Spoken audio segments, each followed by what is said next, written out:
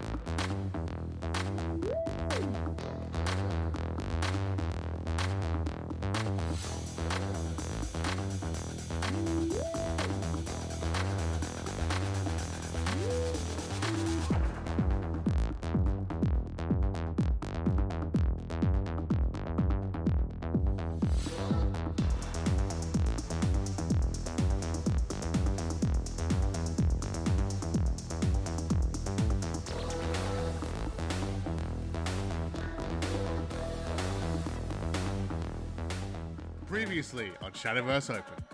After an exciting season with hard-fought battles and amazing plays, we are now at the grand finale, the Contenders Cup. Let's introduce our Shadowverse Open Contenders Cup competitors. Starting us off is our March Cup champion with 51 league points and the player that everyone is going to be chasing down to take down from the USA, it's Meme Legends. Into everybody's favorite rotation set of things currently happening in Blood. You know what? Even puts himself in vengeance through that as well, which I love to see as a fellow pro player at the end as well. And there you go, ladies and gentlemen. Coming in now on 48 league points and our April Cup champion, representing the United Kingdom and Sonar 5, it's Osof. So happy to see it because here we go, the discard dragon rotation. It's disco time, boys, for this card series coming through. Easy clear. Osof 1. Coming in now at third place with 44 league points and our September Cup champion. Representing Canada, it's Calby. Now in this ward, the knight is only 5 damage with Evo. Something, I don't know. Like, no, it was just a knight. He needed the storm. I don't know. Wow. All right, there you go. Draw 3 knights. There's a reason chess is limited to 2. You're only supposed to get 2 of them. Coming in now at fourth place with 43 league points, representing Italy and Team Vez, it's Vision. Get that damage and finally make Calby play a game 3 is what this feels like. Vision's gonna feel good about that. The first player to make Calby go to game 3. Coming in at 5th place with 41 league points, also representing the USA, but for Team Disaster this time, it's V2. Had to clear out the wards. Gonna be an easy pick up here, just gets an Evo on Defender, and Quickblader will end the game. He doesn't mean to do that, he gets the Russian Defender, will end the game here off of the Amulet burn damage. Disaster coming in at 6th place, also at 40 league points, but is our February Cup champion for the 2023 West season, representing the USA and Team Dawnbreakers. It's Norl. You can see he's cheering already. Wow. That is it, ladies and gentlemen. He took out the Zip Deck competition. He rocks up here to the February Cup for the West region. Puts on an absolute show. Coming here now in 7th place at 40 league points, representing the United States of America, it's Melon. It looks like going for the forged weaponry and the puppet. Yeah, he sees be it. Able to increase the attack. 3 on the board Melon plus sees 2. it. And that's it. 9 damage to the face. Puppet taking it out over Omega. Maybe it's because of the Valiant Fencer draws. But... And finally, with 38 league points, representing Finland and Team Twilight Knights, it's TK Rag. Grim. All right, the board is clear. 13 health though. Facing down 2 Grimnirs and a Shin. Oh my.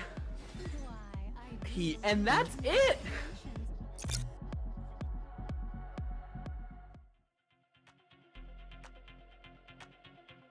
And ladies and gentlemen, here we are, the final stop on the 2023 West season. It's Contenders Cup. It's day 1. We are so excited to finally be here and bring you the biggest event on the 2023 calendar, especially after the awesome Contenders Cup we had just last weekend from the Southeast Asian Oceanic region. What a Contenders Cup that was. We have one more to wrap up this 2023 season. One Baz to bring you the final action here of the Contenders Cup. Still joined, of course, as I have done the whole year by my partner in crime, as Dawnbreakers Trickster. Trick, my man, we've had a fantastic year of Shadowverse, and now we're here to the absolute final one. Absolutely. I can't wait to get into these matches. Watching those intro videos, I feel like it was like the perfect summary of this year's season. We have the top 8 players today. They're coming in with hundreds of league points together between them all, and it's going to be an epic match. We see these players, they had 1 extra week to dig apart the SEAO results, and today they're going to be coming in fine-tuned and ready for some of the best matches we've seen this season. And of course, our guests here for the whole Contenders Cup. Multi-time guests we've had all throughout the year. Previous Cup champion as well from this year. It is Team Disaster's own Zones. Welcome here to the Contenders Cup, Des, my man. It's so awesome to have you here with us. And I know you're so excited, just like us.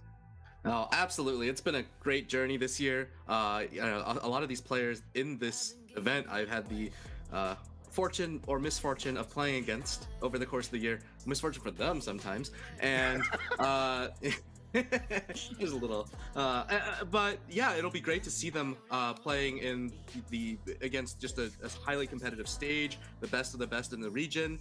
And you know, and I just want to see how they do. I'm excited for these games. Let's go. And before we do jump in, of course, because it is Contenders Cup, there is a bit of a mix-up to the usual format that we've had all season long. So real quick trick, what are the players and what are the audience should be expecting here for our games today? Yeah, so today we're going to be playing exclusively Take-Two All-Stars. So I hope that you're familiar with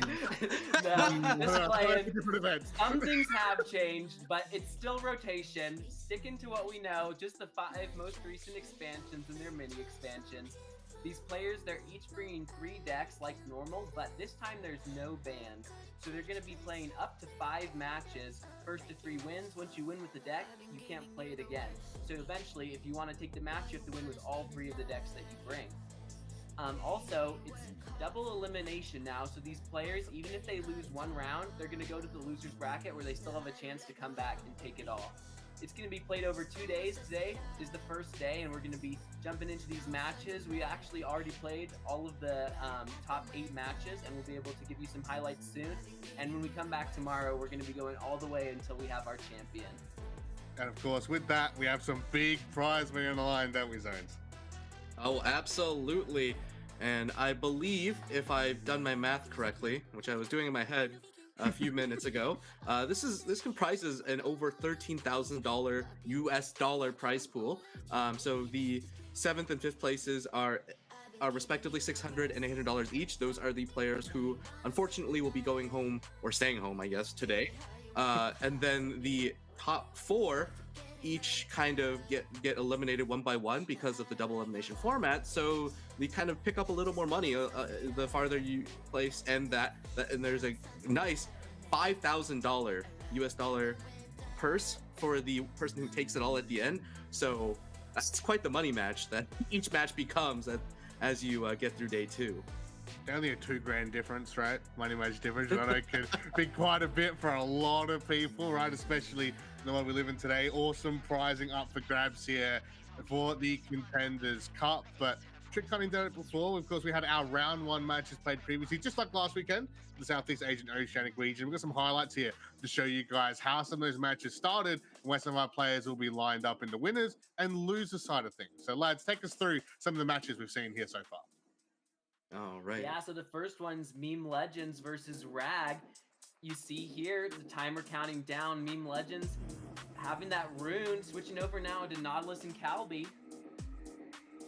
I'm a little lost. All right, so Nautilus and Calby. It looks like Nautilus made a board here, and it was not enough to survive the... No, it was enough to survive the chess piece onslaught from Calby. Being 1 short from Calby means Nautilus has the chance to turn this around. Wow. I was surprised, but it was 1 over because Calby did not have that Evo point. Alrighty. Jumping back to Meme Legends and Rag, we see that 4-cost spell summoning a massive Storm Follower. 7 damage to face twice. That's enough to take out Rag in this one. All right, and another loot sword finish here from V2. And it looks like he's trying to figure out how to get this Coral Spirit, and the Coral Spirit just falls to a Michael trade. And little over damage on the board. Yeah, here we got Osof and Melon 0-0. Lots of burn damage coming in from Osof. Whoa, 12 golems summoned during the game means that he's gonna hit the face for lethal. Oh wait, and a quick game 2 turnaround, and not a Lasu's like 12 damage. All right, I'll do my best, and it hits 9 off that Genesis.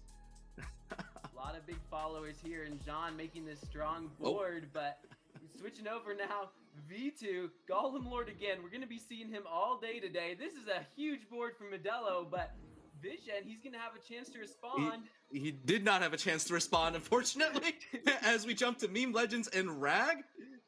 where just Meme Legends delivers a turn 9 loot lethal. These lethals are a little slower than I think we're used to, but they're happening. Oh, and sorry, Man, Nautilus on his favorite deck, getting 3 Storm Followers there, taking out his competition. No surprises what happens here. The Medilo survives a turn, in fact, and we get another Golem Lord finish. Oh. Yeah. And there you see 1 flag is all you need when your opponent has 3 health. I think that Osof and Melon are 1-1. I caught a little bit of that game, and I believe Melon had a whole 4 flags that turn. But we're jumping over to here, and this is, as you can say, it's Jover for TK Rag. And even with the damage reduction there from, I believe, Celestial Command, it is not enough against Joe. Yeah, and that puts Meme Legends there 2-0. Seeing Osof now and Melon, the Dragon Mirror match. These followers are buffed up pretty big, and V2 doing his best imitation as well with a lot of his large followers and a spicy tech that Bane follower we'll be looking at later. He's the only player that brought it, and it might have helped him take this game against Vision. All right, Osof and Melon game 3. This match went long from what I saw, but Melon just cannot deal with this board from Osof and just quickly retreats into chickenhood. But we got some 14-14s, the 2 7-7s before. That's not enough. Let's double them up. And I believe this is the last game of the match, and I think one good turn deserves another as Osof delivers a 4 flag finish over in Melon's direction. Just keeping our casters on our toes there with that whole potato form. I hope you like that, because that's how the whole Contenders Cup. I'm kidding. It's not going to be run like that at all. It's kind of all over the place. That Adam Sandler movie with the remote control, where he was, that was me. When those guys are gone, I'm just like, I'm going to keep changing the clips. Guys, keep on. No, it's fine. But as you saw, right, quite a few huge victories, surprising victories there all throughout. Some matches that were maybe a little bit quicker than maybe some of you guys weren't expecting. Some that actually went down to the final game.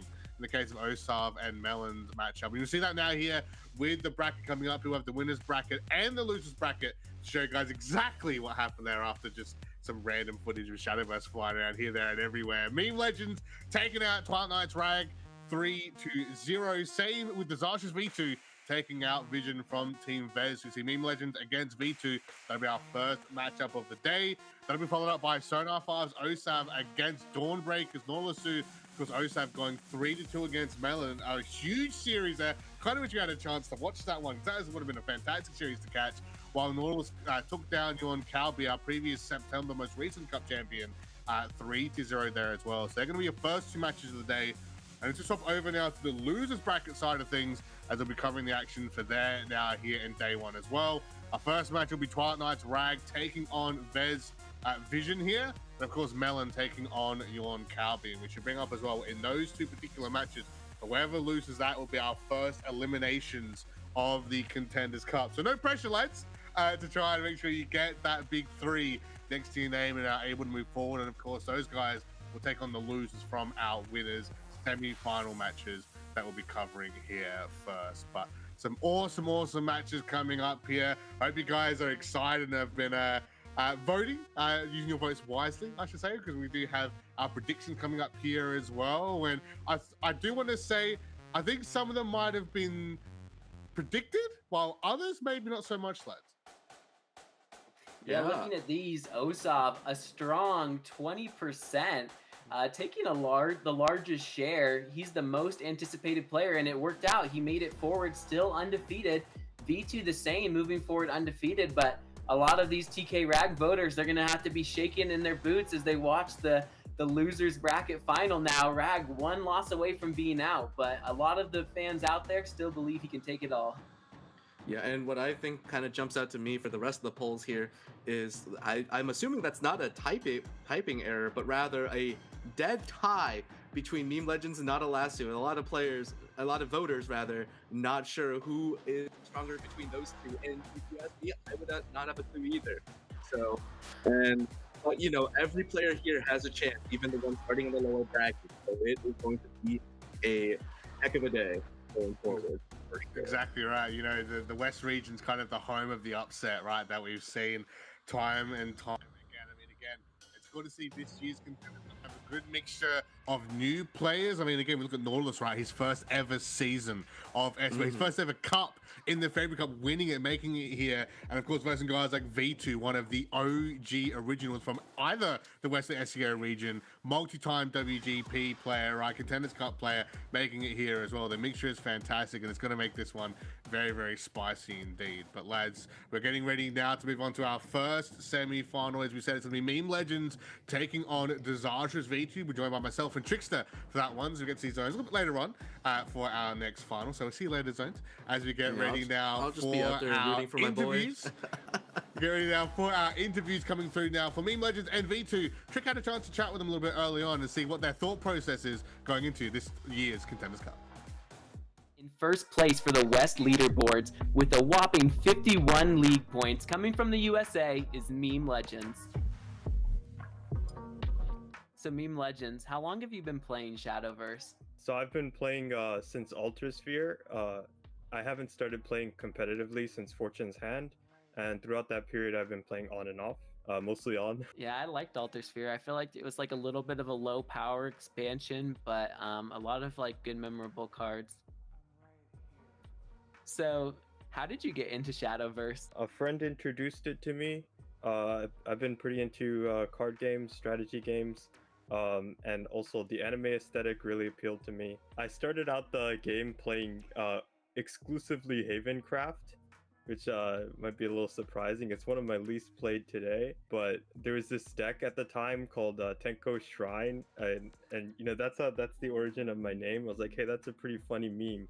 Let me make an entire account dedicated to playing this meme deck, and that's how I was born. Meme Legends. What are your favorite classes to play today? Today, Forestcraft is my favorite class. I have my highest ranked wins were from decks like Whirlwind, Rhinoceros, Loxus, Sekka, and Ladika back in the day. I just love those types of degenerate OTK decks. And for the same reasons, I find myself playing Shadow and Rune often as well. And I also really like them aesthetically too. They're pretty fun. I feel like all of those decks are kind of just outside of like the top tier right now. What do you feel like they're missing to be able to make them the best decks for Contenders Cup? Throughout most of the period I've been playing them, those three classes, especially Forest and Shadow, have been like the decks to play, like tier 0 or tier 1, like Sekka, Loxus, there's Evo Shadow, Last Word Shadow. So it's only recently that they've been not so great. What would make them stronger? It's less about issues with those classes and more about like Haven and Sword being ridiculously strong at the moment that's keeping them from being tier 1 in my opinion. What has been your favorite moment from competing in Shadowverse this season? Favorite moment? I suppose it's when I won the SVO. Was that in March? Yeah, that was a pretty good feeling. I don't think anything else came close. Yeah, that's a really good feeling. I have a couple of wins myself for some of these tournaments, but it's so different between getting second place and getting first place, I'm sure. What was your best play this year in SVO? There was this Mysteria mirror where the opponent was playing the Mysteria deck with all the followers, and I was the one with the light version with a few followers. And he happened to draw several transform cards, so I was working with very little damage, but I did manage to put together exactly 20 damage. I drew into 2 copies of the Mysterian Party. I drew what's the 1 mana card called again? Arcane Instruction. That's the name. That's the one. I drew the 1 mana spell, and I picked Paula from it and was able to convert it into like 5 damage between the Evo and Mysterian Rite. So it was and then on top of that, I won the 50-50 on Miranda to get the last damage I needed for 20. And I was at 1 health, so it needed to be on that turn, and that qualified me for top 8. That was incredibly lucky.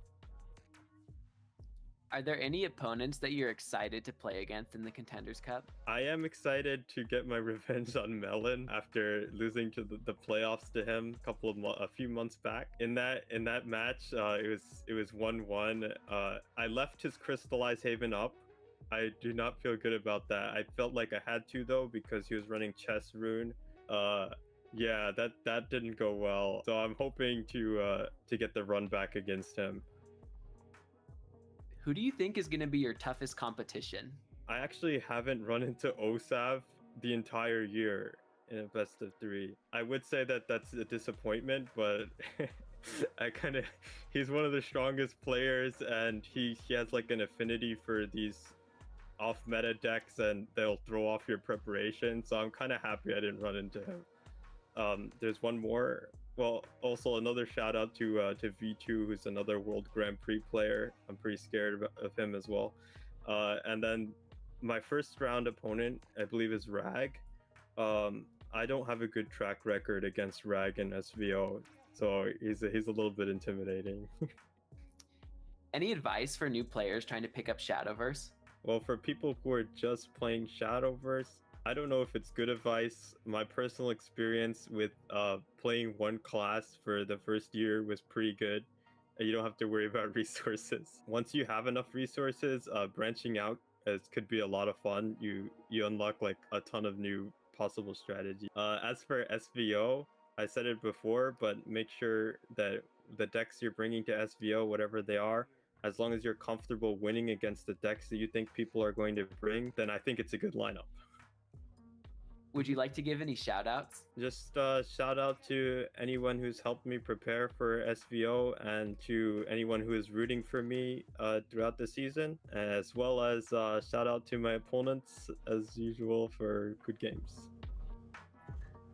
Okay. Yeah, I think that's good then. Good luck in the tournament. We'll see you in the winner's interview. Thank you. If my opponents aren't afraid of me, they should be. In 5th place on the West leaderboard with 41 league points, it's a previous World Grand Prix player. Coming from the USA, V2 on Team Disastra. So V2, how long have you been playing Shadowverse? I've been playing Shadowverse since the Tempest of the Gods expansion. I believe that was in 2017. Yeah, that's a long time. I remember playing against you actually in some previous tournaments. I feel like you've been able to be so consistent for so long. How have you been able to pull this off? Yeah, so I think I've been able to stay consistent in the competitive scene because I just play the game a ton. I probably like do my dailies every day, and I really just kind of grind the game.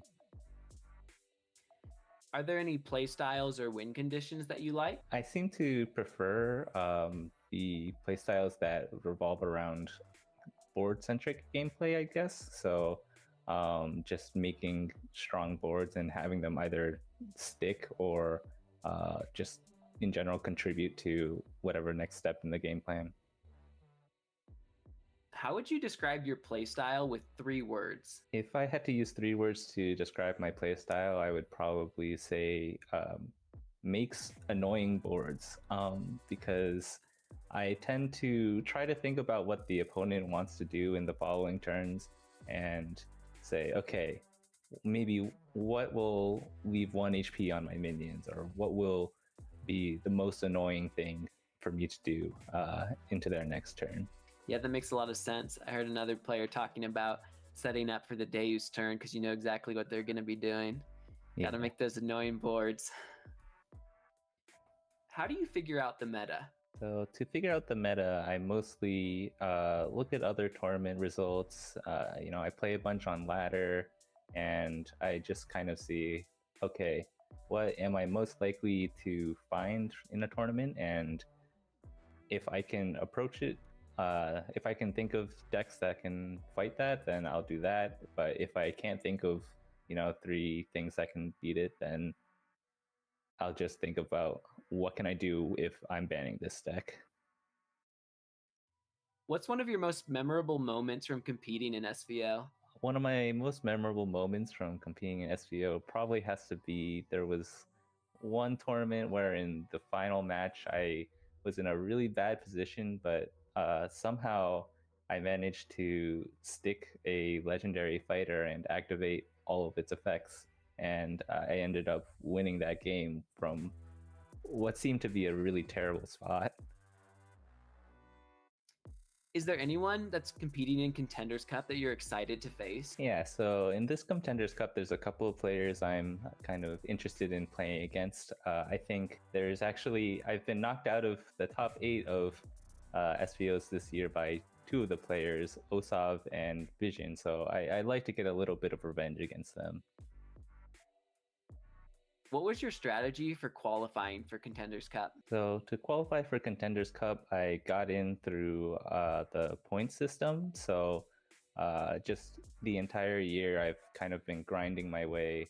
I actually had a very slow start. I think the first month I got 3 points, and the second month I got 4 points. So I've just been playing out all of the tournaments and just, always with the intention of trying to make it through points. Shadowverse has so many expansions with so many different cards.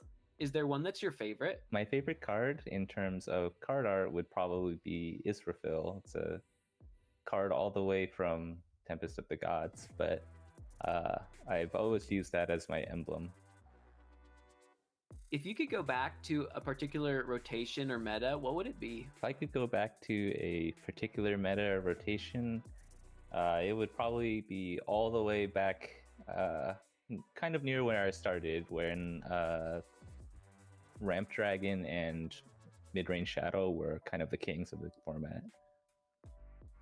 What's something that makes you different from other Shadowverse players? So despite being in the competitive scene for a very long time at this point, I think something that a lot of people don't know about me is that I'm actually completely free to play. I've never spent any money on the game, but I've been able to compete. Not even for alternate art leaders? Nope, nothing. All the alternate leaders that I have are like from the packs. Are there any shoutouts you'd like to make? So I'd like to make shoutouts to quite a lot of people, actually. Of course, to my entire team, Team Disastra. They've been absolutely crucial in helping me develop as a player. I sincerely believe that the team has many better players than me. I've just gotten the opportunity to play in these events a lot, and I've gotten very lucky. So I'm rooting for them in all of the stuff that they do for now and in the future. I'd also like to make a shout out to just my family for, always supporting me in this kind of niche hobby. Good luck, V2, in the competition. Thank you. It was good talking to you guys.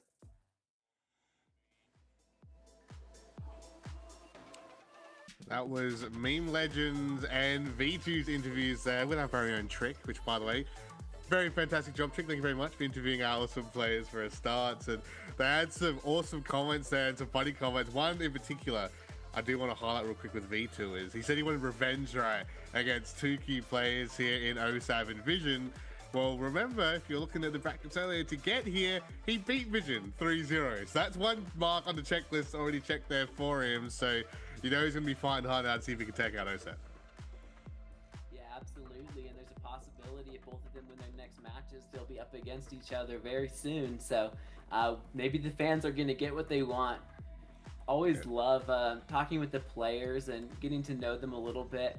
I really appreciated how humble V2 seemed when he shouted out his teammates, and I think he really is a player who will take a lot of feedback and trust other people and go to them for help. And I think that gives him such a big network where he has been able to perform consistently, and I'm sure that he got a lot of help in preparing for today. So definitely someone to look out for. Meme Legends, though, even though this is his first season, really showing how great he is as a player. Nothing to scoff at. 51 league points. That's 10 more than V2 coming into this. V2, he said he only got 3 in the first cup and 4, I believe, in the second. Well, Meme Legends average over 6 points a cup. There's only 6 rounds in a cup, so that man has a lot of league points and a lot of experience performing under pressure in the spotlight recently. So excited to see how these 2 tyrants go together. Both of them winning 3-0 in their previous matches, so a lot of steam for both coming into this. We'll see what happens. Yeah, it's going to be a very exciting one here. And as you mentioned, right, Trick, it is again, one of our newer players, or newer players, I should say, against one of our big veteran players of the game itself, right? For the English-speaking side of Shadowverse, which is really, really cool to see. And as we're going to get ready now, look at the decks these guys are bringing. I think you guys at home are probably going to expect a lot of what we are going to see here today, but the reason they're being played right, reason being strong, and it's going to be those one or two little changes, right, that are really going to affect how we're going to have both these days of West Contenders Cup action. But maybe for the uninitiated here, Trick, what is Loot Sword? Yeah, so Loot Sword, it's a deck that's been around for a while, and you try and collect these loot tokens that are 1 play point spells, and there's a couple different ones, and a lot of your followers generate them, but with recent expansions, now, once you have gotten enough loot tokens, specifically 7 loot cards played or fused, then they start to generate these Dread Pirates flags instead, which are also loot cards, but these ones deal 3 damage to the board and to the opposing leader. So you get enough of these flags and you can kill your opponent in 1 turn. One of the main cards here, and an alternate leader that you can pull in the most recent expansion, Barbaros, Briny Convict, is one of those big payoffs for having played and fused a lot of loots. You can fuse loots into it to be able to evolve it for free, which is always nice. You'll always be able to have a way to evolve it. And you can see here, Fanfare, you put one of those flags into your hand, and if you played at least 7 loot cards, you get to recover 3 play points. If that wasn't enough, on Enhanced 7, you can gain Storm as well. And so this card, on its own, you can evolve it for 7 damage and get 3 more damage from the flag. That's half of your opponent's health from 1 card. You pair it with something else, like a Tidal Gunner, to get another flag and do some extra pings, and you're getting your opponent in a very close to lethal range. A very powerful tier 1 deck at the moment that you probably definitely would have run into, right, on ladder. But let's move on to the next deck now that Meme Legends is bringing here. Remember, 3 decks, 0 bans. Every single deck showing you here today will be played. Dirt Rune. Kind of a controversial deck, I kind of want to say, Trick, after last weekend's action. A lot of players are kind of up in the air about, is Dirt Rune actually good? You know, how good is it in our current format? Is it worth bringing? 7 out of my players saying yes, so I gotta say that's kind of been answered for itself. But how is Dirt Rune looking these days? Dirt Rune is looking very good, specifically in some of the other formats. It has an incredible representation in the JCG, winning most of the recent, actually winning all 3 of the most recent JCGs, and having a huge representation as well on ratings, one of the most frequently used places to practice. It has a 77% usage, and in SEAO, 5 players brought it too. So it's definitely been having a lot of spotlight recently. It has received several buffs and new cards that makes the deck really good. One of the main cards maybe that we could highlight quickly is that 1 play point follower, the Undying Witch. It has a really strong effect that can help you kind of cheese the game. So first of all, if 1 play point summon Earth Sigil was too strong, you know, let's make it a little difficult. These players have to make sure the leftmost card in their hand is the same type as a card played by your opponent. Does make it so you can't use this effect on your first turn going first, but later on you'll get a big payoff of getting that Magic Sediment and drawing a card. Then the huge return, if at least 7 allied stack cards have been consumed, a keyword you see on a lot of these cards specifically, this follower will evolve. And when it evolves, you give your leader the following effect, that when you consume stack cards, you recover play points equal to the number of stack cards consumed once per turn. So this enables a lot of huge combos in the late game where you can play cards like your Golem Lord, like your Levi, and do big damage to your opponent, and then get more play points back to be able to finish them off with something like a big Storm follower from your Colossal Summoning. So really making the deck be able to do a lot of damage and have a lot of interesting lines of play. And if that wasn't strong enough, players are throwing in Modelo now too in 1 or 2 copies to even have another strong way to finish out the game when the normal game plan doesn't work out. There's a lot to cover here in Dirt Rune, which we'll be able to do all throughout the day. But let's look towards Meme Legends' final deck here that he is bringing to the table.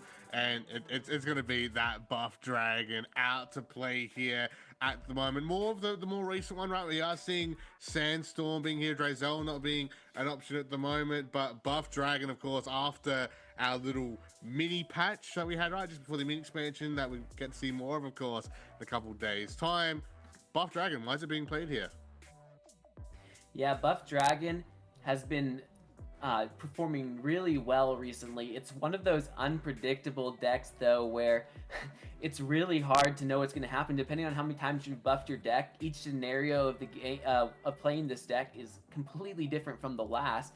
Sometimes your hand is going to have 9 cards and you're overdrawing, and other times you'll go down to 0. So going to be a lot of variance from this deck, but on average the power level is so high that 7 of our players chose to bring it today. Meme Legends, one of the interesting things I noticed here is he is the only player actually to not bring Olivia in his Buff Dragon list, but instead playing some extra copies of Sandstorm. So really making sure he has multiple ways to buff his cards in the early game. You see here, this card, it doesn't seem super powerful compared to some of the other buff cards. All it does is give +1 to the cards in your deck, but when you have to get to 4 extra defense on most of your followers for their effects to trigger, you're going to need as many cards like this in the early game to get that condition. And it also works pretty good against Dirt Room because you can do 2 damage to all their followers and take out some of their golems if you kind of get behind in the early game. And that is going to be Meme Legends decks here. Let's have a look at what V2 is bringing to the table now as well. And again, it's going to be some similar things, but some 1 or 2 changes here. And like we said, it is going to be Loot Sword. And one of the cards you kind of mentioned before, we'll quickly highlight here, Trick, is that Title Gunner. What's happening here with this 2-cost silver follower? Yeah, this card is definitely very important to the deck. You can see that it puts a goblet into your hand normally, which is going to restore 2 health to your leader, but most of the time you're going to try and save this until you meet that requirement of playing or fusing 7 loot cards, and then you get one of the Dread Pirate's flag. And then whenever you play a loot card, this deals 1 damage to a random enemy and the enemy leader, which means now each of your Dread Pirate's flags are going to do 4 damage, 3 from themselves and 1 from this effect. And so if you can play enough flags, you can kill your opponent in 1 turn. Playing 5 flags with this times 4 is 20 damage, or if you can get 2 of them on the board, then you only need 4 flags and they'll each do 5 damage. And so that's very common, especially now with Rogers letting you recover play points. You can on turn 7 play 2 of these and finish off your opponent, and there's a lot of other different ways to gather a lethal as well. One of the cards too maybe to highlight that's pretty new is Spell Scourger. It's a silver card here. And it's another way to just get a little bit more damage to finish off your opponent. It does 2 damage to a random enemy, which if you can clear your opponent's board means it's always going to be going face, and you can do this up to 3 times for 6 damage on a 2 play point follower. One of the things I noticed though is all of our players today, there's not a single one bringing Angel of Darkness, which is used to be in this 1 slot here. It's a follower that would let you destroy all of the buff cards in Dragon for free on Evolve, and everyone today choosing to bring Spell Scourger instead. Both of the players in the final last week were bringing Angel of Darkness, and it was able to help them maybe make it there, but a lot of our players not respecting Buff Dragon as much and dropping the Angel of Darkness for some of these other techs instead. Maybe looking for some extra burn, right, to try and close out the game if needed. A very interesting choice from our players. We'll go to the next deck now here for V2, his second deck now that he's bringing to our Contenders Cup, and lo and behold, it is Dirt Room that we are seeing here once again. Anything you'd like to point out here, Trick? Maybe just to help players get some familiar with some of the main cards, let's click on Celestial Command. So that's a pretty unique spell that replaced Juno essentially in letting you be able to fuse cards to this to add 1 to the stack in play. And so when you want to consume 7 stack to activate a lot of your effects, you need to get 7 onto the board really quickly. And there are a lot of ways to play a sigil for 1 play point, but this can help you get like 2 or 3 extra to really hit those high stack counts early. And so you're going to see a lot of players really leveraging this card often today to get those extra sigils so that they can get their Golem Lord active on turn 5 in some of these plays where you really need to cheat those sigils out to be able to have them online. Definitely have a look at some of those golems later, because there's some awesome legendary cards that I've got to be that evolution from just our basic Dirt Golem boy, you know, which is really cool to see. The final deck though for V2, now that he is bringing here to the Contenders Cup, and seeing how he got to that 3-0 here will be Buff Dragon. And that's looking like a bit of an extended deck list here with some little bit of a tech stuff happening here, Trick. Yeah, absolutely. So V2, we gave a little bit of a hint earlier in the clips from the first round, but he's bringing Sunderclaw Dragon Newt. It's that 3 play point silver follower with Bane, and if Overflow is active to you, you get a free evolve. So that works pretty well with things like Alice that you're already running that benefit from having multiple evolves. And then when this follower is evolved, Strike, it puts a Dragon's Hand Spur into your hand and changes the cost to 1. That's going to be a spell that can give you 3 more damage to help find lethal, as well as drawing a card. So it's kind of like its own little Alice, where for 4 play points, instead of doing 5 damage, you can do 3, but you can actually do it earlier, and then you can draw a card. The Bane is pretty nice as well. I think it's especially good in the mirror, because oftentimes when you go second, or if you get behind in the mirror, your opponent's followers, like while they don't have a ton of attack, maybe like 4 or 5, their defense is like 10. And when you summon your own followers that only have 5 attack but 10 defense, it's too late. You're not going to be able to clear your opponent's board because their defense is so huge. And so having something like a Bane can help you keep the board off the table so that it doesn't go face for a bunch of damage on the next turn. And I think it'd be a disservice if we didn't also look at Coach Joe quick, just to kind of give players an idea of some of the main cards in the deck. We mentioned before you want to buff the deck, and this is one of the examples of that. This card, if it has at least 11 defense on Evolve, you can do 7 damage to the opposing leader. And when it comes into play, if the followers have 20 defense total, it and the others, you'll do 5 damage to all enemies. So that's a nice way to do 12 damage to finish out the game. And it really synergizes with both the benefits of being buffed as well as the planning of buffing your deck as well, because this card can buff everything in your deck and put one of your cards back into it, including himself. So if you draw him early, you can throw it back into the deck, buff the deck so that you can get it later for a big finish. And that's definitely the theme of the deck, is putting back the cards that you haven't buffed enough yet and increasing the total so that when you draw into him in the late game, you can have him at full power. Keeping on his Evo points as well, right? As well, especially trying to play around that Joe. That's why that Livy is there. Of course, an awesome buff as well for Dion as well, for some of the other followers that he's bringing into this lineup. But that is going to be the decks down. We're finally ready to get underway for game number 1. As a quick reminder, if you are just joining us, it is a best of 5 3-deck 0-ban format. So every deck's being played here. We're not going to show you bans happening, but we're going to get a bit of a quick insight here. Trick, going off the decks alone, some of the player info, do you think it might be one-sided a certain way, or do you think we might have a bit of an extended series here? Yeah, looking at these decks, I mean, both players having the same lineup, a lot of mirror matches. It's definitely going to come into how they queue the decks and how they play them. I think Buff Dragon is one of those decks where, like, if it's your favorite deck and you really enjoy it, you're going to be, like, bringing it in as your first deck, playing it over and over until you get the win.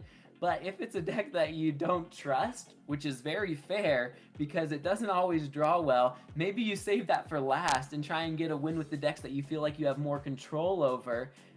So going to be interesting to see how that goes. It's definitely a deck that can beat any deck, but it's also a deck that can lose to any deck. So we'll see when our players choose to bring that out today.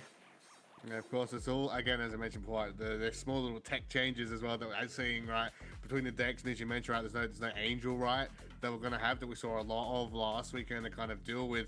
Not just specifically Buff Dragon, but, you know, we've got some other buff deck types as well. You'll see later on in the day that it was a very cool tech choice to have that isn't available to these guys. And the fact that they're comfortable without it is actually quite interesting. I want to see how they're going to be able to deal, right, especially with some of these Buff Dragon matchups, right? I mean, Dirt Rune is going to be quite easy to get the burnout. Same with Loot Sword if you're able to get that quick rotation, right? That 17 health mark, a lot of players are saying to watch out for if you are going up against Loot Sword. But the loading is done. It's underway. Ladies and gentlemen, the first match, the Shadowverse Open West Contenders Cup 2023 season is underway. It's Meme Legends against Disastrous V2 from the viewpoint of V2 here. It's going to be the Loot Sword mirror match to kick things off here, Trick. This is going to be a great game. Seen a lot of loot generation in hand for Meme Legends. V2 having some ways to draw cards and fetch his pieces, but just going to throw them all back instead so that he can try and draw them in the opening hand. Still, though, not having the best opener. Maybe the toning can grab you something that you want. Not top decking a 1-drop too makes him a little behind, but Meme Legends not having one of the normal 1-2s that you want to play. Also at this point, not going to be throwing out one of his 1-drops either, potentially. V2, though, does have a hand of commanders, 3 of the big commander followers, and Tony to fetch another one, so he's going to have some late game for sure. Gotta remember that here, Trick. Meme Legends does have the Barbarous leader advantage. One of point as literally playing the character for the deck archetype. So is that like a +1 power buff or something? How does that work? I don't know. All I know is that Barbaros has one of the best Evo effects, so I'm sure that can get into V2's head a little bit when he sees that incredible leader art. Meme Legends here, hovering, deciding, is he going to discard a card and fetch some random sword followers? Thinking is the play, but maybe thinking everything in his hand is important and that there's nothing to ditch at this point. I mean, I'd want to keep all of those cards, and Meme Legends decides the same thing and chooses to just pass and take things slow. Easy potential search here for V2 with Tony. See which commander pool we can go for. Going to be a second Roger, just in case the first one wasn't enough there, right, to beat nice and comfortable. So we'll have that ready for turn 5 play if need be. Meme Legends will return, of course, to Penguin Punisher, getting that Glided Blade. So again, going to be putting up these loot spells right here, Trick, that are eventually going to be needed to get out the flags and really start dishing out stupid amounts of damage. It's going to be an interesting battle to see how they balance out trying to get that build going while going into a mirror match like this. And looking at V2's hand, things are starting to come together. Having a couple copies of Rogers means that he'll be able to get that critical leader effect online early and also have some loot generation with plenty of follow-up. Drawing the Michael is not the best. It's like the type of card that you would love to have in your hand when you have Send in the Troops so you can just get rid of it for 2 more followers, but unfortunately V2 and Meme Legends each have one of those pieces. Seeing a Deep Sea Scout come in, going to be able to clear off the Opulent Strategist, not wanting to have to deal with that scary follower getting a free evolve on the next turn. And Meme Legends, once again, hovering to Send in the Troops, trying to figure out what he won't need. Going second, maybe the Tears would be able to help you get some health recovery, but instead choosing to visit the followers to progress the game plan. Probably hoping to find a Rogers before the Evo turn, but it doesn't make it into the hand for Meme Legends. V2 now, thinking about his next move. The Duelist that we see just drawn, V2's actually running 3 copies of it, so going to be getting a lot of them today, while most of the other players only have 2. A pretty good way, though, just to cycle through your deck and do some extra damage in the late game.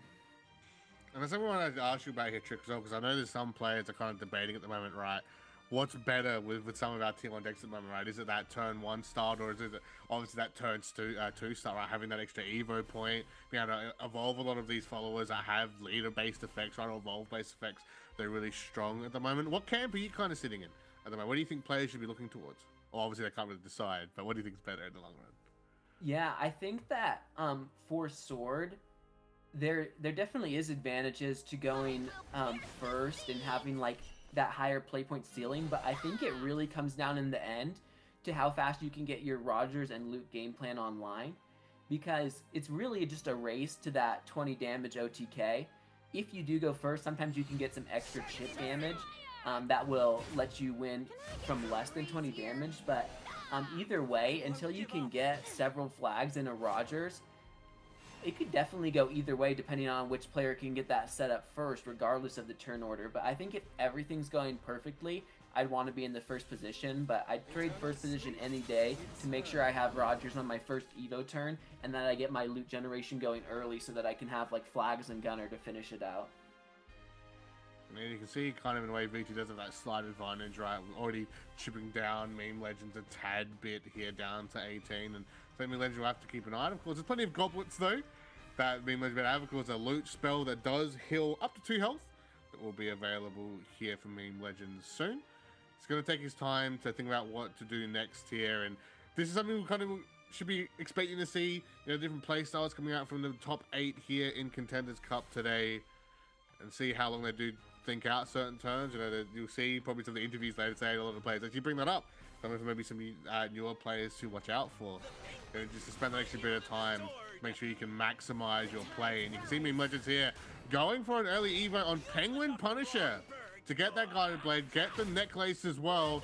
Give him an early clear. So 2 big spells and going for that potential early fusion now onto Barbaros as well.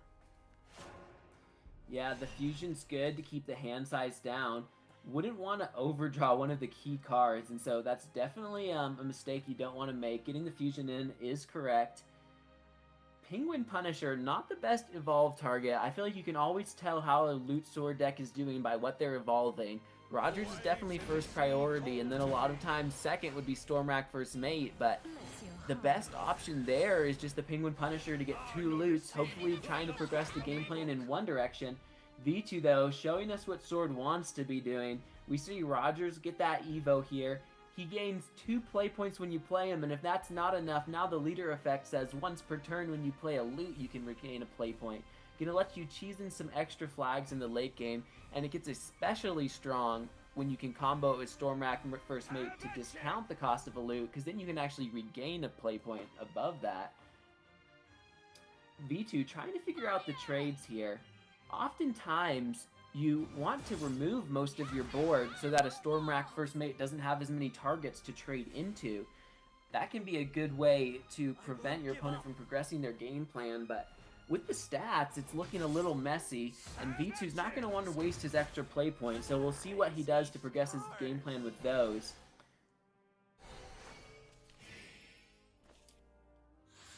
Oh, and with the timer running down, having just enough time to get those extra loot into hand, that 3 play point spell to generate 2 loots, usually pretty expensive, so V2 finding the perfect time to fit it in. It did mean, though, he missed out on 2 damage, but getting that significant increase in loots to the hand seems like it was more worth it for V2 this turn.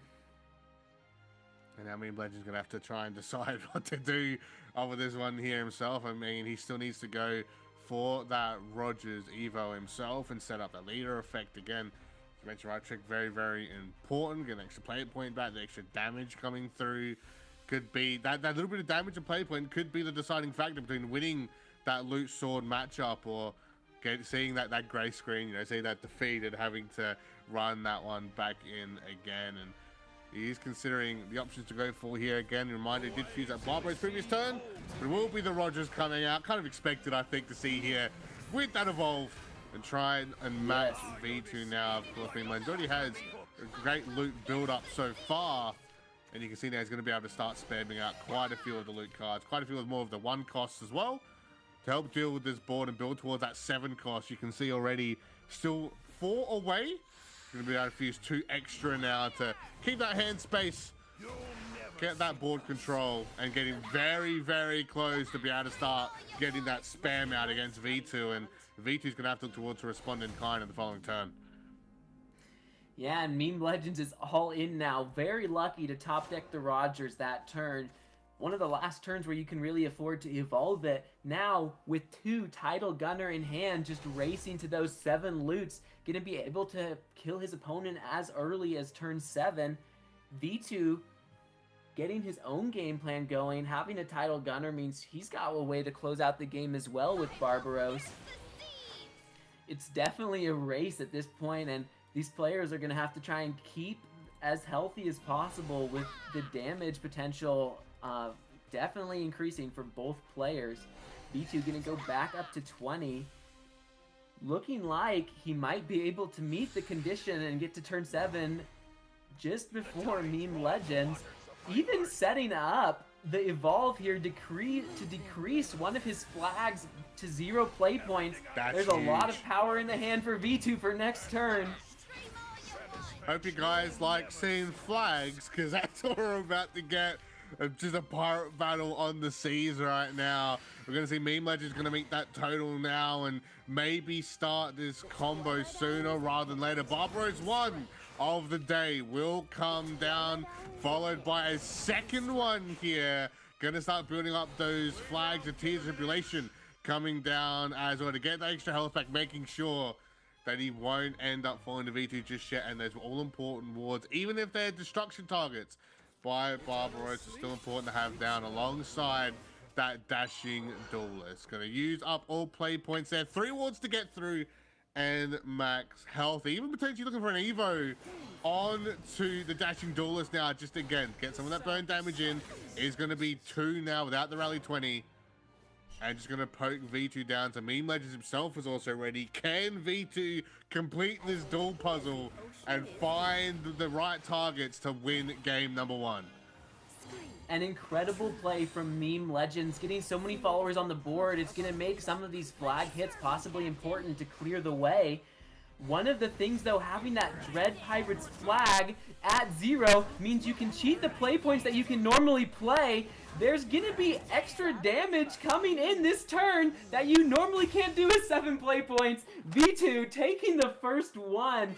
Meme Legends trying so hard and setting up his own lethal, but that 0 play point flag let V2 do a play with Barbaros that's not normally possible, and he takes that first game. 20-0 for our first match. A mirror match of Loot Sword as well. As Trick said, right, very, very close between the two now. V2 is going to run Dirt Rune in for his second match now into Meme Legends. That 1-0 advantage, because for Meme Legends, it's going to affect the mental state a little bit. Of course, losing the first match on stream in this best of 5. You're going to have double Barbaros in hand, which is something at least.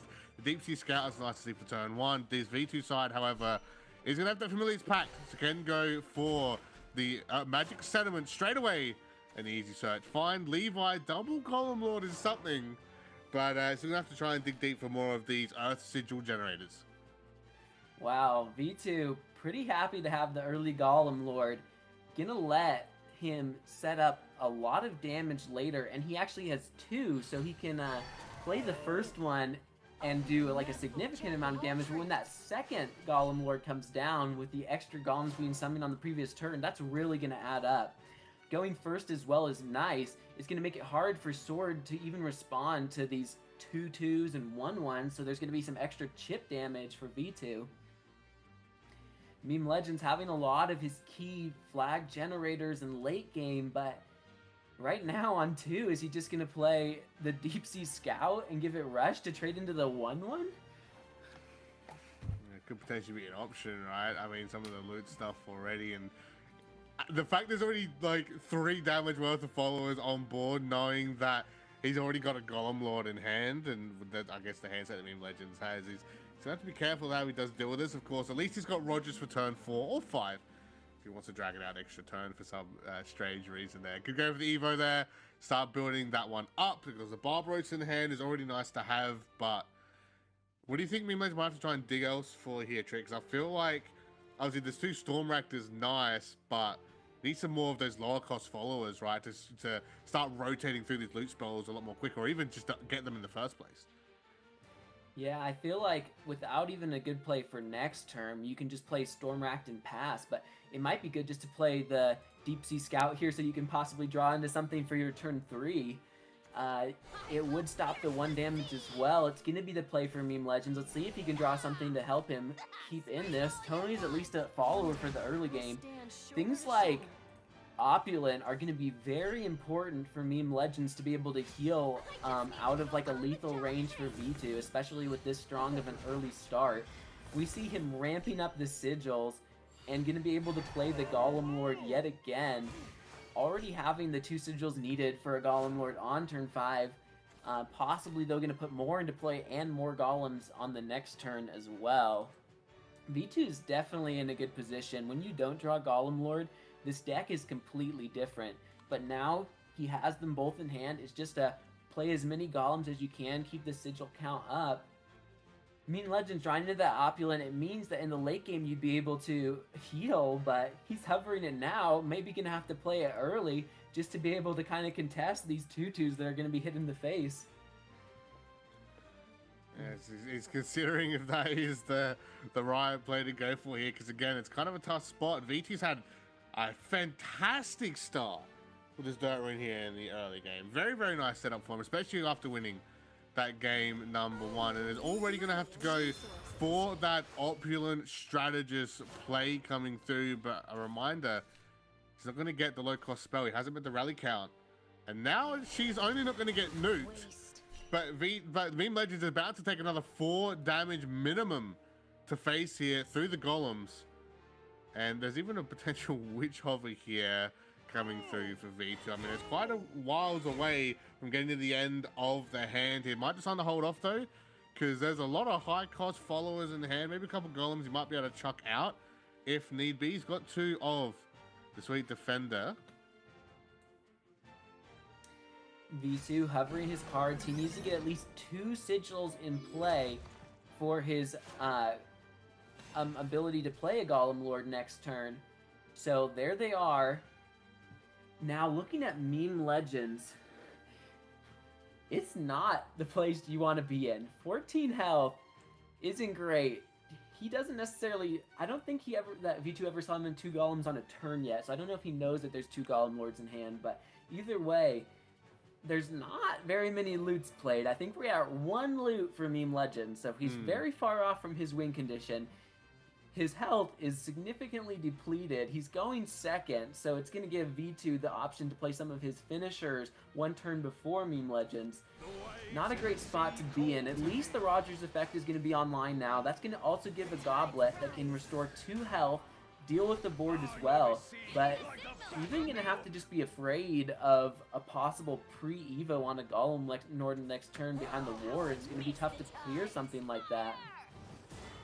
Not even playing any loots this turn, instead just summoning the Gunner to get an extra 2 healing for the following turn, but not even being able to take advantage of the Rogers play point gain. Possibly not counting the play points there, or just thinking that it needs to all be saved.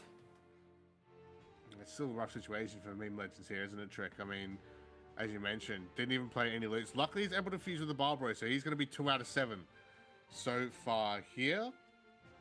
And does have the Goblet spared up, but V2 has plenty of options here. He could go for, I mean, even potentially hovering an early Golem Lord again, just to keep that pressure up. Right, a huge big follow, going to bring out a fair bit of AoE damage, not only clear the board, but hit the leader as well, and really just continue aggroing down Meme Legends, really put them in that high pressure situation, right, to try and make him to slip up as much as possible. And V2's got all the time in the world, and I love that. I know we've talked about it before plenty of times, and we've seen it over the years. V2 on webcam is a treat, because it's just, you never see the emotion, right? It's just a stone cold killer. It's absolutely fantastic, and you love to see that out of him. He's going to go for that fusion on Middle here. The Seeker of Trace as well, one of the newer cards coming out in Dirt Ring recently. As Golem Lord will be dropped, 5 damage AoE across the 4 to leader, half health, 5 play points in here for Meme Legends right now. And he has so much health just on the board to get through. Luckily does have some of these loot spells to start healing back up and try and match a board of his own. Yeah, we're seeing the Stormracked First Mate come out. Smart to play a loot early to be able to get that extra like ping from this follower so that he can trade into the 3/3 more favorably. So that's definitely going to help out. Seeing the goblets restoring some of the health. Still though going to be far from 20. We do see Meme Legends able to clear this board, but V2 going to be able to summon another Golem Lord potentially next turn. Eventually as well, going to be able to get that leader effect online with Undying Witch to start regaining play points, and a Modelo to boot to follow everything up if that's not enough. Levi in hand as well.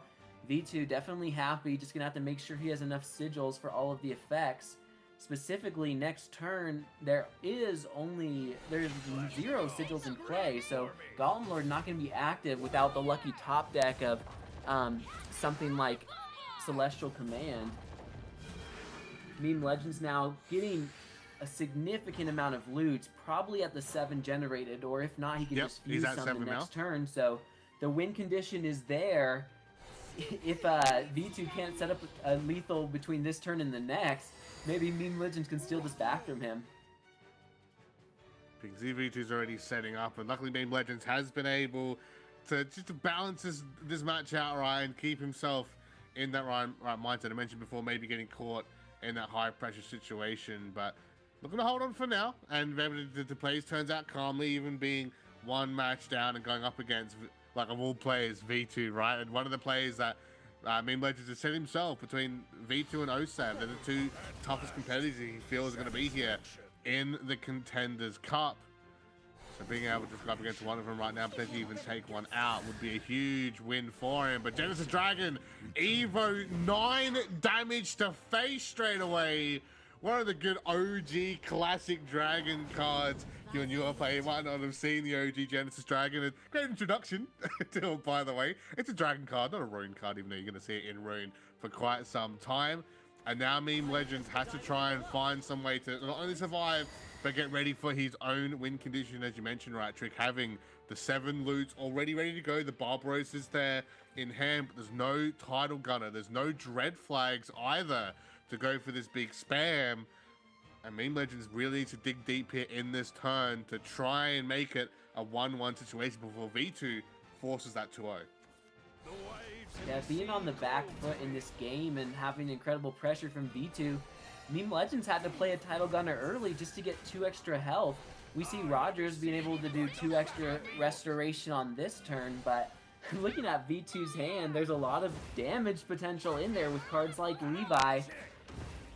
He had all the late game, and if that wasn't enough, last turn he got the Colossal Summoning, which was able to do 9 more damage without using any Earth Sigils, without a great way to generate Earth Sigils in hand. Something like that was needed to be able to get extra damage while preserving resources, and now it's putting V2 in a great position.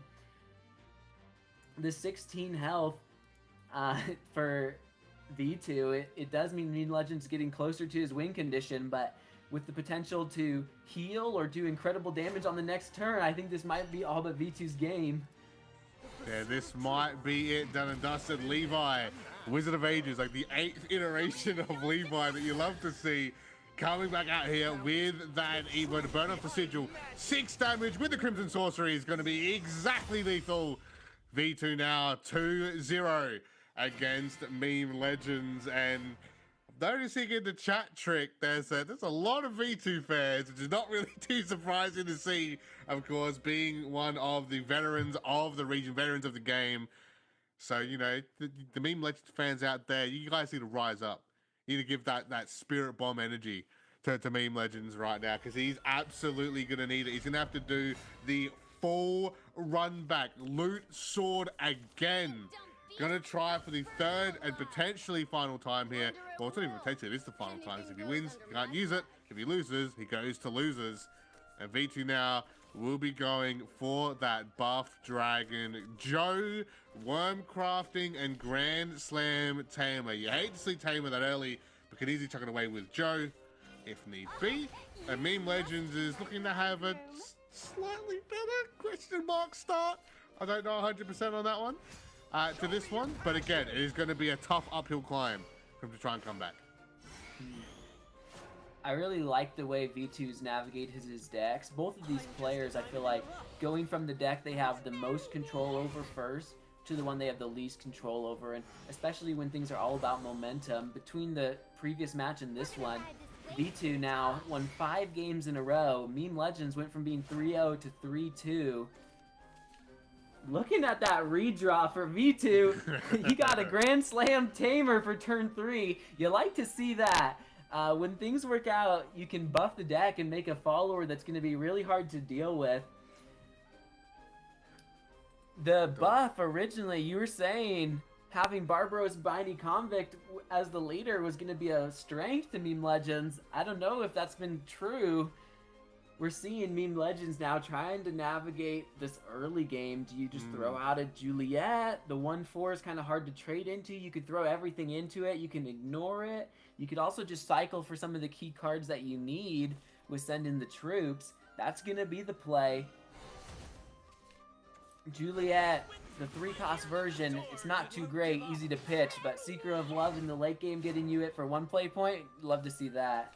Now V2 having another Grand Slam Tamer, gonna be able to play them back to back. Sometimes you wish that you could get the free Evo and some storm damage, but considering the situation, I mean, it's not a bad place to be in at all. Full hand for V2, already starting to redraw into some of his buff followers.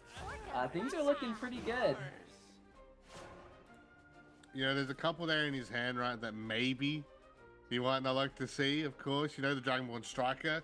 Definitely want to try and toss that one back in the deck to get that free Evo Storm active and ready to go. But the Grand Slams are huge, of course. Gonna get out the Hellflame and just really be annoying. It's not gonna be the Storm variant with the Evo for the moment, which is even more irritating. But even having them at the moment is gonna be irritating nonetheless. The Meme Legends now are trying to rotate through again some of these loot cards. Seeing all three loves is not the best, I'll say, for Meme Legends here at the moment. At least, of course, he was able to get sent in the troops. At least he's maybe got some targets to try and search through here if need be. And Rogers will be there for 5. And want to say, so far, we've seen, I believe, except for maybe a turn off in this series, Rogers come out at the exact point he needs to be, right? I know Meme Legends did delay a turn with the Rogers in the first game, but really outside of that, he's been pretty consistent throughout this series so far. So we're happy about that. Thumbs up about that one, chat. We're very happy about that one to see. Yeah, Meme Legends now, as you mentioned, right, Trick, just trying to find out ways to clear some of these boards potentially with a high health count. Maybe even just try and chip down V2 while he can, while he doesn't have, like, the big, like, beefy ward followers up, right, to try and burn through. And this is a important turn for V2. Right now his deck is only buffed 3 times. And so if you play something like the Kyrie, and you draw into things like Coach Joe, they're actually not going to be at the health count that you need. And so while that feels like the best play, it is a little risky, and sometimes it's better to try and get that 4th buff quick. So gonna have to decide if he goes for like the biggest tempo play and plays Kyrie first into something like Grand Slam Tamer, or if he does something safer and plays like a Megachlora wow, whatever that card is, Megalorica Rider, the swimmer, and that's the choice. He chooses to get that extra buff first. Gonna be able to set up the deck in the late game. Gonna make this turn a little weaker, but drawing into that striker is gonna help next turn be one heck of a turn. And we're gonna see another draw from the deck. This time, another Grand Slam Tamer, which will be able to get the free evolve. Yeah, there's a lot of heat in V2's hand. Definitely taking things a little slower this turn, but honestly, going into Meme Legends Evo turn, even if he had a big board, it probably would have been cleared anyway, so I like a lot more that he was able to set up the health of his followers in his deck. And that's the best part about it, right, Trick, as well. It looks like it's a slower turn, but it's like the build-up, right? The payoff that's going to happen the next turn, the following turn, and still being able to have these big, healthy followers, which, yeah, I guess you could leave them up, but, you know, there's already 6 damage on half side of the field. There could be another Evo for 9. You know, 1 extra follow, the Dragon Strike in hand for V2. That's basically game right there already, right? That's exactly 13. So, Legends does have to be kind of wary of this and try and, I guess, potentially deal what's here and available. Rogers will come down, and the Glided Goblet will be the thing to keep him alive so far. But again, it's just Sword just slowly falling behind, where Dragon's been able to continue to buff up and just control the board, even able to ignore really what Meme Legends has been doing here at the moment. Tidal Gunner, potential hover coming down, as you mentioned, right, Trick. This is now 2 for 2. We've seen this where Meme Legends has had to play an early Tidal Gunner just to be able to deal with V2, just to be able to try and heal up here and keep himself alive. And that will be a good thing, but he's not even going to be able to fully clear the board here, I believe. And that's going to give V2 again another opportunity to set up and to continue to push his game plan. Wow, every damage counts, and that Tidal Gunner letting Meme Legends even just get one attack follower off the board could be a big deal later. V2 having the potential to do up to 11 damage this turn if he threw out all of the Storm and used the Evo. Gonna be able to put V2 low, and with things like Grand Slam, Oh, even here, V2 just digging for the followers like Coach Joe to be able to get the guaranteed lethal the next turn. That one play point follower does a really good job of drawing and also putting a big threat onto the board. Gonna be able to throw something out now like a Grand Slam and a Dragonborn Striker, or even just start ramping the play points instead and really setting up for a guaranteed win in the late game. Yeah, that Dion's looking pretty good right now, right? To get the extra health, that's that extra +1. At this point, kind of not really needed, but just kind of funny to have, right? But the play point, being able to clear Rogers quite easily, and even Dion will still be alive because he only does 5 damage. That's 6 health. Last time I checked, that's 1 HP still left over there for Dion.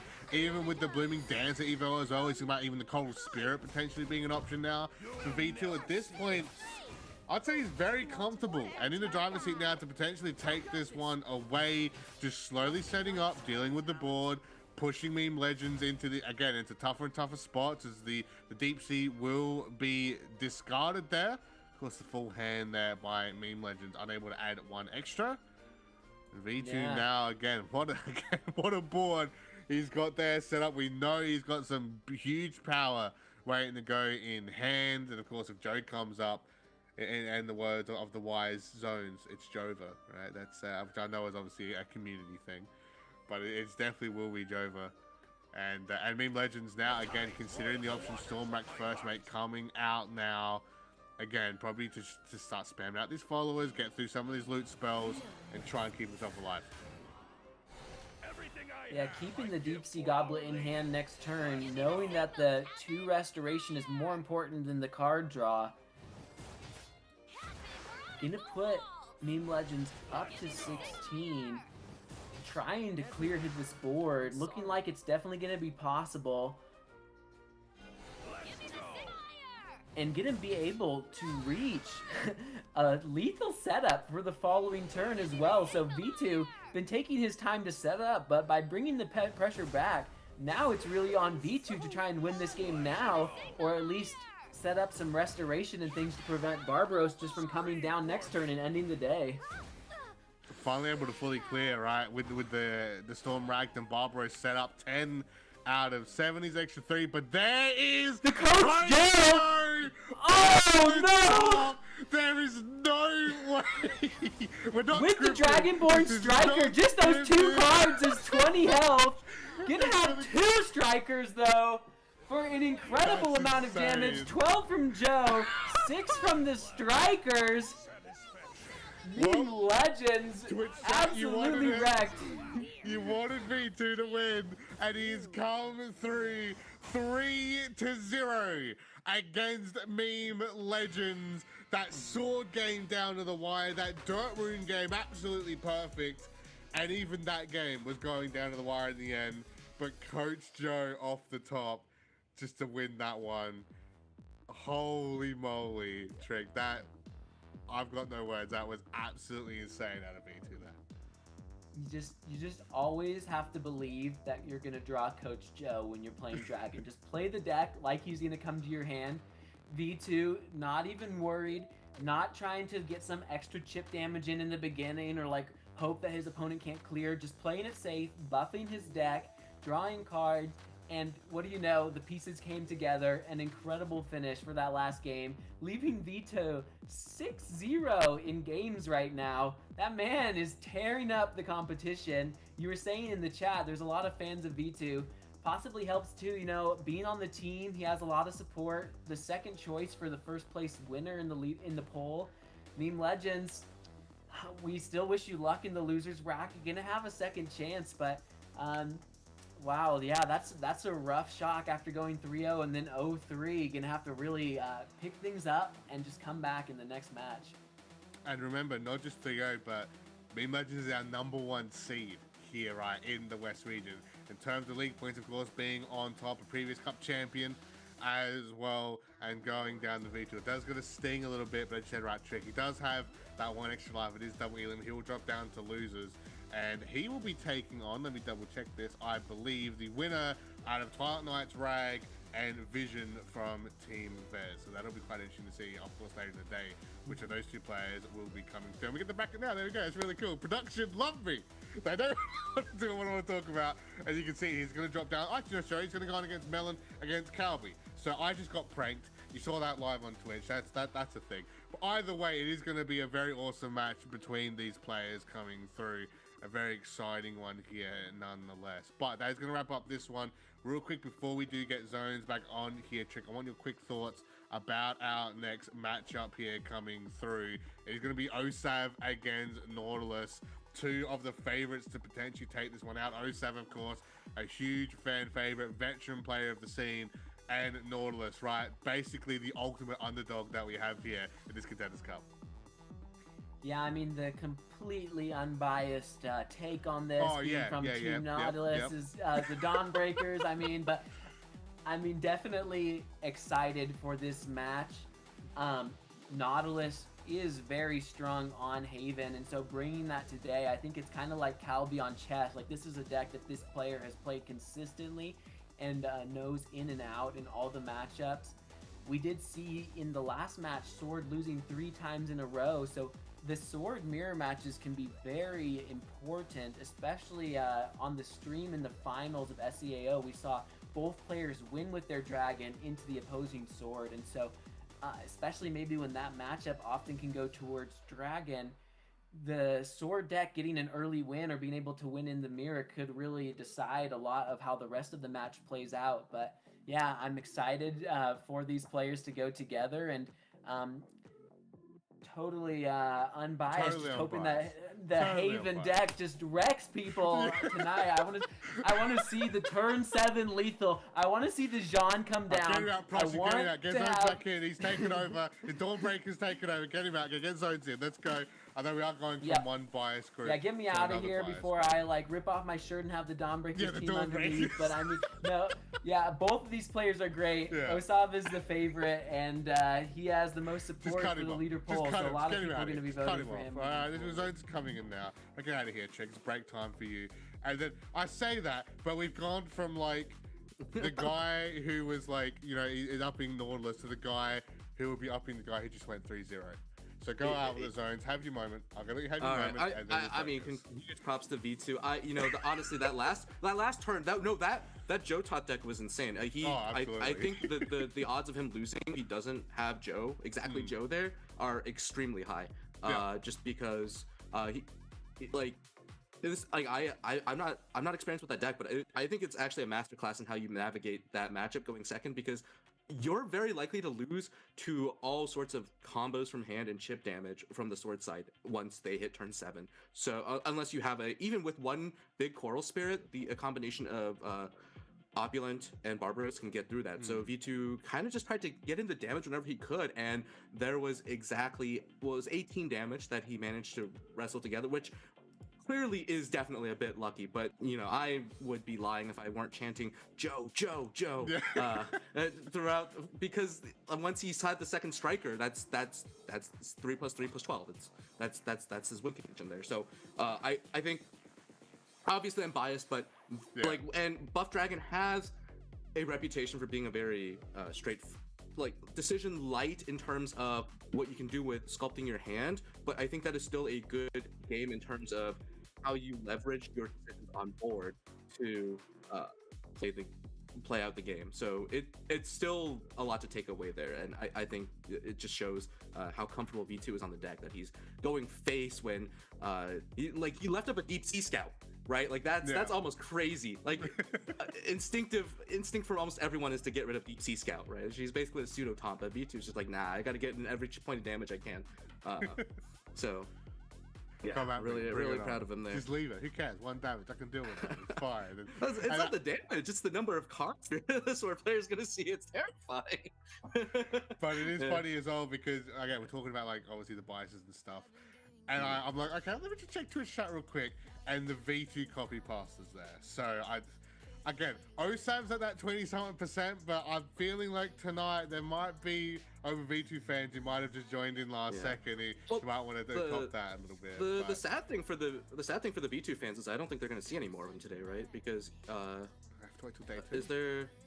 Maybe there's one more match in the winners bracket. Do we know? Nope. I have to wait to day 2. I have to wait to day 2 to see him again. Unfortunately for V2 fans, you aren't going to see any more V2's of it. chilling now. I don't know. But fortunately, come back tomorrow for me, more V2. But really, please stay around to see all the other contenders. And it'll be awesome, of course, to see players. Meme Legends as well. I believe we'll get to see him at the end of the day, or towards the end of the day, and see if he'll be able to obviously hold on after that as well. And all the power to Meme Legends, like we said, as well. Absolutely fantastic player.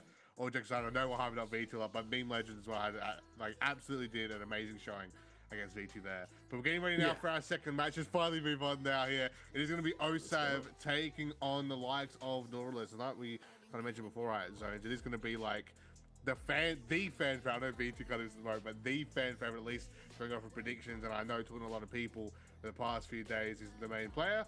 Going into Nautilus there is going to be exciting. And we get to actually hear from him. Of course, Trick had some awesome interviews with the lads. We get to get their thought process going into our day 1 Contenders Cup action and see how they're feeling coming in. Alrighty. Second place on the West leaderboard with a massive 48 points. Coming from Poland and living in the UK, it's Osof, representing Sonar 5. So Osof, how long have you been playing Shadowverse? I started right before Chronogenesis, so that would be around late October, maybe November. For the first few months, I actually only played Take 2 to build up my collection, and that's the mode I was most interested in. And then once the competitive year started in Chronogenesis, I picked up Rotation and started competing in SVO as well. How did that first year go for you? Not that great. Although, well, the first few tournaments I really scrapped out like basically 0-2, and back then it was double elimination, so I just it didn't go very well. But like I actually managed to top 8 in DB and E, I believe. Back then it was weekly tournaments. I qualified for like the monthly top 8 or top 16 playoffs at the end of the month. At the end of the season, actually, at the end of the expansion back then it was. But I also scrapped out there 0-2 because I just wasn't very good at it back then. It was like a pretty new experience playing card games competitively at the Wow, you've come a long way since then. What has been your favorite moment in the previous SVO Cups? I don't really have a favorite moment per se. There have been a few memorable moments that I occasionally reminisce from SVOs back in the day.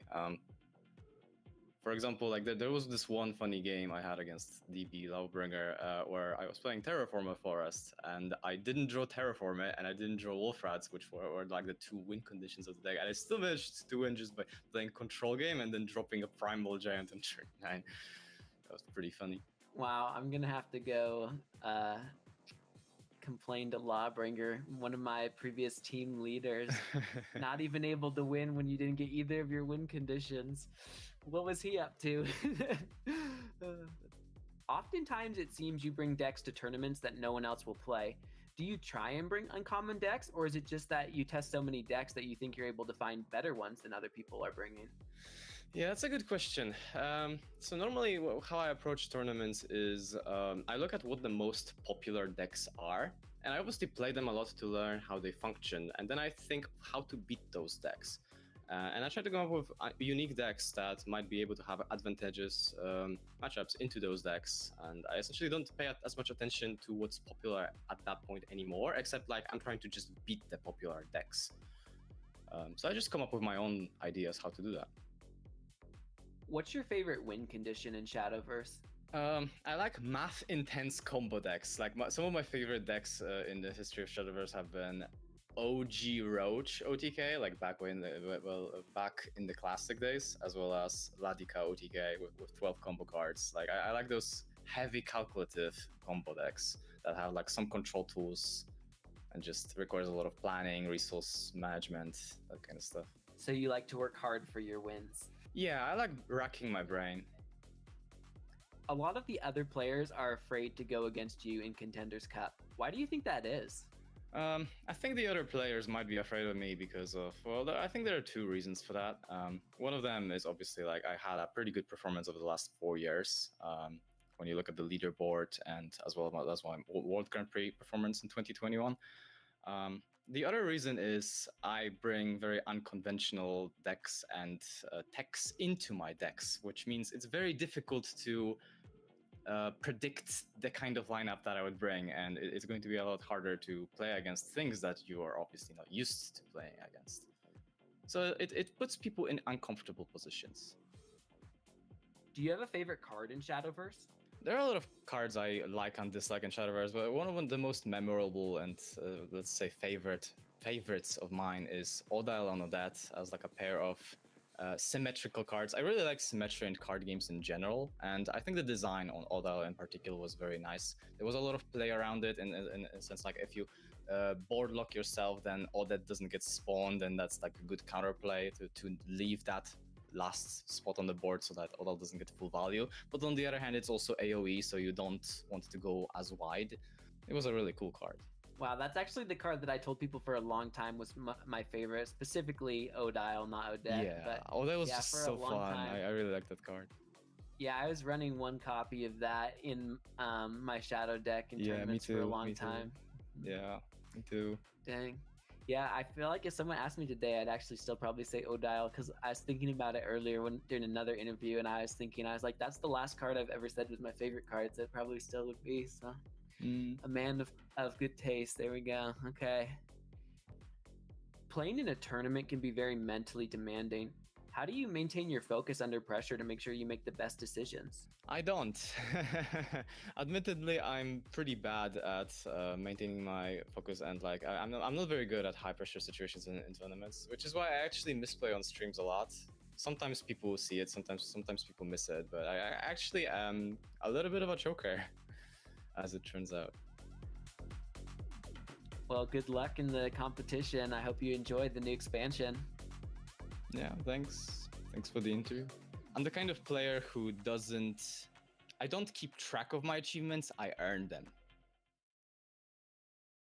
In 6th place on the West leaderboard with 40 league points coming from the USA, it's Nautilus from Team Dawnbreakers. How long have you been playing Shadowverse? So I started Shadowverse during Fortune, and so that's been about 3 years for me. And as a competitor, it's been about a year or so. What are your favorite classes to play? My top one, I would say, is Haven, because I really like decks that can play defensively, because I feel like when you have the options to defend, you can kind of be flexible between kind of attacking and defending.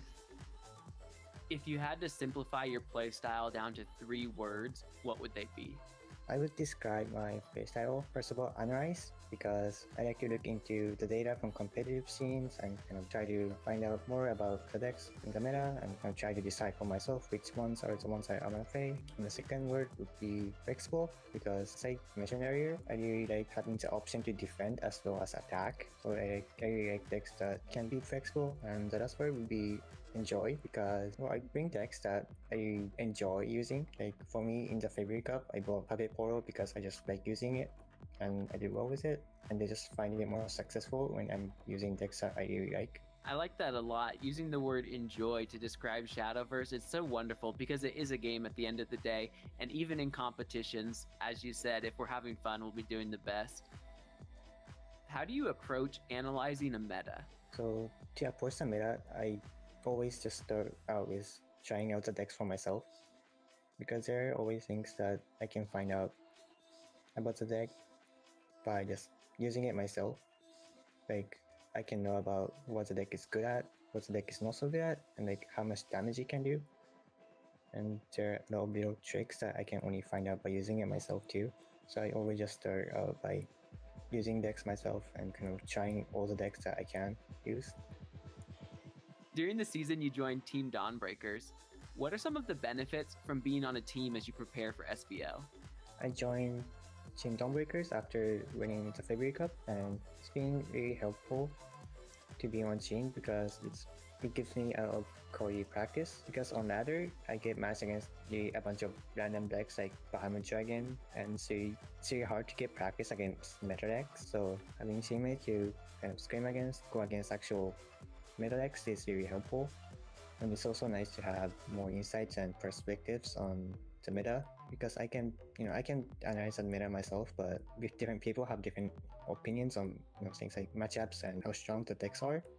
So it's good to have more opinions on that. It's also I feel that it's a good thing to be a part of a team, not just because you can get practice off of it, but it's just nice to be just a part of a group, and just it's been nice to have a place that I belong in.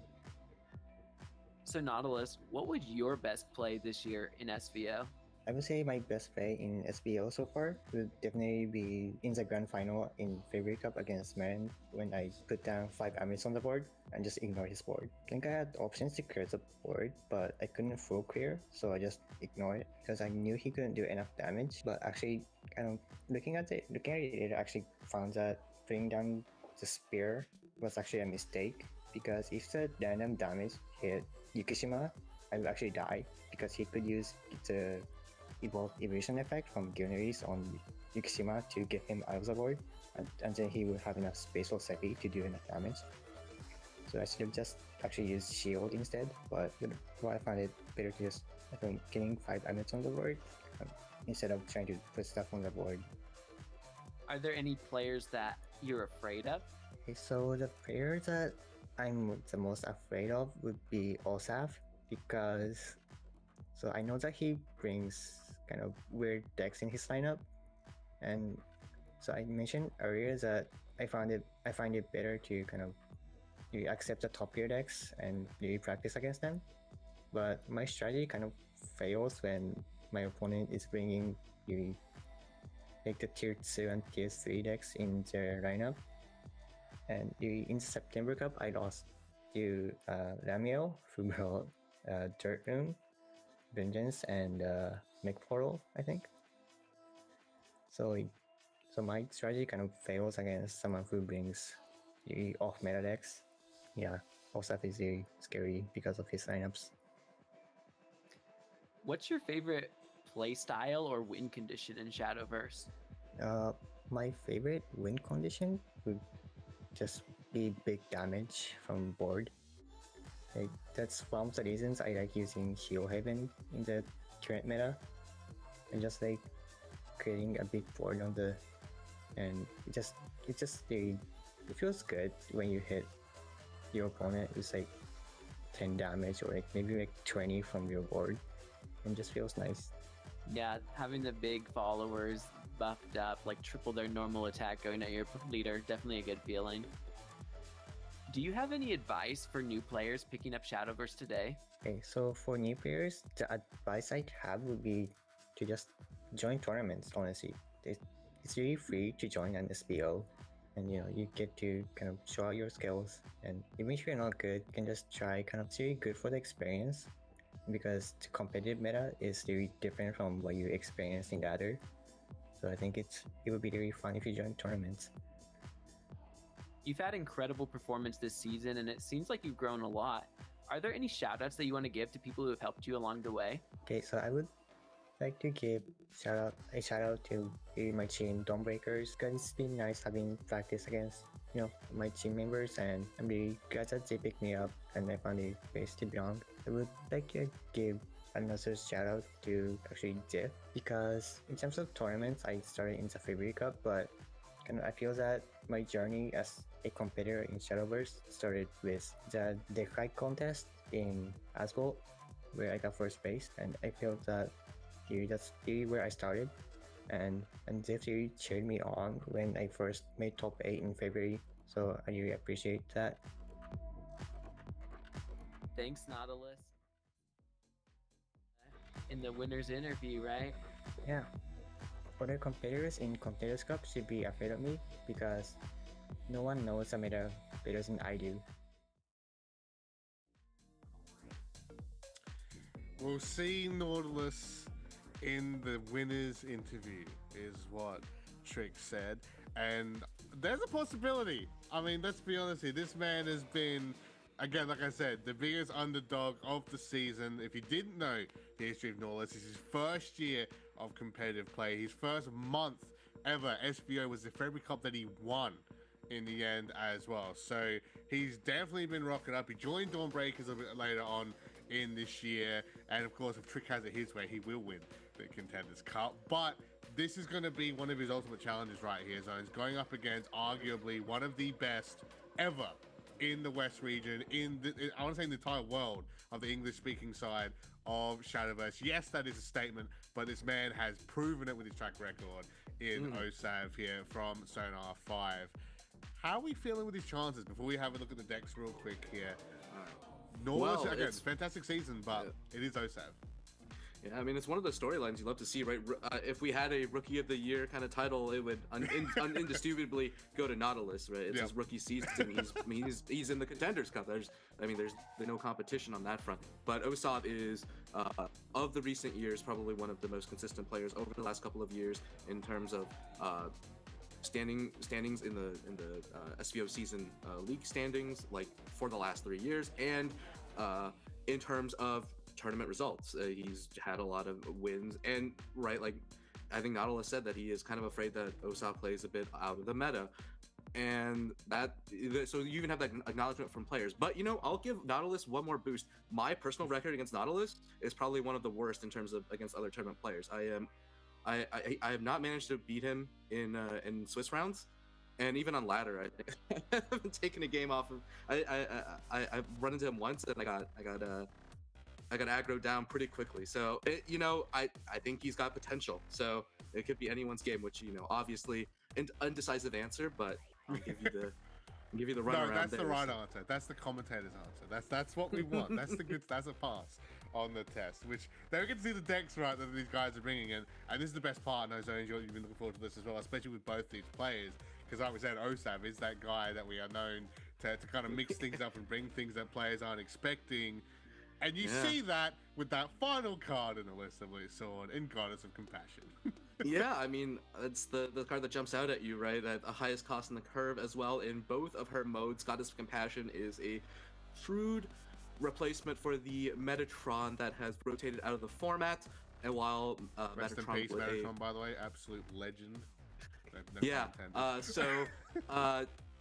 The sort of the ramp option on the front end of this card, right? So let's break down this card a bit. She fuses spells, amulets, or neutral followers. So the majority of your deck in this deck, which is on class followers, right? 33 cards in the deck. 31 cards in the deck cannot be fused into her. But since you are playing a bunch of followers that generate spells in the form of loot tokens, you do have a few fusion options. And when you play Goddess of Compassion, if you essentially on turn 4 going second, you can ramp once with her. So that is kind of one of the main moves of her. But let's flip her around to her transformed form into the Goddess of Condemnation. Oh, that's the evolved form.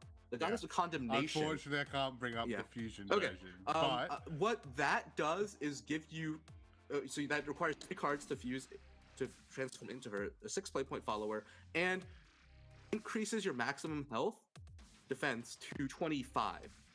Adds 5, but in this case to 25, which takes you out of a lot of the burst range out of cards in the meta, decks in the meta, especially in the mirror. So I think Osof might be actually trying to leverage that other half more likely, because you do have a lot of spells that can kind of float around your hand unused. Like if you have to play a turn 3 opulent, Osof is sporting 3 opulent strategists, which not all decks go up to that many. So there is some potential here to play for the later game and not put as much pressure to have that turn 7 17 damage setup, which can be thwarted, or the turn 8 double title gunner lethals. So definitely be on the lookout for slowing the game down from Osof here. And let's see what his next deck he's bringing here as well, because again, it's going to be more of this like the cool little tech pieces. Maybe some people overthought, right? So it's like, again, Goddess is like such a cool, unique card that a lot of people might not have even thought about to bring in a setting like this. As we look towards Osof's second deck here, which should be Dirt Rune when we get that up for you guys in a moment. Production sleeping. Don't worry, guys. It's going to be a long day for production for myself, and we'll talk about that at the end of the stream. But Dirt Rune coming through here, and again, another fantastic lineup. Cool sets of numbers. I'm not seeing too much different zones, unless I'm mistaken. Let's highlight this Binding Ritual card. So Osof, I will spoil it, Osof is not the only player to have brought this card, but it is a bit of an unusual one, because I needed a bit of a refresher on this. So first and foremost, stack 2 stacks at once, which is kind of nice, because most of your cards give you 1 stack for 1 card, and this deck chugs through stacks like crazy. And so you draw a card, which is also nice, because hand side management is one of the, there are so many like fiddly parts to this deck, and managing your hand size you might forget, especially when you're trying to play your later game turns with a Modelo or something. Yeah. But so right, and then also this fanfare effect. Give a random enemy follower with 2 attack or less. The following effect on the turn can't attack. So that can be tricky, both in terms of obviously preventing damage, but also keeping your opponent from being able to deploy another ward, because we've seen the power of Colossal Summoning turning out that gigantic Genesis Dragon, and so denying your opponent the ability to use one of their board spaces can be pretty useful. The main downside to this card is that it is a temporary solution to the board, and it's kind of not great early game in contrast to some of your other 2-cost stacking options. So we don't see it in a lot of decks, but Osof has found a way, and I think it is into his unconventional tech cards playstyle. And again, another one, as you said, Zone, you had to look it up yourself, right? Just to double check how it works. I forgot it was stack 2. I was just like stack 1. I don't think I'd ever play this card. Yeah, Ooh. Stack 2. Well, hey guys, you want some tech? Maybe this might be it. We'll have to wait and see. I mean, so far, I'll bring it up a little bit later, of course, how we saw from round 1, because it was actually quite interesting. This is how Osof got here from round 1. But we're going to look at his final deck now. It is going to be the buff dragon coming through. And yes, your eyes don't deceive you. And I know that Zone's been hated out to say this. Dragon Oracle. One. Yeah, I mean, I don't think we need to explain what Dragon Oracle does. If you've seen the Shadowverse anime or played Shadowverse for any amount of time, you know. But there might be one person. So all right. I have to show it. Dragon Oracle. You wanna?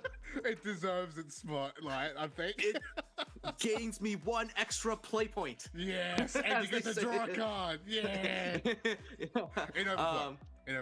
In Overflow. And so Dragon Oracle is kind of. I'll put it away. It's not a card that's often seen, and what's kind of weird is that it's more often played with the one off that V2 was playing, the Thunderclaw Dragon Newt, because that is a card that cares about being an overfill. But it is still like a great card to see before your Evo turns. One of the sort of conflicts in this deck is that so one of the reasons Dragon Oracle is less often seen is that it is more valuable to be buffing your deck than to be ramping for the most part. Obviously, if you have Dion with 2 buffs, you get both at the same time, right? And this is kind of the card that also obsoleted Dragon Oracle in these decks. So Dion, right, gives you both the ability to buff your deck and a ramp condition. And we saw V2 put that into great effect, that giving him turn 7, giving him 7 play points before Meme Legends turn 7, and that was exactly enough to find lethal in that turn. So it's Dragon, of course, is the ramp class, but this is ironically the least ramp invested Dragon deck we've seen in a while, just because you'd rather be ramping the cards in your deck. And one of the other things that we saw Dion added, right, this was a card that was buffed in the last patch, is also the ability to recover an Evo point. That is really valuable because Joe, I mean, I think we've talked about that card already, requires an Evo point to do his maximum damage. So Dion being buffed, all-star for this deck. And let's probably hopefully see some of him come out for Osof. Yeah, probably like the main highlight buffed card, right? I think it's definitely the Dion. I think a lot of players can agree and attest to that as well. Real quick, do you want to quickly highlight the Draziel as well? Because we know a lot of players have been either dropping this or keeping it. You know, there has been that balance. Osof is keeping it at 1. It's a bit of an older card, so we only quickly highlight it here. But just in case you aren't aware of it, don't worry about the Accelerate. The Accelerate is not used anymore.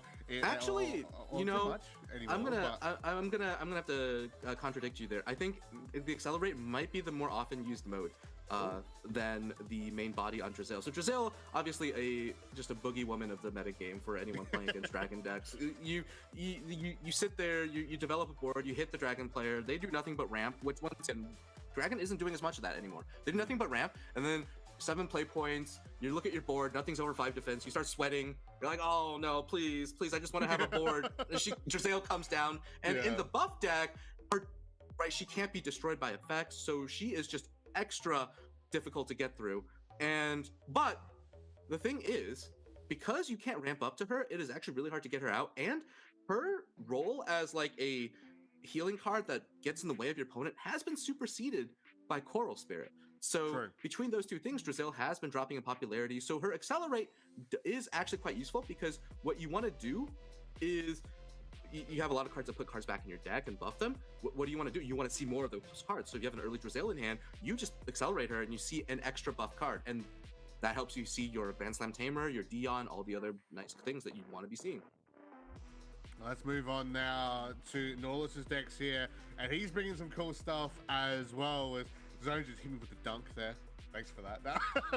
But you're absolutely correct there, and I didn't even cross my mind. But absolutely right. Obviously, the search and the draw snowball. I just figured. I mean, I haven't really seen it too much myself, but you're absolutely correct. Yeah, well, that's why you haven't seen it much, right?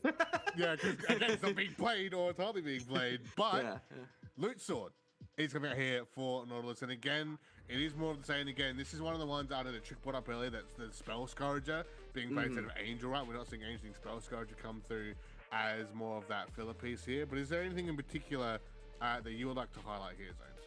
Yeah, I think this card is a bit of an older piece of technology, but it is worthy of discussion because, and that is Tears of Tribulation. There are a lot of interesting ordering lines you can do with this card, and not only does it play a defensive role in terms of healing potential, you can play it. You play like First Mate into Tears of Tribulation, or Tears of Tribulation to First Mate, and you can heal for like 6 or 8, which is just so depressing to face when you're playing Earthbright, which is a deck that one of the multiple decks in this metagame that have to deal chunks of damage over multiple turns. In the mirror, also really valuable, but also going white on board is extremely strong in this metagame. So into Buff Dragon, for example, I think that deck is good at making a lot of chunky followers over the course of turns 2 to 3 to 4, but they're not great. The deck does not have a lot of wide removal, and in fact, dealing with wide boards is a struggle. So there's a lot of damage mitigation potential here. So this card, which was originally added as a response to Aggro Blood, played as a counter to Loot Sword, has actually just become a role player in the Sword deck in its own right. Yeah, we even saw it earlier today, right, in our first set actually come out. Well, actually, in our first game come out and be played, which is really cool to see. So, because again, it's something like again, sometimes you see it, sometimes you don't. It can be very situational, but really cool to see when it does come out. But Norris' second deck here. Let's see what he will be bringing alongside the Loot Sword. It's going to be his own Dirt Rune here, looking more standard. Of course, we're not going to see the stack 2 that we saw just before. But again, this is more of that standard, I want to say, format of Dirt Rune. Yeah. Yeah, and I guess we can talk a bit about Ultramarine Witch. This is a card that's, I don't know if you've already highlighted it, but I think it's a good chance to bring it up. And Ultramarine Witch is a card that I believe some decks are playing in varying numbers, and there's a good reason for that. So it is nice to be able to draw a card and make a sigil, right? Those are nice effects. But she's actually really awkward to sequence later in the game because that Crystallized 1 would be nice to get, but her cost of 5, once you get your Undying Witch refund going, is really hard to shrink your play point value down to while you're trying to make 2 big plays. So that's why that Familiar's Pact is draw 1, get a sigil, and we see 3 of that. It's better than draw 1, right? Ultramarine Witch, not as many because just harder to fit into every turn, even though on paper she does a lot of great things. So yeah, this is one of those unfortunate effects of that Crystallize effect and kind of having a lower base cost being a downside. I honestly think, controversially, this card might be better if she costs 6, just because you're not playing her unless she's discounted to 0 off of Medilo anyway. Well, maybe some games listening, we might see that change. I have to wait and see. And experts, listen to the songs, he knows what he's talking about. But the final deck, and this is a huge one we're going to highlight here as well, because we have a change coming through here. This is a comfort choice coming out here for North Alluvia Haven, also known as, as Buff Haven, Hill Haven, however you want to put it, is coming out here. And this is one that we saw, of course, in our previous meta. It was back in the September Cup, and a little bit of behind that as well, which used to be the tier 1 deck, right? And also bringing it, we heard from Trick, this is his comfort deck, his comfort pick, his go-to. Very happy to win with this one. For people, maybe for some of the people at home that don't know too much about this deck, Zones, what is this Hill Haven, Buff Haven, Alluvia All right, well, Haven let's jump in. Let's look at Alluvia, Graceful Lady, the namesake of the deck. So she, she's also called Alana because of the history of this game. But actually, this side, not very exciting. Let's flip to her Evo side, which is all the action. Evolve, give your leader the following effect during your turn, whenever your defensive short to your leader. So that can be overhealing. +1/+1 to all ally leaders, and that is every time you get healed. There's no cap to the number of times that can happen. You can get like 10 followers on turn 6 by virtue of just getting all the cheap heals in this deck, and the deck is completely built around that. It is so difficult to deal with unless you are just playing instant destroy effects. And every card in the deck, except for a handful of the storm cards, basically plays into being able to heal, make a bigger board, etc. So very frustrating to deal with this as an aggro deck once it gets going. But you may have noticed that that evolve line is key to activating that. So the deck doesn't do a lot until that evolve effect can take place. And so we see some cards like Winged Brilliance, I think. Well, that's going to be hard to highlight because it revolves on the transmute. So what we care about here is when at least 2 cards are fused, transmute is the Great Wing Luminance. And Great Wing Luminance basically gives you extra resources for healing, and one of those resources is an extra play point, which lets you basically leverage all your draws. Let's actually jump into another new card from this expansion, which is Muse Score Man. So this is probably one card that people haven't seen if you've only been tuning into the previous month's tournaments. Muse Score Man, 2-drop gold. There's a mouse.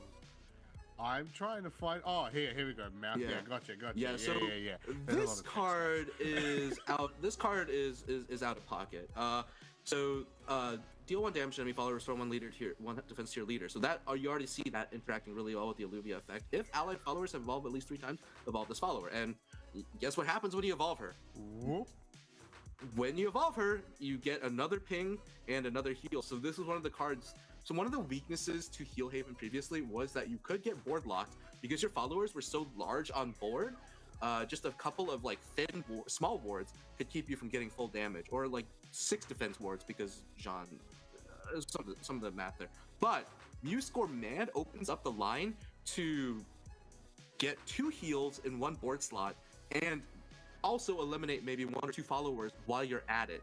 And she works really well with John in terms of when their effects line up. So between all of those things, the damage potential that Muse Score Man gives you, the board potential, the healing potential, it just makes this deck so much more powerful. That's gonna do it for our deck breakdown here, and I'm sure we'll see Jean, probably the scariest card of the previous meta, I want to say, Zones. I know, at least in my personal opinion, was the scariest card both to play and to verse, because she is so powerful and so strong even now, which I'm very actually happy. Normally I wouldn't be too much, but I'm happy to see Haven here actually make it to the finals and see Norlus come out with that, especially with this hype behind him, being like, this is unique deck, this is what I say unique, but it's confident deck, right? And I guess even the situation, so it is a unique deck. It's the only player who is bringing this lineup here, which is cool to see. But again, do you think it's going to be enough going into OSAV as we are getting ready to get into our second best of 5 set here for the decks? A reminder for you guys, best of 5 3 deck, 0 ban. Every deck you saw will be played. There's no bans happening here today, and this one is going to be exciting. A battle between the veteran, a battle between the new player. I don't know who to pick here, Zones, because both have so many good reasons to back them. Yeah, well, there's a lot of variables introduced with the change of a deck, but one thing to consider is just that going first is better than not going first. So I think the player who goes first more often is probably going to have an edge in the matchup. And so that is, but beyond that, the decisions involved and the draw quality is also going to determine a lot, especially with these decks. And as we get into it, we're going to see Osof get that go first card immediately in Dragon versus Earthright. So wow, that is an insane hand from Osof. I think I would full keep that hand that Osof has. That is really good. Yeah, and not and a the Joe hand. jump scare. Oh, Lasso actually chooses to keep 2 of those. Whoa, really? Okay, that's interesting. Yeah, I don't think I agree with either of these mulligans, ironically. All right, so here's the thing. I don't like this line already. I think Osof should actually pass turn 1. And the explanation is that he has the ability to go Joe. Okay, well, I can circle back to that on his next turn. Not a lasso here. What's the choice between Ultramarine and Outdoors Mage? This Ultramarine is fine, but it is a little vulnerable to a Mega Lorca Rider, so I might have Outdoors Mage there. And we're gonna see that. So the reason I wanted to see, okay, well, there's a reason I'm not here, and just Osof just rips the Grand Slam Tamer off the top. I mean, yeah. So my reasoning would have been that one of the patterns with Joe that you want to do right? This is going to be a pretty straightforward 1+1 here from Nadalasu. I think he's Hmm. considering whether to fuse the Mind Control Mage. I think I would hold out here. You can wait till next turn to fuse her into the Modelo. And when you're going second in this matchup, especially when dealing with Grand Slam Tamer, sometimes the Evo on Mind Control Mage is relevant. So we are just going to see probably the turn 3 Grand Slam Tamer. But right, one of the key lines playing in this deck is to maximize the odds of this. And so the idea is that on turn 2, what you can do is play Joe, tossing the Mega Lorca Rider into your deck, and then immediately play Militant Mermaid, and that's 2 buffs, and you're seeing 3 new cards the next turn. So it's a little more consistent, but sometimes in this format you just have to play for the strongest possible play. So that is kind of the plus and minus of that. And so Nadalasu is going to have a bit of a tough decision here. He's looking at the green Leonardian Provost, but I don't think this is the play because he needs to deal with a wide board the next turn.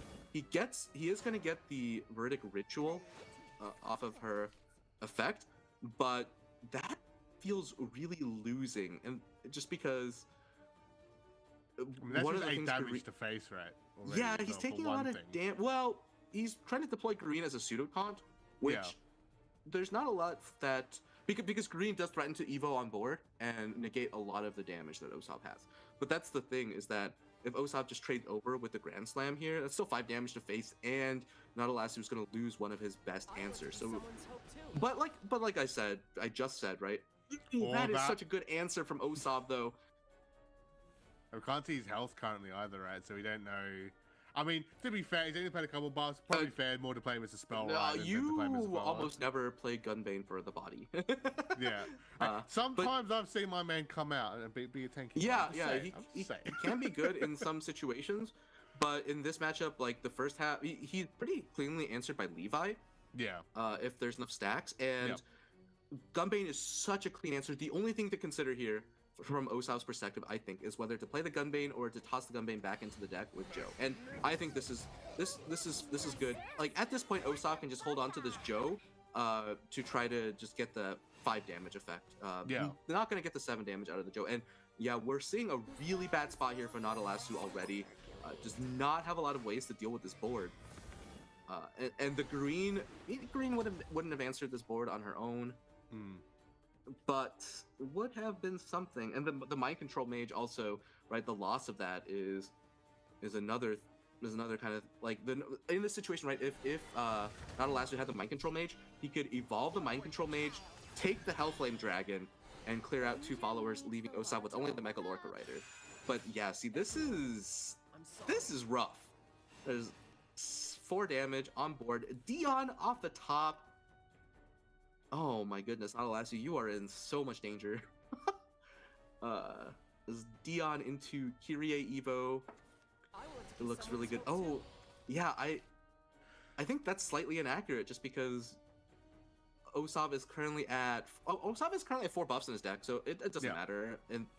But when you are trying to play with the 5 defense Joe, technically it is better to get more defense into your deck because you want more defense out. You gotta make that 20 total, right? So yeah, it's a bit difficult when he's not buffed. Oh my at god, all. and the Storm Grand Slam off the top. This is lethal next turn if Nadalasu does not heal. 4 damage going face right now with the potential for 6 out of hand for Osof. Yeah, I mean, just go first, right? Yeah, forehead, just juice first in the matchup. But it's interesting as well because we even think about, which I know as kind of with the cards and what's happened here in this game, but you think about even the mindsets coming in to round 1, and we know that Nautilus was, Osof was the player he didn't want to verse, just straight up, right? So he didn't want to happen. But if we think about the results of round 1, Nautilus had a 3-0, Osof came out of a 3-2 slobber knocker against Melon. So he's already gone the distance in a long match, right? Where again, they did have a bit of a break. Oh He did my have that goodness, first the match. second Grand Slam. That is unnecessary levels of violence because I think Osof had lethal even without the second Grand Slam, but because Grand Slam Coral Spirit was enough to punch through both these wards and Evo face. But the second Grand Slam is just, this is just saying that Nadalasu had no defense. He's not impressed. Not Yeah. impressed at all. I with the mean, results of this one. honestly, this is one of the reasons Buff Dragon gets a bit of a bad rap, I think, right now, because you just have these unbeatable draws. I think you know, we discussed things I might have done differently, but did they matter? No. Yeah, that's just in the long term and in hindsight, yeah. But I mean, that's good for Osof, right? 1-0. It's really good for Osof, yeah. To kick this one off here again. It's our second semifinals for the That Contenders matchup can be Cup so West region. that matchup can be so volatile because there are some situations where the dirt player just goes turn 4 Levi, turn 5 Golem Lord, and as the Buff Dragon, you look at your hand of neutral cards, you're like, well, them's the breaks. So But he's going to try and go for the run back though with the dirt rune, and he's going to run into Osav's Yeah. loot sword. This time it'll be Osof expecting the rune matchup and doesn't want to go into the mirror just yet. Interesting. And Rogers oh, there's the Rogers. That's is really good. huge to start with. Yeah, I didn't see the full hand from Nadalasu, but there is one card that you normally don't keep on its own going second that you do want to keep in this matchup, and we're gonna have to see if Nadalasu finds it, but it is the Celestial Command. Yep. There's a lot of roles. I'll circle back to that, of course, Yeah. but yeah. There's a really nice curve out from Osof, and one of the other interesting things about this matchup, so Nightly Thief is one of like the sort of celebrated best turn 1 cards that Sword can play.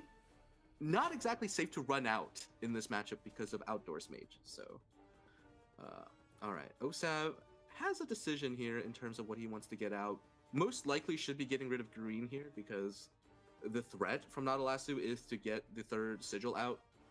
Even though his hand is not going to currently allow him to do it, that 3rd sigil, getting a Verdict Ritual is just like, even if you never play the Verdict Ritual, that's an extra card to fuse and all of that. So it's really nice for the dirt player to have access to. And yeah, we're going to see Osof address that threat of the green and get some extra damage here. There's that Colossal Summoning. Picked up the top there.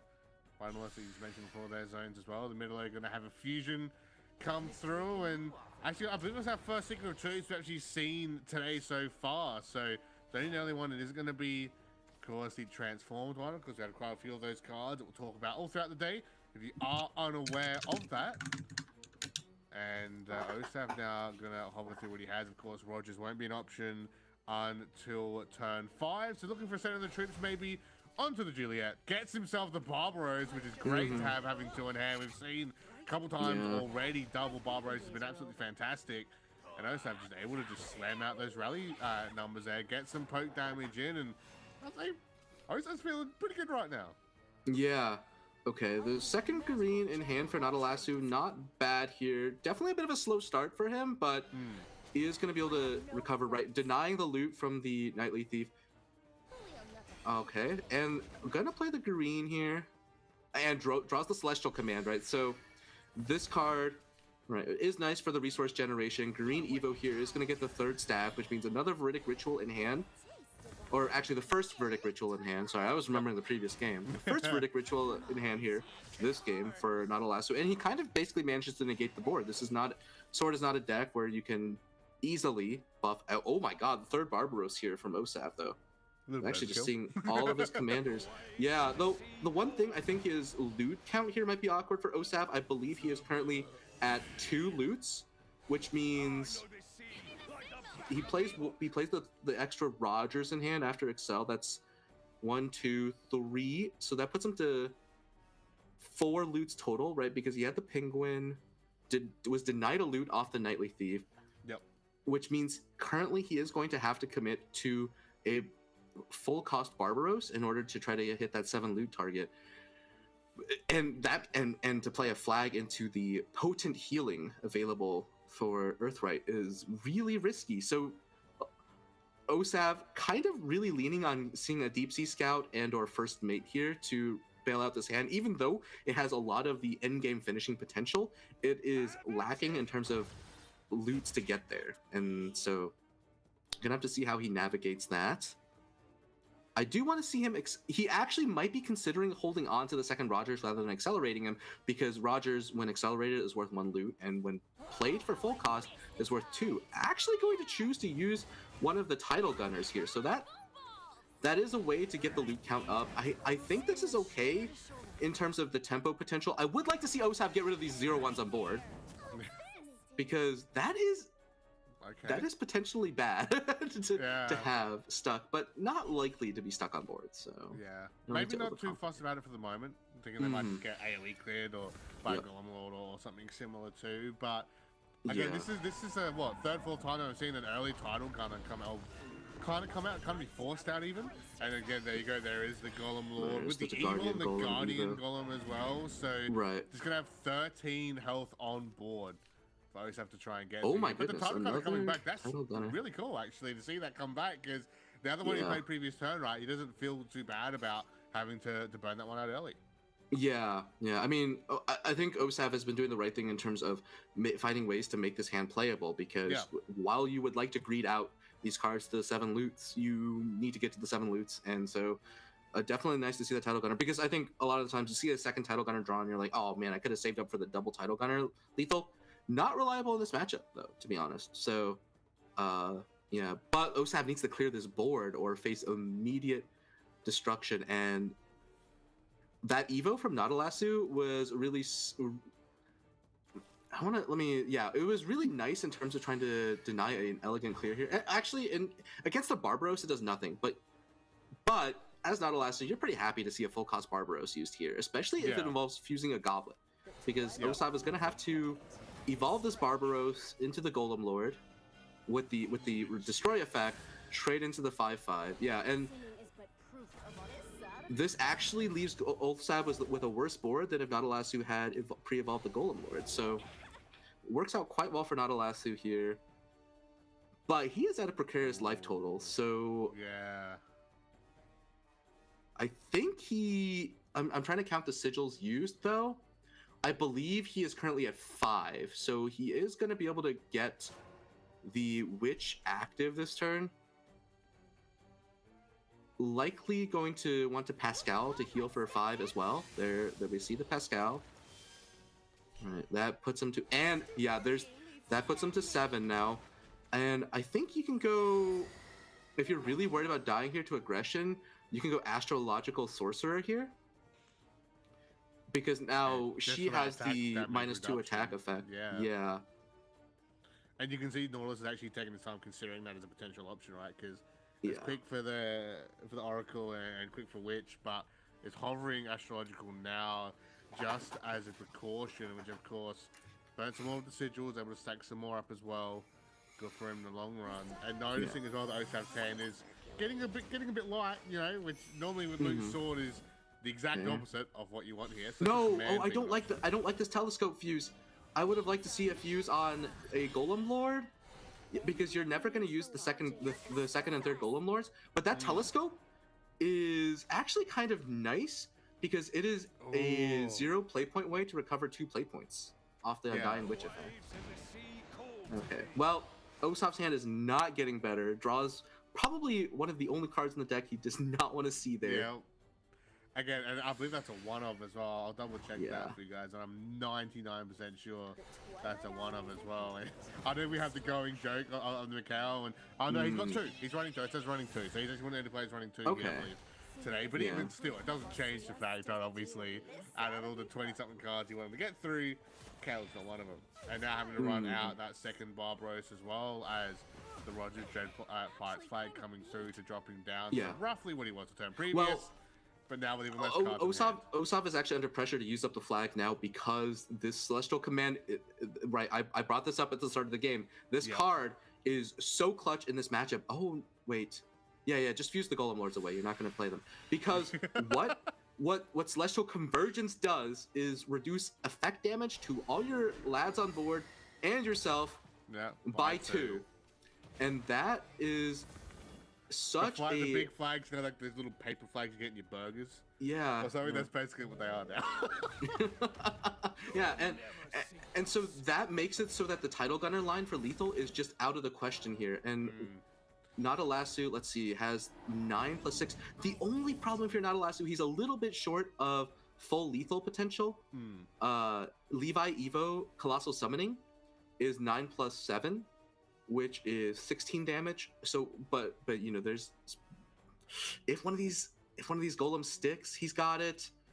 A third Barbaros is looking forced out of Osof's hand, but I think Osof has to be wary of running out of damage himself. But if Osof clears here, right? So Barbaros, Evo, trade the Michael, that's a clear. He saves one loot, one flag, has the second flag with the title gunner. And if Nadalasu has no other mitigation for the damage Osof can bring out, that is a lethal setup into Nadalasu's current life total. So this is a really precarious game, and Osof is not sitting at a dangerous life total for him. He's actually quite he's actually quite comfy at this life total. Ooh. It's kind of funny what you were saying before, Zones, right? Where Osav's actually maximizing his hand usage, right? Every turn, even though it's not nowhere near anywhere close to what you want. The fact he's able to continuously keep himself in the game, that goes to show that I feel like the veteran experience, right? I know he said in the interview that he normally isn't very calm and he can choke a fair bit, but over the years, that natural experience is still going to be there. It's going to be there to keep yourself in this match. And I slightly do not like playing out this penguin because I think there's a world where maybe Osof didn't have the Evo. Okay, whoa, that Pascal top deck though is enormous. That's the healing that Nadalasu needs to survive. He has to be aware of that flag. Yeah, that is out of range. Oh my goodness. Oh, another celestial command. Oh, but you need two sigils to make that work. And Nadalasu is in an awkward situation here for Earthright because the deck is not good at generating sigils in a situation like this.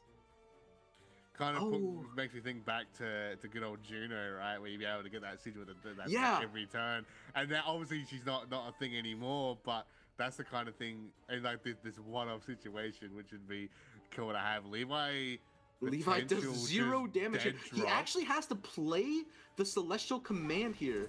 Okay, I like this. No, this is really smart. This is really smart. The Mind Control Mage. Okay, there's not a ward setup here. But what Nadalasu has set up is that if he makes it through this turn, it is a checkmate situation. I know it's not chess, but that second celestial, that second celestial command in hand as a celestial convergence, Osof is just out of ways to punch through that. So if Nadalasu makes it through this next turn, which is a pretty big if, there are a lot of live top decks here for Osof. Penguin Punisher is 2 loots, so that is 4 damage off the title gunner, plus 2 off the. I think he's 1 flag short of lethal. So you have 2 damage from the Rogers effect. Yep. Total of 4 loots, so 4 damage from title gunner, and then 6 loots from 2 flags. 4 plus 6 plus 2, that is 3 short. So that healing just put Nadalasu out of range.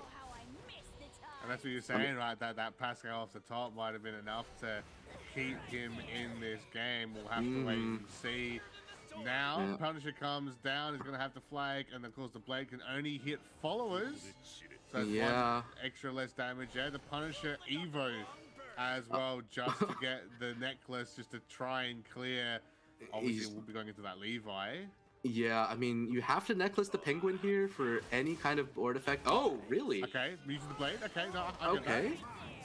Extra damage. Yeah. Well, I mean, realistically, Osof is just trying to maximize his clear potential. And he knows. Yeah. We saw the head movement. He knows that one. Okay, he does get the penguin, but it's not enough here. It's. Hey, I would take the WRNG, 3 targets, you still kill the other follower. That's still pretty fun. I'll take that. That's all right. Yeah, all right, Nadalasu, you have. Yeah, he has all the options in the world here. He even has. Does he have enough play points to do? He does not have play points to double Colossal Summoning, but does have enough play points to chuck 2 Fireballs and a Genesis Dragon at his opponent. And really, that's as max good. damage. This is That's gonna be the Nautilus. They're going 1-1 now against Osof. A really strong matchup. Nautilus was able to get through there, get that win on Dirt Rune, and both players now still needing 2 decks. It's going to be our first series here, at least live, on the day between these 2 players. And again, if you are just joining us, welcome here to the Contenders Cup. You missed the first match, watch the VOD a little bit later. You've got that matchup now between, again, Sonar Fire's Osof, the veteran player of the West region, and of course Dawnbreaker's own Nautilus. The well, I don't say self-proclaimed, that's not the right word, but the maybe betrothed title that Zones has given Nautilus, Rookie of the Year, coming through here, and he's definitely showing it right. Very, very tough play here, and Osof now on the highlight as well. This is twice now today so far, where Osof has actually been dragged into a series and not just be able to get away with a quick 3-0. So just a little bit too there. Immediately I'm looking at the mulligans, right, and I really would prefer to keep Lou in my mulligan as a heal. The reasoning is just that Lou is just the best card in the deck by an extremely wide margin. In fact, I'm gonna go and say that there is a chance here that the correct play is to fuse for Delia. This is a very costly play, but there is a chance the play is fuse for Delia and just jam the cyclical guidance to wipe out this board, because once you do that, you are not in danger as the heal player. It's costly, but you have the so this slightly riskier option still works out because it wipes out most of the board, and I think that because of the Muse Core Man, in fact, it might even be better because Muse Core Man can wipe out that Nightly Thief, and then so Nautilasu's deck has a lot. Okay, actually going to go for the Bam Beauty now. Is he? I believe he wants to find his Alluvia as soon as possible. Yeah. Which would make sense. Or an Ether. Yeah. I mean, okay, that's tough, but there's actually that is really tough for Nautilus to deal with. This Muse Core Man is gonna have to do a lot of work. So Great Wing Luminance. Okay, there is a possible full clear here. I wonder how he fuses. Okay, fuses away the Urn and one of the Jeans. I think if you're Osof, you're gonna be happy to see a Jean leave, but yeah, this is definitely the fuse that he has to make. So Great Wing Luminance, I think I briefly touched on this card, but going second, it's gonna give him a heal, which gives him an immediate draws the Ether, so that's really good. And then Muse Core Man is gonna get 2 heals here to trigger the other effects. But yeah. Ideally, of course, these random effects, right? So that the second effect recovers on play point, and misses on both the random damage. Yeah, you see Nautilus who's not happy with that. He missed on both the random damage and the random ping, and that is really unfortunate. But while his hand looks small right now, so the first time I'll go over Luminance right now. The first time Nautilus heals every turn, he draws a card. Second time recovers a play point. Third time destroys a random follower. So between those, he was kind of hoping to take out Nightly Thief and or Rogers. Obviously, though, when your opponent plays Rogers turn 4, you expect them to have the second Rogers, but you still want to sort of limit their play points. Yeah. So Nautilus definitely losing a lot of advantage there, but he is very healthy going into this set of turns, so he's in the phase of the game where he is just hoping to not die on turn 7 rather than not die before turn 7. Yeah. So and as you mentioned, the fact of staying healthy even with this aggression that Osav's bringing out with Sword, which Sword is that aggressive deck. Luke Sword obviously has that game plan, but Sword can still be aggressive if it wants to, still able to keep 20, still able to obviously not fully clear the board, but to keep it in, let's say, a relatively healthy state and keep himself nice and going here so far. Does manage to convert the Nightly Thief into a loot, by the way, so that is already doing better on that front than the previous game. And you can see as I'm considering now, just putting up some of these loot spells. The punch coming down, Blade will come through to clear out the Mouse Command. And there's the Rogers Excel. Yep. Yeah, this is an annoying board, and a 5-attack follower. Unfortunately for Nautilasu, he did float a play point to get that invoke. Yeah, so this hand actually is a massive conversion, right? The Lu came back, and then this Alluvia immediately picks up a heal, which draws a card. Actually, this is the second card. This is the second heal, my bad. So it recovers a play point. Probably saying the Evo animation as well, which is just fantastic. I have to bring that up. Fair enough. And the random ping once again does not go Nautilasu's way, but that doesn't matter because removing a body from the board means he does not have to play the 50-50 that a lot of Haven players would have to deal with at this point. Yep. when you face 4 bodies on the board, one of the awkward things is that Alluvia cannot reliably get rid of every target. So you get in this position where you either have to think about 50-50ing the biggest follower, or just trading it down and leaving yourself with a worse board. Fortunately, that extra removal leaves Nadalasu with a really nice board here. But of course, first mate means board be gone. Be gone. And again, going back to what we said the point before, right? Just keeping it healthy, keeping yourself good and involved. And we got to remember as well that for Norlasu, this is his go-to deck. Again, this is a comfort deck. This is his. He loves Haven. He loves this deck. So there's a lot of comfort going into this one against most of the classes at the moment. Osaf's going to drop the Storm Racks and start trying to run in all these Raiders, of course, build up the loot spells, slowly trick down some of these wards finally. Of course, we'll also be able to replace those very quickly soon, and that Jawn 7's looking pretty good for him in a couple turns time as well. Osaf is a little bit low on resources here, but so it's looking difficult for him to guarantee a turn 7 lethal here. No gunner in hand, no 0 cost, but he has the opulent into the twins here, so he is going to be reload to turn 8, and that is going to be really dangerous for Nadalasu, because even though Jean gives your followers immunity to ping damage, does not give you immunity to that damage. And another thing here that's kind of awkward here for Nadalasu is that he is most likely going to have to play this Kira this turn.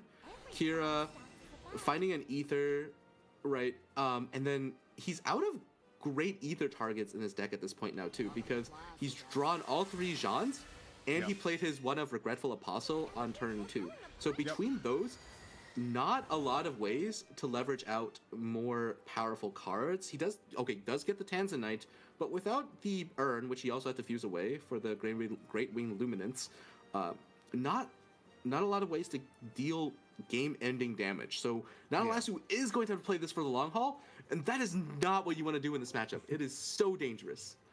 And that's the thing, both play. It sounds funny hearing like Hill Haven being the deck that doesn't want to extend, right? That wants to finish earlier before. But like, when we hear the generic Sword versus Haven, it's like, oh yeah, Sword obviously wants to win first. Obviously wants to be Haven. But the fact that Sword can, find a way to outlast and then just drop flag after flag. Obviously, we've seen that combo time after time and again, right? You see it on Twitter, you see it on YouTube, you see it on Twitch as well. You see it on your own ladder probably sometimes. I know I definitely have. It'd be kind of rough here for Norl as well, especially like we said within that comfort deck. And if he kind of loses like that, he's going to feel that a little bit.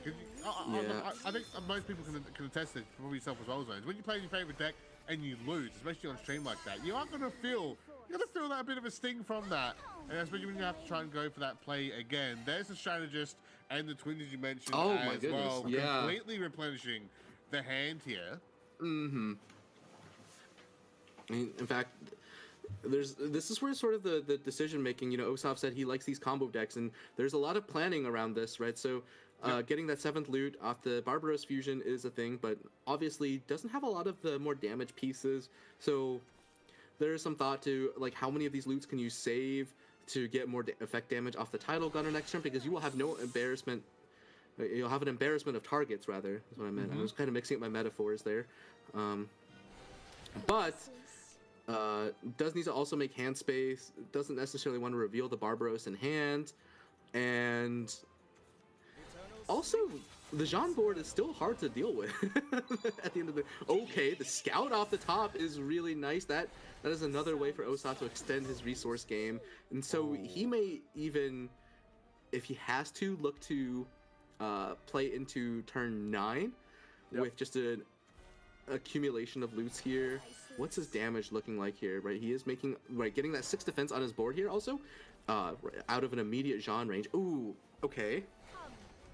That Alluvia draw is not that bad for Nadalasu here, because now he has a fusion for the Verdelia here to gain 1 heal. That is going to be his first heal, so that's a draw. The Urn is less than ideal, but it might be fine. Okay, and it gives the cyclical guidance to cleanly clear off the board, which still, that is a card that you could fuse into a 3rd Verdelia, so that is still not necessarily bad for Osof. And right, so this Barbaros from Osof will allow him to... Does this allow him to clear? I believe so, because Yeah, there's certainly a clear in the works. Oh, the first mate is also a clear on his own, I believe. I'm even just counting damage up at the moment here because like, you get the clear that the necklace is 8, right? He just needs like 2 flags plus Oh, 1. true. So yeah, 7 plus. You're right. There's actually, I think this is actually lethal. Yeah, because it's just a Jawn, and I know. Obviously, maybe some people can kind of forget that at times where you see these other big buffed Haven followers, like, oh, I'm going to deal with them. Oh, hang on. They're just spell protected. They're not actually have ward. The Juliet's going to come through. The Pirate's flag here. Double damage coming through. This is exactly what I was talking. I actually even overcounted, or almost counted even more extra damage here. And Osaf's got it. A fantastic way to wrap that one up. Put it to series point now. 2-1 against Norlis here. Norlis, again, a fantastic matchup coming through, but Osof, in the end, having the loots build up, having that extra damage he needs to fight through that just aggressive healing that comes out of the aptly named Hillhaven deck, right? And Osof just needs one more with this dirt rune to take out Nautilus here. Nautilus still needs to try and find 2 matches with his favorite deck, with Loot Sword as well. He's going to run his Haven again. And this one's going to be interesting, seeing Dirt Rune into Hillhaven, I think. Okay, the go first. So Natalasu does not have a lot of the great go second cards except that Great Wayne Luminance. So going first, I think is definitely beneficial. Okay, this hand is insane. I'm almost wondering if this is a full keep. You always keep Fountain of Tranquility, and going first, I would always keep Lu. So the question here is whether you keep Lanecrest Academy. I think you can toss the Academy here. You want to find one of your 4 drops. But keeping Academy is also pretty good because that opens up the option to play turn 2 Academy, and if you find one of your 2 drops off the Academy, one of your academic 2 drops, right, then you can play Lu on turn 3. And one of the reasons Lu is so important going first is that we talked about Muscorn Man, who requires 3 evos to be active, and you naturally have 2 evos. I can't defend that decision. You have to keep Lu going first. I'm sorry. We'll have to see. I mean, again, he's the apparent Haven Deck Master Zone. He apparently knows what he's doing. So I'm gonna let it. I'm leaving it. I'm gonna let loose a controversial thing that may lose street cred with people who know me as a Forest main. I played a lot of Heal Haven the last couple of weeks.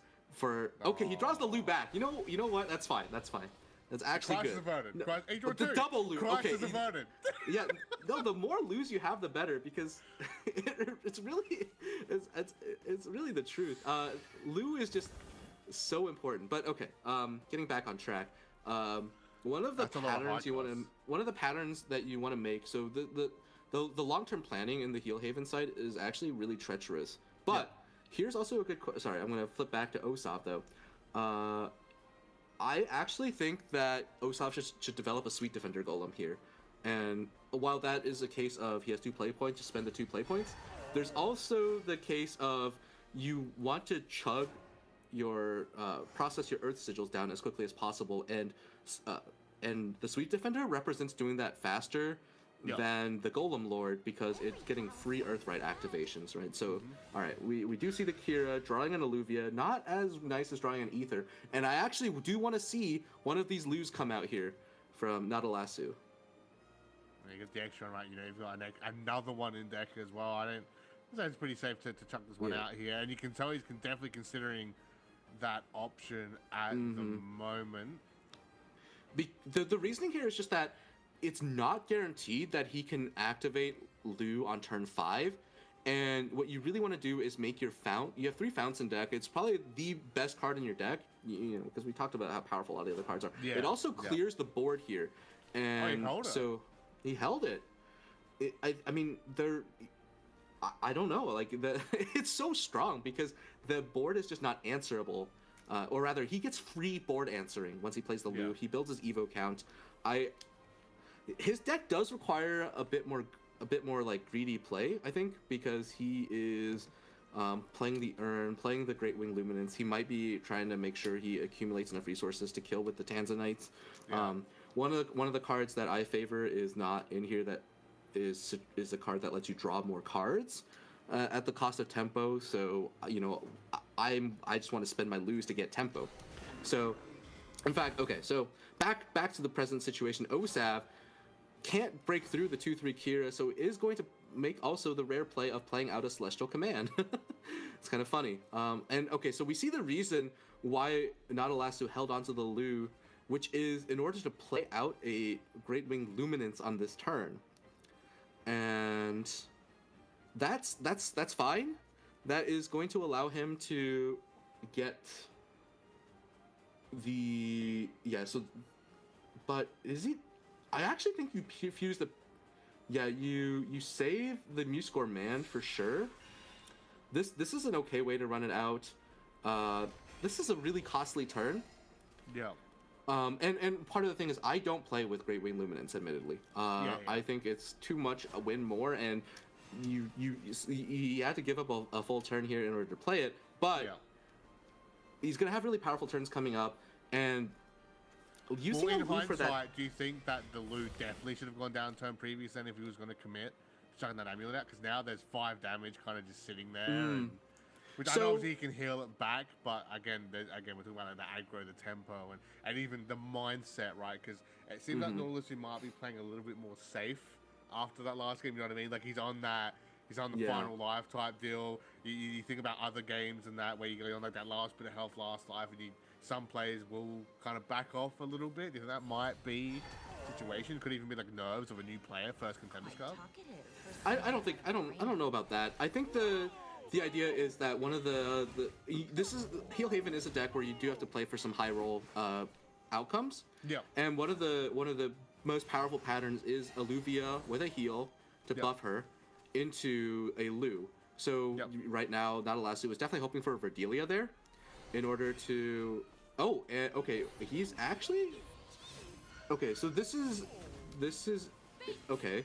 This is one of the patterns I'm less familiar with, but this is a full clear, and he gets the Urn develop, which is really nice here. So what this will do is actually let him get, let me think here. So this is a bit of an interesting pattern. Gets the second heal. Okay, he is guaranteed a Lu play the next turn because Alluvia Evo is the first. Alluvia off the Urn is 1 heal. Then he can play a 2-drop, and then that refunds 1 play point. Then he gets the 3rd, and so he is trying to line up the Lu play with the Alluvia, which is her at her strongest. But I think the ability just to get the Evo counts is what I value because I want to make sure my founts are strong.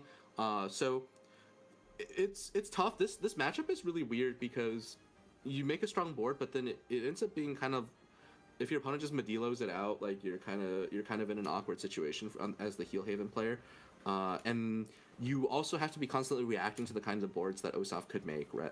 As not a last right? So this Golem Lord, for example, does demand a Lu to answer. So I think he is probably thinking very specifically about this exact situation. And I think it still might come down to a 50-50 to deal with this, which is really awkward. But let me think.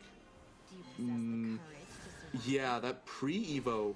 No. I think not Elastu can answer this if I did my math correctly because of the 1 follower removal. So yeah, so anticipating this setup into a Golem Lord is definitely heads up play from not Elasu's side. Right? So this is going to be heal number 1, draw a card, Evo, another follower here, heal number 2, recover 1 play point. I think he plays the Pure Flower.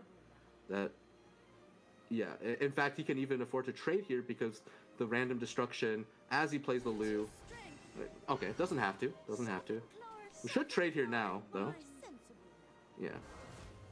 I think you can hold on to the trade. I mean, it's like slightly better sequencing. Yeah, here's the Lu, random removal, and then Lu will remove that Golem Lord. So I am admittedly less familiar with this matchup, and I think he very likely was thinking about this interaction. When he held on to that second Lu, but I also might not have fused the second Lu, so I don't know. He's in a great spot now, though, right? So he's hit his 3 Evos because he's played 1 Lu out. That Muscore Man is going to be active. He has the Sacred Urn, and he has the Tanzanite. So watch for a lot of damage coming out from Nautilus this next turn. And this is the best part about it as well, just like interesting, because as you mentioned, right, this isn't a deck that we're seeing too much of. At the moment, it's really cool to see it being piloted first off in this way, which again we haven't really seen even much of like this in the September Cup, into one of the other decks in Dirt Rune right now, as you mentioned, right? Because it's such an interesting matchup coming through here. Fusion targets, potentially chucking away Sweet Defender, and a Colossal again to have that storm ready for protection. Yeah, Osof is just trying to make he's making Celestial. He's making the I can't remember the fuse Celestial Convergence. Yep. Because he is anticipating that Jean, right? That 2 damage effect shield gets around the Celestial Convergence. But this is so all in because Osof does not have enough cards in hand now to fuse out a Modelo, and in fact actually just goes for the board lock here into Nautilasu's board. Nautilasu just has to full trade here, or actually though, Nautilasu can't trade out is trading out the Lu good? No, it's actually not. I don't think it's actually been. Oh no, it is. Is it? I don't even know. I'm. Looks like he's got the mouse hover potentially to try and get more damage in, but there's a Tanzanite. No. Okay, Tanzanite trades in. That's one follower removed. Draws a lot of cards. How many Evos is he at? Oh, right. Muscore Man. Let's see. So she heals 3 times here, which makes her too large to remove herself from the board. This is ridiculous. But this is just So these patterns definitely reveal themselves to you a lot more once you play with Graven Luminance, and right. So Osof really focused on the Jean play, but Norlis can see as well. Very, very happy after that play. So 2-2. Can't believe we see it again. Second match of our Contenders Cup Day 1, guys. We have so much more action here to go throughout the day. And Osof Norl is 2-2. Again, the vet versus the rookie here at the moment. It doesn't get much of a better storyline than this. It's going to be Dirt Rune versus Loot Sword for the final matchup. The loser will drop down, loser bracket. The winner goes straight to the winners finals, where they will be taking on Disastra's own V2 here, which is going to be very, very exciting. And see, Norlis is very excited. He's very pumped after that one to get to this final one. Osof is maybe a little bit under pressure here. This is an incredible hand from Nautilasu as well. Yeah. It has the Rogers and the Title Gunner, two of the key cards in the matchup. Even Thief and Love for turn 1 as all well. All right, let me ask you, what do you play here, Baz? You have 2 1-drops. Ooh. Pop quiz. Yeah, that's a good question. Honestly, I might even just go for Love just to hold the Juliet. Maybe if you get like the troop search, right? Potentially look for more later. Because Thief, obviously, you want that clash, right? You want the clash, that blade, and you don't want to get outdoors maged on it. Yeah. So yep. Yeah. But we are gonna see the turn 1 Nightly Thief. Yeah, I guess so. I mean, neither of us are playing right now. But there is just a chance that this works out because Osof is, I think, playing fewer outdoors mages. Yep. Risky play, but I mean, at least the damage coming through now. I was gonna say, now in this situation, there is a case for playing the Title Gunner on 2. There is from this board state, one of the patterns you can try to win with as Sword is to just aggro down the Earthright player, and they don't have. If you have like another follower to sort of buffer out the random effect from Outdoors Mage, that turn 2 Title Gunner becomes a lot harder to answer. So, but this is also a reasonable curve, right? We're gonna see probably Juliet next turn come down from Nautilasu. Just going wide is gonna be such an annoying thing to deal with for Osof. Yeah, again, it's just gonna be the slow little pings are gonna be irritating for him to try and get over. I mean, there's.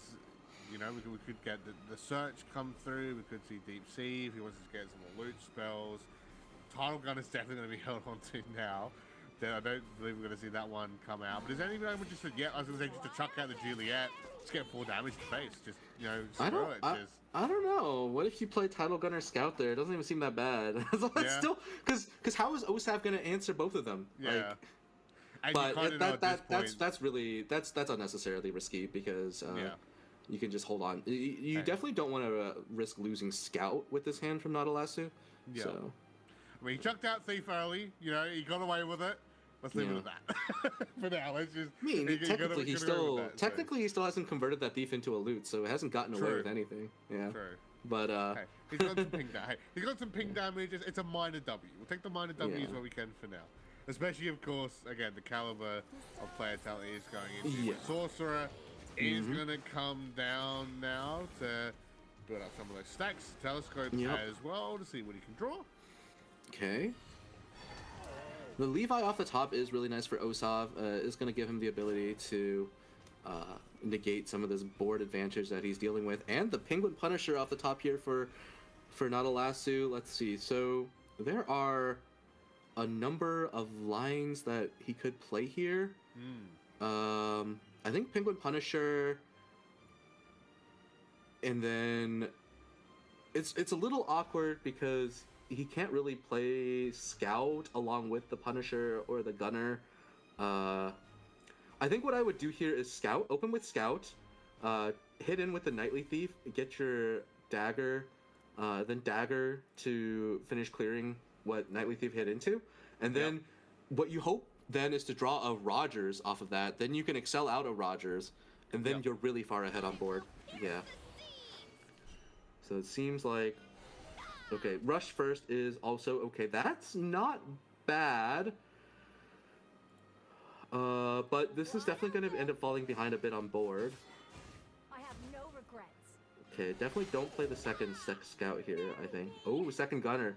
See, That's big. now, we go back to my suggestion of turn 2 Gunner. Yeah, we would have gotten a lot more damage, but I mean, that's such a high risk play to make in this kind of situation. I'm Also, being a little very glib. much in hindsight. I'm being extremely glib about that being working out. But you should have played Title Gunner. Turn 2. What are you doing? But there's the argument that you in these like close matches in these decks are on a tightrope. Like sometimes you just have to be able to take those risks in order to with get these there. stakes as well, right? I mean, it's not exactly just like a normal ladder game, so you can definitely understand it. And while we know Rogers is turn 5, Osof is again thinking through what he can do with the early Oracle, of course, to get that health back, but no sigils. I'm checking Osaf's dirt deck list because he's really happy. I'm not happy necessarily, but he's willing to play that Pascal early. I mean, most players really hold on to Pascal until necessary. I mean, obviously he is getting the full healing out of her, but he is playing the 3 copies of Pascal, so that is something that also makes him more capable. And this is definitely Osof turning the corner here a bit, having this neophyte, having the my goodness, 3 Title Gunners. Okay, well, no loss is set up for that. Is there a certain 3-cost spell here in Osof's hand? No, it's not there. Osof is gonna need to see that card, the Celestial Command. Yep. that convergence is going to be very important by turn 7 this game. There's the Barbaros here now for. And with the fact that we've seen that a fair bit as well. The rate of it coming up is pretty high, hopefully, fingers crossed, especially if you're an SF fan. Definitely praying for that one right now. But those title gunners, wow. I'm not sure I like playing the second loot there out for Nadalasu. And I know I'm picking on some of these very minor things, but the thing here is that now Nadalasu's in kind of a weird place in terms of efficiently spending his play points. Because playing the second loot obviously lets him draw off the Scout and get the 2 damage in, but the 2 damage is not all that necessary. And and he definitely doesn't want to play the Goblet here because you kind of need to hold Goblets to survive Levi burst damage. So Nadalasu is not going to be able to spend all his play points. Could have like generated loot off the Penguin Punisher. That's like a sunk cost that you have to do. So instead, I'm going to play the Seeker of Love here. What do I think about this line? It's okay. I'm also not sure about the Seeker of Love because there's a good chance you get Golem Lorded here if Osof has a Celestial Command in hand, which is a big if. But I mean, this is still Familiar's Pact into Levi is a line here for Osof. And then also just having that extra body on board here makes the Mind Control Mage line a little better for Osof as well. So there's a lot of awkward things about having this Seeker just lying around here. So I'm not sure it's the best thing that could have been done here, but it's a Binding Ritual. I'm not sure that's it's a lot of stacks, but Osof Yeah. needs to hurry up and use these stacks too. Yeah. Does not have another game to save him for in the series, and he just really needs to find an Undying Witch setup and needs to find that Celestial Command sooner rather than later. So I think this this Mind Control Mage allows him to churn an extra stack point. He was at 3 from the Pascal, 1 from the Golem Lord, and has that. So I don't think he's at 7 yet, but after playing the augmentation, that should let him hit 7. Oh, but he's gonna risk an overdraw here. Yeah, you can see he's a little unhappy with the draws. He's not finding the Celestial Command, not finding right. And I'm pretty sure that that's what he was fishing for. Yeah. Yeah. And not pleased with the draws. The Spell Scourger off the top here for Nautilus. Well, Nautilus has some of his work cut out for him as well. I think you were making fun of Evolving Penguin Punisher earlier, but when you need that extra loot, it is not a bad option. And No, that's what I'm saying. It was a good thing. That, the fact that it actually came out, because again, that necklace buff. Well, first off, the extra loot spell, right? 2 spells off 1 follower is insane, but the buff is just so good to have. You're gonna see the Penguin Punisher play the Gilded Blade just to empty a card out of your hand. Even might be okay to play 1 Title Gunner here, because I don't think you need all 3, but I'm not... I've lost track of where Nautilus is with his loot count. It should be around 4 right now, just based on the state of the game, intuitively thinking about it. But so I think because ideally for Nautilus, if he could convert a flag out this turn, he'd be really happy. But we can even find just out if we just get a production to click on. Could you please click us on Barbaros? Or the 5 out of 7. 5 out of 7. Okay, so yeah, so he is gonna fuse 2. But he's running out of time to play his turn. Nautilus, you got to act. Well, hopefully it's a bait by the Circle of Doom. Okay, so gonna trade in the Penguin and just hold on to it. Okay, so that turn 7's about to be spicy, Zones. I think it's about to be. Yeah. A lot of damage. He's denying Osof the ability. So one of the weaknesses for Earthright, which might be quickly turning into Earth Wrong here, is that you I warned you about is that if you don't have a sediment on board or any stack card on board already, you can have a hard time buffing that up and getting conversion. So one of the patterns I practiced this deck a lot with V2 because we weren't sure whether to bring it at all. It's that like if you get stuck in a situation where you have no stacks, you can just lose the game from there. So you kind of have to calculate ahead whether or not you can make sure you have stacks left over. And so Nautilus preventing Osof from getting a stack out of this Seeker of Love is going to put Osof in a slightly awkward place. Osof does have healing, but this healing is expensive. He's going to have to chug 3 more sigils out here and overdraw 2 cards. Does get the Undying Witch, so Osof is in the game because Nautilus does not have a lethal here. Osof has a handful of draws here to try to find, and I believe the Pascal is active, so Osof can Evo probably the Seeker here just to make Nautilus a little scared. Does have the buff effect here. Oh, not choosing to evolve. Okay. Maybe being mindful of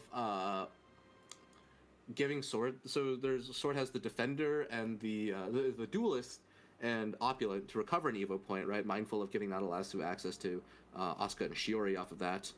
But this game is entirely around, Nautilus making that setup though slightly punishable because now he is he's at 17, which is out of range of Levi plus Colossal Summoning, one of the burst combos to watch out for. Yep. But if he can't lethal through a Celestial Convergence, then because he doesn't have lethal this turn, Osof has another turn to find Celestial Convergence. That is going to be hard. So I would have, going back the previous turn, I kind of wanted to push for maybe getting a little chip out of the first Title Gunner, and then he can go for a Title Gunner setup this turn. In fact, I still think Nautilus should try to commit one of the Title Gunners here for loot, or the Barbaros, get one of the flags in your hand at all here. Second Barbaros in hand. That's still fine, I think. Would have been great to be able to play her this turn, just to get to save a play point on the flag generation. And I would. Do I want to try to get some damage in here? Yes. So it's going to be able to get 2 hits off the Spell Scourger, which is nice because it's just less life to have to. Oh, and overdraw on the Celestial Command. That is not good for Osof. He has a chance to draw another one here. It is so important to hit Celestial Command here. Oh no. Dude, the fact that he just overdrew that one, like, again, he has the 3, but now we're at bottom 17.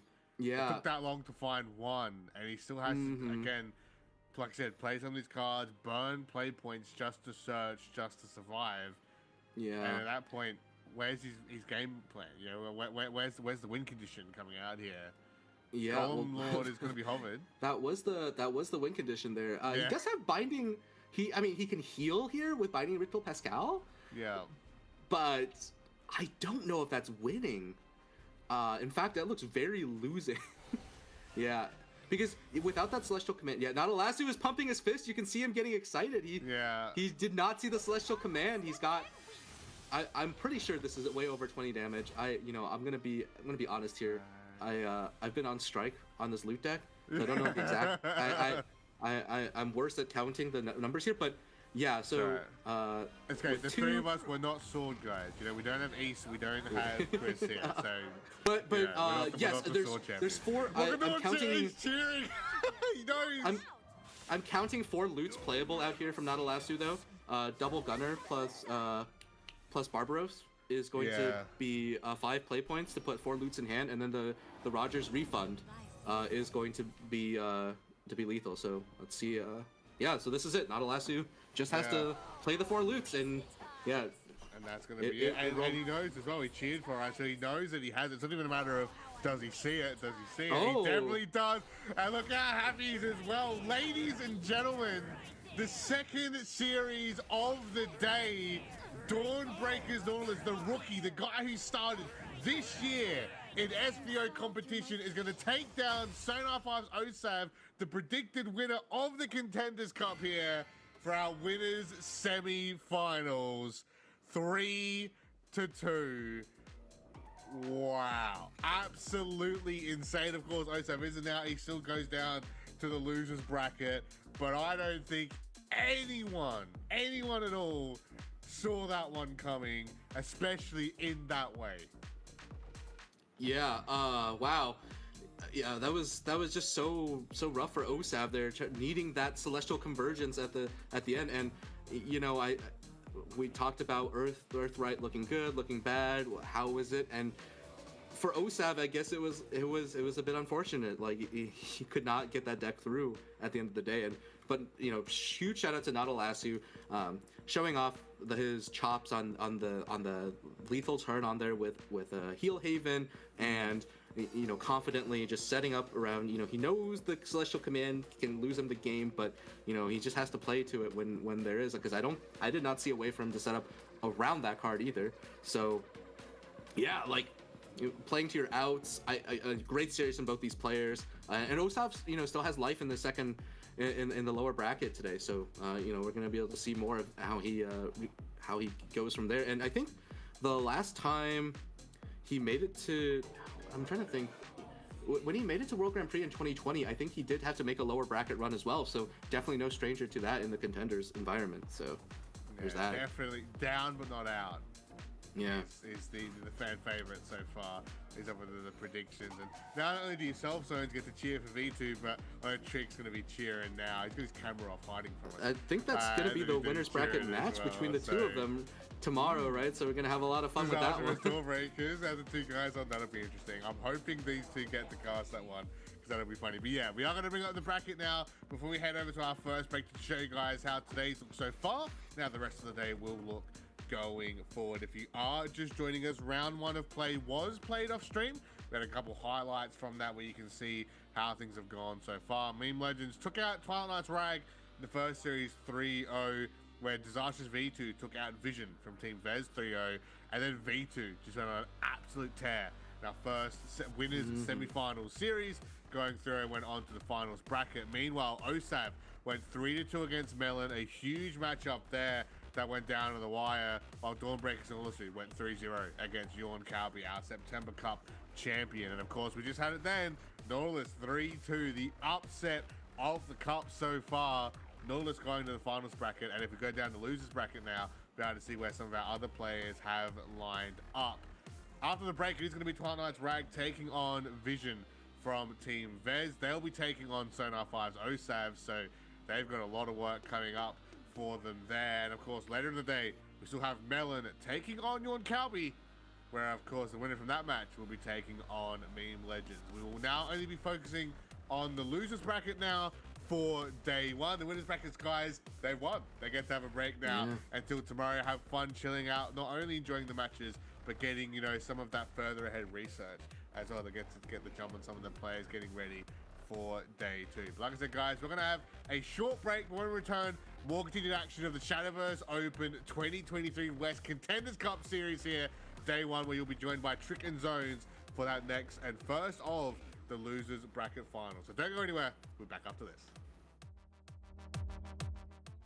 But with the potential to heal or do incredible damage on the next turn, I think this might be all but V2's game. Yeah, this might be it, done and dusted. Levi, Wizard of Ages, like the 8th iteration of Levi that you love to see, coming back out here with that Evo to burn off the sigil. 6 damage with the Crimson Sorcery is going to be exactly the... We're not with the Dragonborn This is Striker, not just those 2 scripted. cards is 20 health. Gonna have 2 Strikers though, for an incredible That's amount of insane. damage. 12 from Joe, 6 from the Strikers. Meme Legends Twitch chat, you wanted absolutely it. wrecked. You wanted V2 to win, and he's come through 3-0. His deck, so it doesn't Yeah. matter. But when you are trying to play with the F5 defense Joe, technically it is better to get more defense into your deck because you want more defense out. You gotta to match enable that Joe. 20 total, right? So Yeah, it's a bit difficult when he's not Oh buffed my at god, all. and the Storm Grand Slam off the top. This is lethal next turn. If not, Elastic does not heal. 4 damage going face right now with the potential for 6 out of hand for Osof. Yeah, I mean, just go first. Times where you see these other big buffed Haven followers, like, oh, I'm gonna deal with Yeah. them. Oh, hang on, they're just The- spell protected. They're not actually have ward. The Juliet's right. gonna come through. The Pirate's flag here, double damage coming through. This is exactly what I was talking. I actually even Yeah. overcounted, or almost counted even more extra damage here. And Osaf's Yeah. got it a fantastic way. To Oh, right. Muscore Man. Let's see. So she heals 3 times here, which makes her too large to remove herself from the board. This is ridiculous. But this is insane. is just So that's So these patterns definitely reveal themselves to you a lot more once you play with Graven Luminance, and Sue just has to play the 4 loots, and yeah. And that's going to be it. And he knows as well. He cheered for us, so he knows that he has it. It's not even a matter of does he see it? Does he see it? Oh. He definitely does. And look how happy he is as well. Ladies and gentlemen, the second series of the day, Dawnbreakers Nautilus, the rookie, the guy who started this year in SVO competition, is going to take down Sonar 5's Osof, the predicted winner of the Contenders Cup here.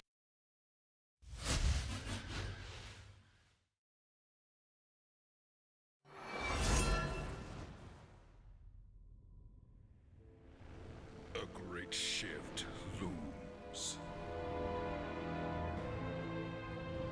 The myriad hues of a new order emerge, pouring over the land of the living. A warrior's resolve, brilliant as the dawn.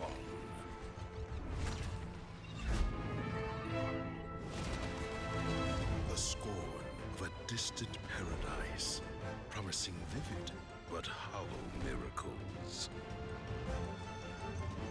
The cool flame of ambition, burning with desire for truths unknown. Faint but enduring hope, crimson as a rose, face the storm. All roads lead to me, but no two are paved with the same color.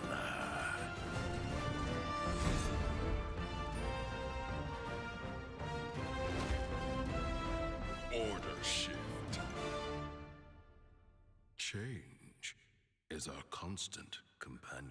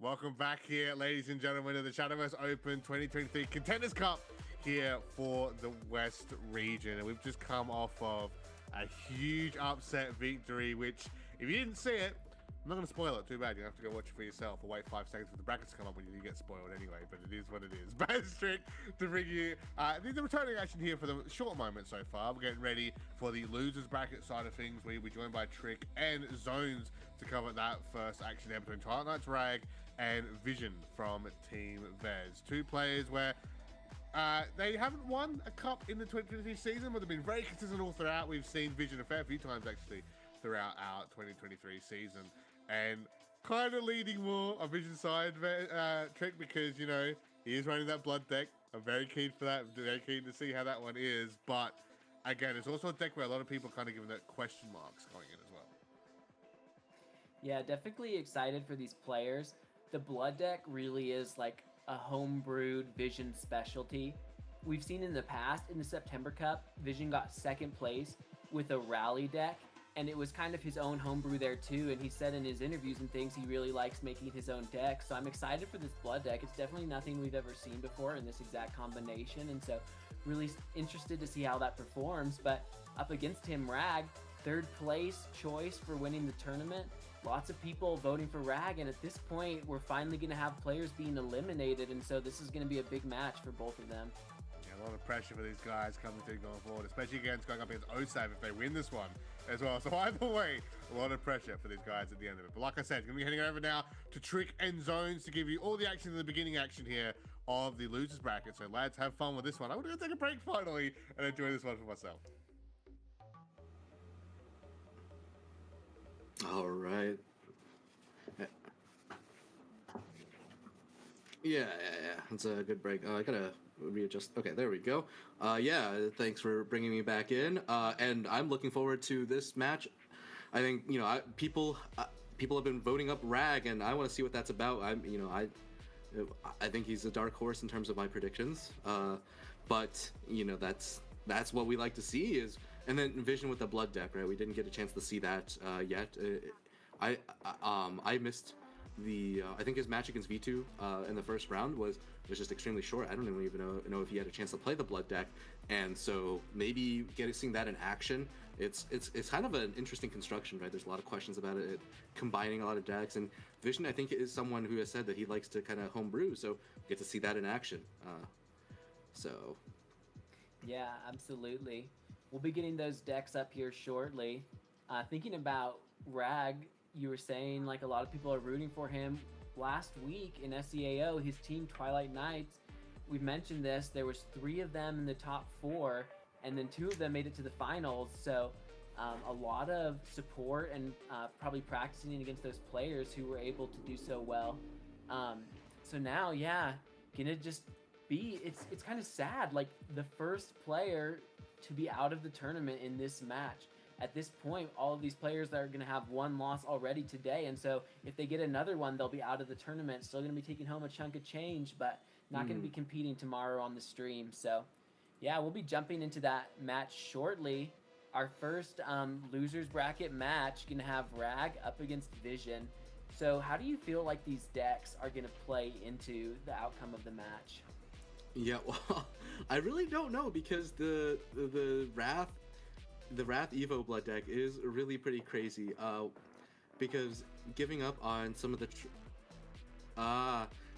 because giving up some of the traditional Evo elements kind of worsens the Loot Sword matchup, but giving the Wrath elements bolster your matchup into Buff Dragon and Earthright. So I think we'll have to. I'll have to see. I mean, I'm really curious about that one. Outside of that, I think it'll just end up coming down to whichever player comes up with the more accurate plays, and that is one thing nice to see. I mean, outside of Buff Dragon might be just a little crazy. You never know with that deck, right? But that's true. Well, it's going to be Rag's decks first. We'll pull those up and dive a little bit deeper into the analysis. So looking at the first one, it looks like it's going to be the sword. Oh, I think we're actually doing your interviews with the players first, right? So. Oh, there we go. You're right. Baz takes a break, and then all heck breaks loose on the stream. No, but we'll get we'll jump back into those interviews. So get ready for Tan Jacket quick coming change back right now. for a little quick change and a little bit of a player interview. Yeah. Place on the West leaderboard with 38 league points, just making it in on tiebreakers. It's a player from Finland, Rag, representing Team Twilight Knights. So how long have you been playing Shadowverse? I started playing Shadowverse in December 2016 in the Great Rise of Bahamut expansion. What are your favorite classes to play? I like playing Portal Crafts, and I also like Shadowcrafts, and I also really like some Bloodcraft decks, but I don't like aggro decks in general. Not a fan of aggro, spoken like a true skilled player. But if you were to describe your playstyle, how would you do that with 3 words? I mean, I would consider myself a very consistent player. I would also consider myself a very analytical player, and I would consider myself to be a very quick player in terms of time I take during turns. How do you try and figure out a meta? I figure out the meta by looking at data from other tournaments and practicing different decks with my team. What benefits do you think there are from being part of a team or a clan as you prepare for SVO? By being a part of the team, you gain access to some information from other good players, and you have playing partners that are high level. What are some of your favorite moments from competing in SVO? If there's something I regret in SVO, that would definitely be a game in the last SVO from September when on round 5 I missed lethal against KTZ, and I was playing Crystallized Haven. I kind of just forgot that you could Evo John without playing 2 followers, that you could Evo it manually. So I just lost that game. If I had Evo'd it, I would have won the game, and I would have gone 6-0. So there's that. These things happen though to every single player. I didn't know that. I didn't know that either. Yeah. Wow, interesting. I've never done that.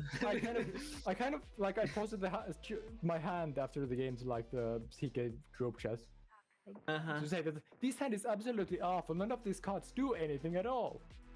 And then Satfeeder just said to me, "You have lethal in hand." So, dang. Yeah. What was your best play this year in SVO?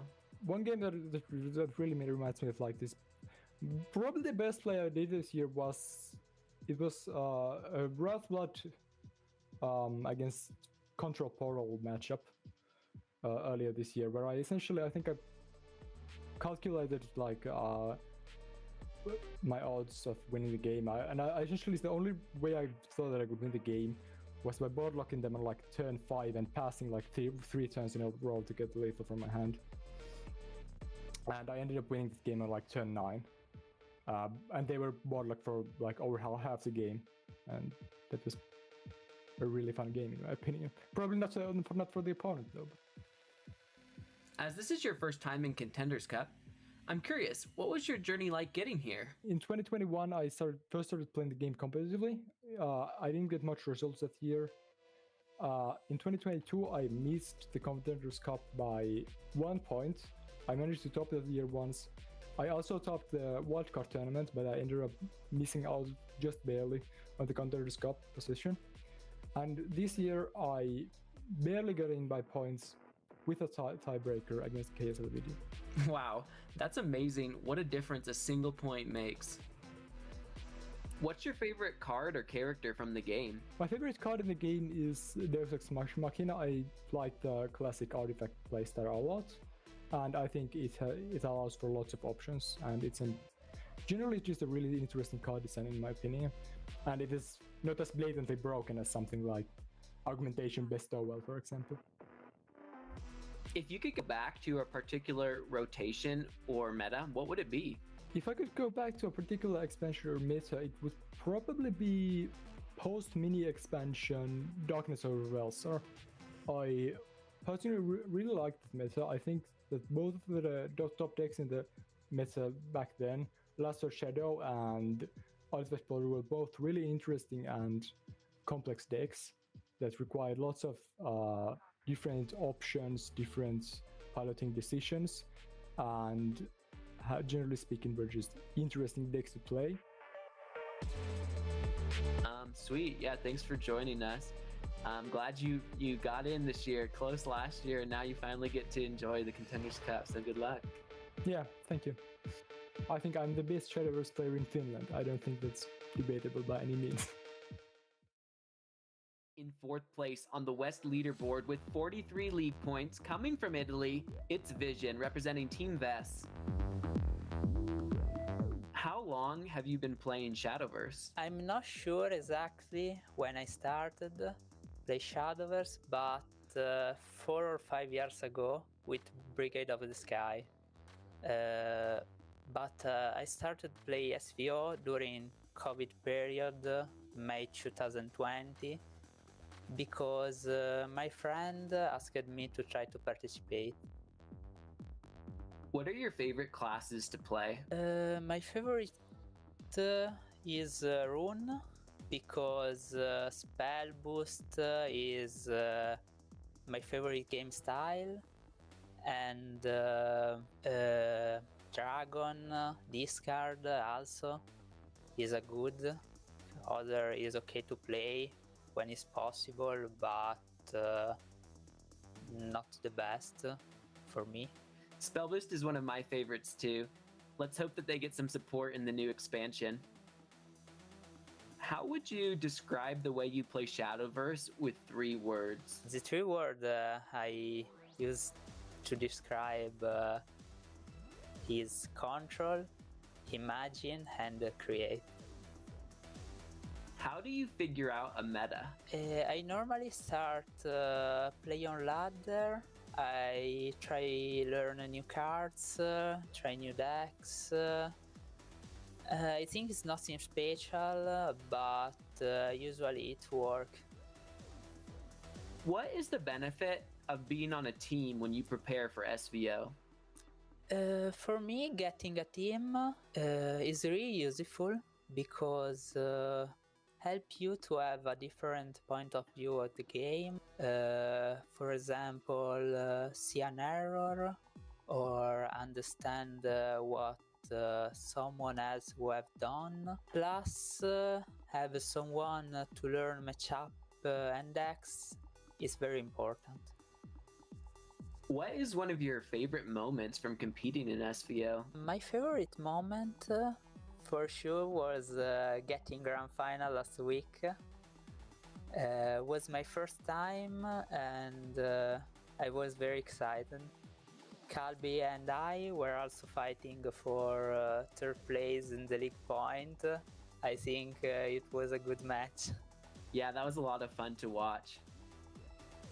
Having just lost to Calby in September Cup, How are you feeling about facing him again in Contenders? I think he's okay. I play against him other time during the SVO. I think February Cup was against him a playoff. March 2 we play against. It was not the first time, and it's really hard to play against him and other excellent players. How will you prepare for the Contenders Cup? I will prepare with a lot of scrim, try different lineup, and learn to top decks. The third one is the most important. Is there anyone that you're excited to play against in Contenders Cup? It's hard to say because they are excellent player. If I have to choose one, the most is Melon because I never play against him before, and at least Osof. If you could go back to a previous meta or rotation set, which one would it be? For sure will be or Ultimate Colosseum or Fortune Hand because all decks are more fun to play. Now is always OTK or 2-turn win is not really fun. Playing in a tournament can be very mentally demanding. How do you handle the pressure and maintain your focus so that you don't misplay? Before I started to play Shadowverse, I played a Call of Duty tournament for years. So I was already prepared to play under pressure. I think with time you will notice it less. The only advice I can give is try to stay calm and enjoy. Would you like to give any shoutouts? Yes, my team, in particular Raiden and Ryu, helped me prepare during these months, and I hope they will help me for Contenders too. I will do my best for my team and try to get and try to win.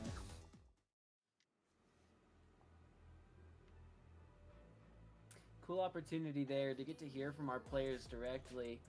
Hoping both of them can show their team proud today, but there's only going to be one winner in this next round.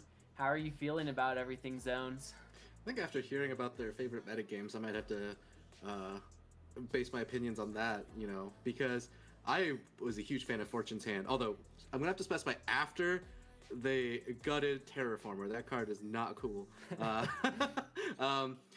mean, Discard Dragon, that was my first. I'm a little biased because that was my first top 8 in any SVO, but also I think maybe the deck that I kind of was known for bringing to the forefront might be a deck that Vision might not like, which is the Gremry Burial Rite. That deck took over the metagame after we found it from like Japanese tournament results and like practiced for 2 days.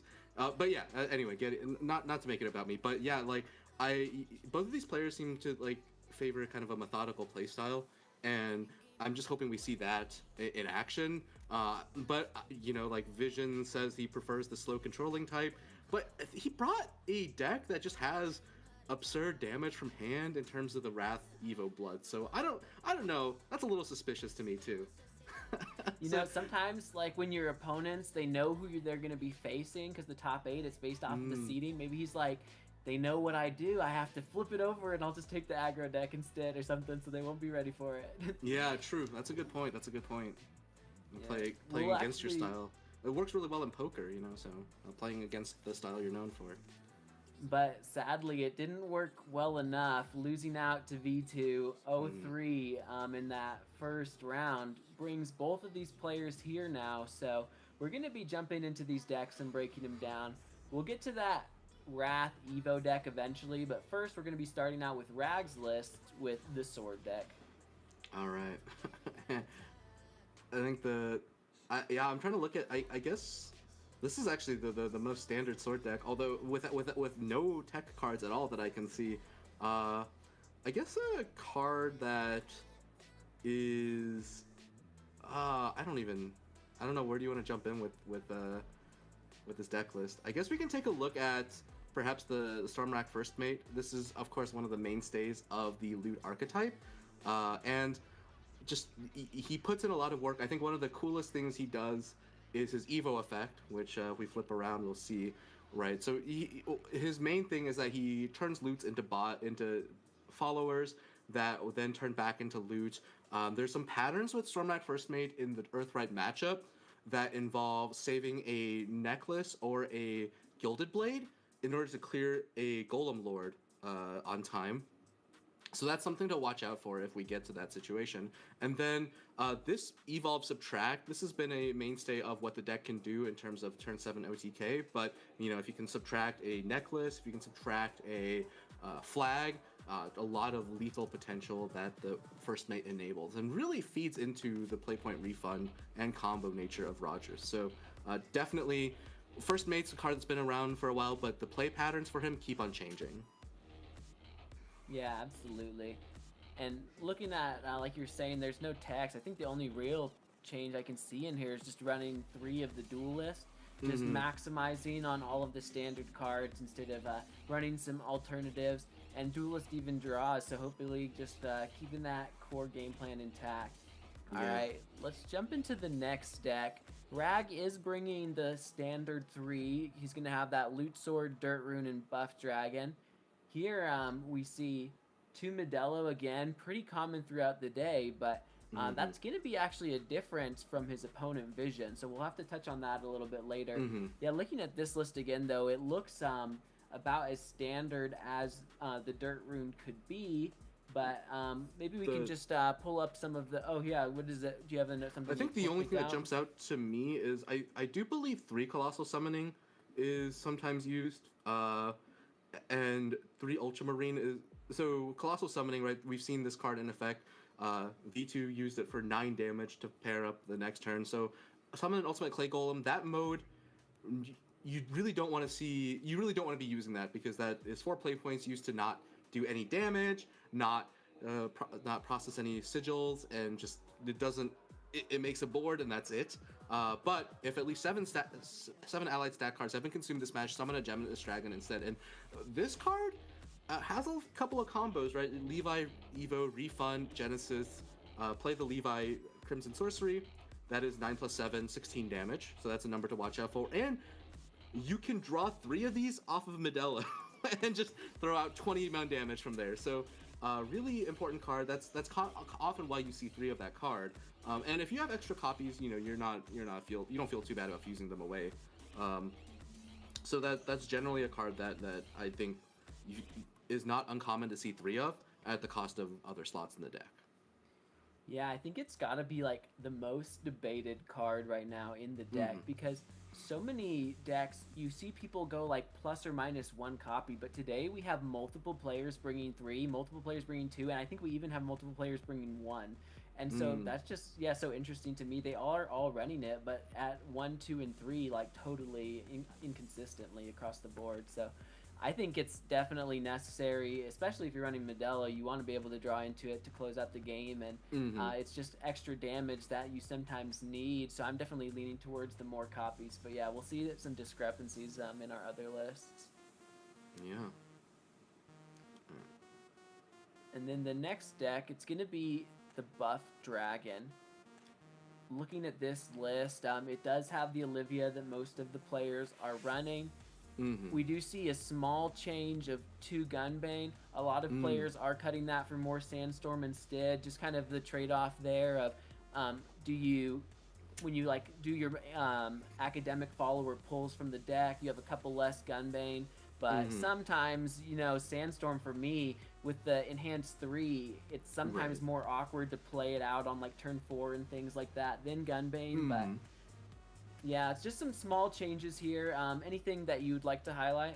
Well, let's bring up Sandstorm. Why not? I mean, it's a card that's existed. It's not an academic card, but It is actually a pretty key decision point because one of the weaknesses of Buff Dragon on the early turns is dealing with wide boards. So having the ability to enhance Sandstorm to wipe out a board does slow down your game plan, but also keeps you from losing. So I think in the Earthright matchup, for example, one of the things the Earthright player wants to do is just make 1-1s, 2-2s, 1-1s, 2-2s, and kind of overwhelm you, and then Golem Lord into Levi just lethal. And so having the ability to use Sandstorm to wipe out a bunch of like 2-2s is really valuable. So I do like that card quite a bit in the deck, and I think the thing is, I also do like having the 3 Gunbane. So right, it becomes a matter of where do you find the slots, and so okay, we can pull up Gunbane. So Gunbane, in fact, one of my jokes is I use the name Gunbane and Outdoors Mage interchangeably because they both have that do something for your deck and 2 random damage to an enemy follower, and this is the mode that he's almost always going to be played. But playing at full cost is not all that terrible. There are some decks that have a hard time getting through this. So, for example, into Loot Sword, if they're clearly on the Barbaros damage plan, if you have some sticky followers on board, and you can try to Gunbane, or if you've ramped, you can try to Gunbane plus another follower, make it so that you don't reliably get punched through by 2 loots and a Tidal Gunner to prevent the storm damage. Because what Gunbane does is that he evolves himself, and once he's evolved, he summons a copy of himself again. So it's 2 wards for the price of 1, but it's a really expensive price of 1 in the first place. So you're almost always going to be playing from the Accelerate, but having that academic trait is nice because if you have to crystallize a Joe without an academic follower, it is just so awkward. And so having that extra bit of consistency for crystallizing Joe is nice, but on the other hand, he's also the worst academic follower to find off of a turn 1 buff into a Mega Lorca. So yeah, it is what it is. Yeah, definitely some trade-offs. I had some interesting interactions on the ladder where every once in a while I'll play a Gunbane and it'll get evolved, and then they'll kill it, but they won't kill the second one. So then I just evolve it again and go face, and then you can kind of like chain them because you can evolve it again and just keep having it summon another copy to be evolved. Yeah. But yeah, definitely a smaller interaction we won't see often. So this is Rag's list. Now let's take a look at Visions. 2 of them are going to be the same, bringing the Earthright and the buff. We'll start with the Earthright deck. This deck is interesting to me because I know Vision likes to like build his own decks and work, but this is like interesting because there's no Modelo, which most players have started to put 2 in, and there's only 1 Colossal Summoning, which we had mentioned earlier. Some of the players are cutting down on that. So I feel like a lot of like your powerful options, if the game does get get pushed longer than you want, they're kind of missing from this deck, and a trade-off for like more Binding Ritual and some of those other sigil cards. One of the cards he's found room for extra copies of is the 3rd copy of Mind Control Mage. Now this is a really nice card in a lot of ways. One of your ways to not get run over going second in the mirror.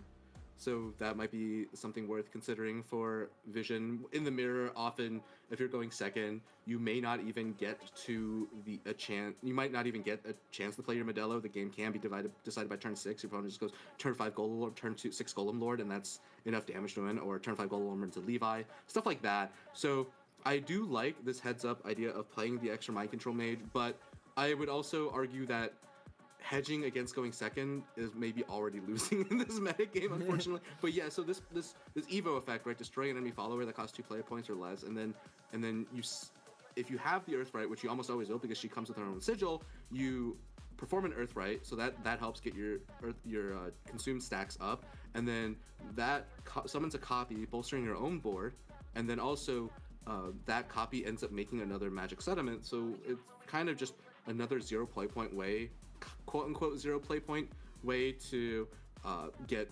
Earthrights, assuming that the board value is worth it. And that's one of the things, is that the main play pattern in this deck is to try to get that Undying Witch active as soon as possible, and especially because Vision is not playing Modelo, he is solely relying on Undying Witch combos in order to do unfair things with this deck.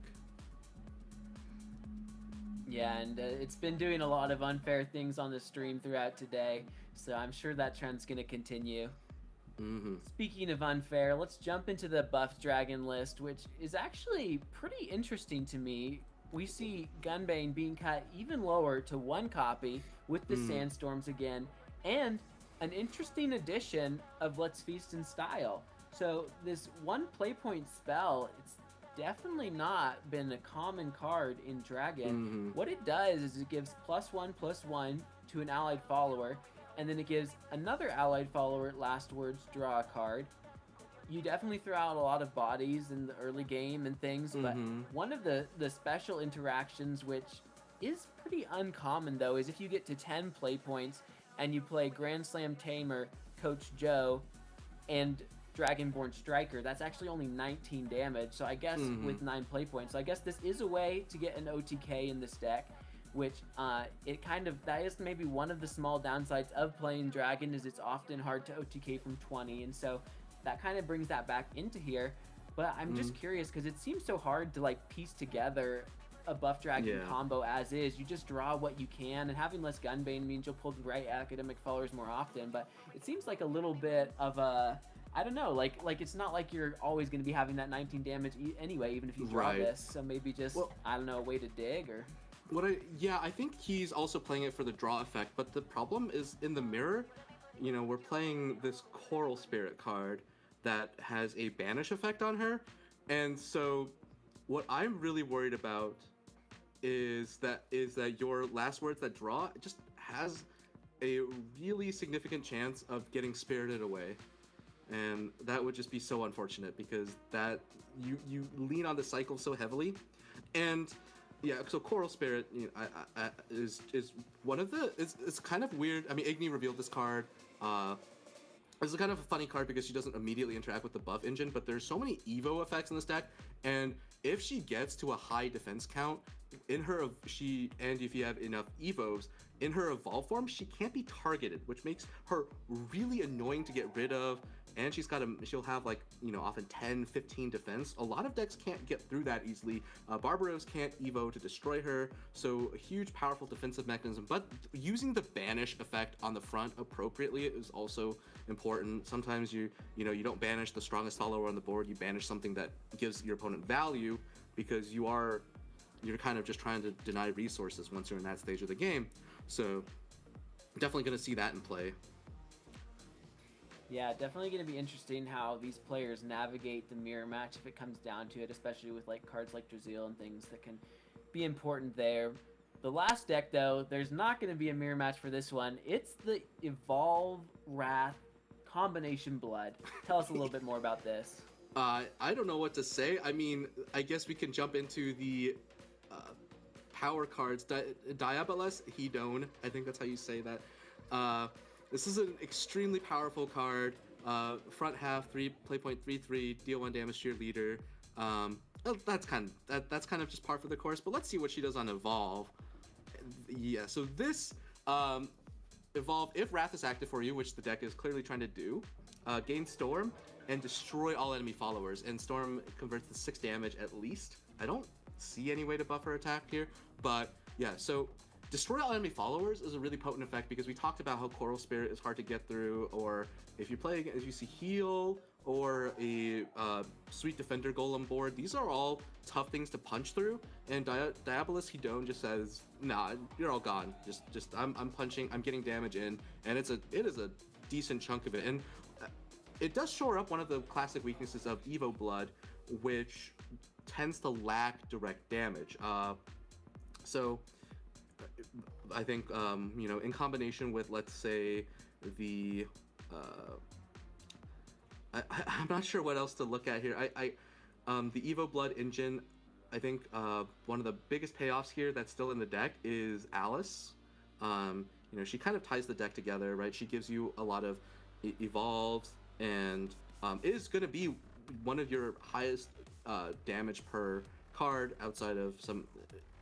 That also gives you more card draw. You do need to turbo your Evos in order to do this, and so you know, definitely going to be a huge payoff card. Alice with the Diabolus means that you're on 7 play points. You're going to be able to get a pattern where you get to hit face with Alice. I feel like that's what Vision is playing for here, because if you get a Storm Alice and you can't hit face with her, that's just not acceptable for this deck.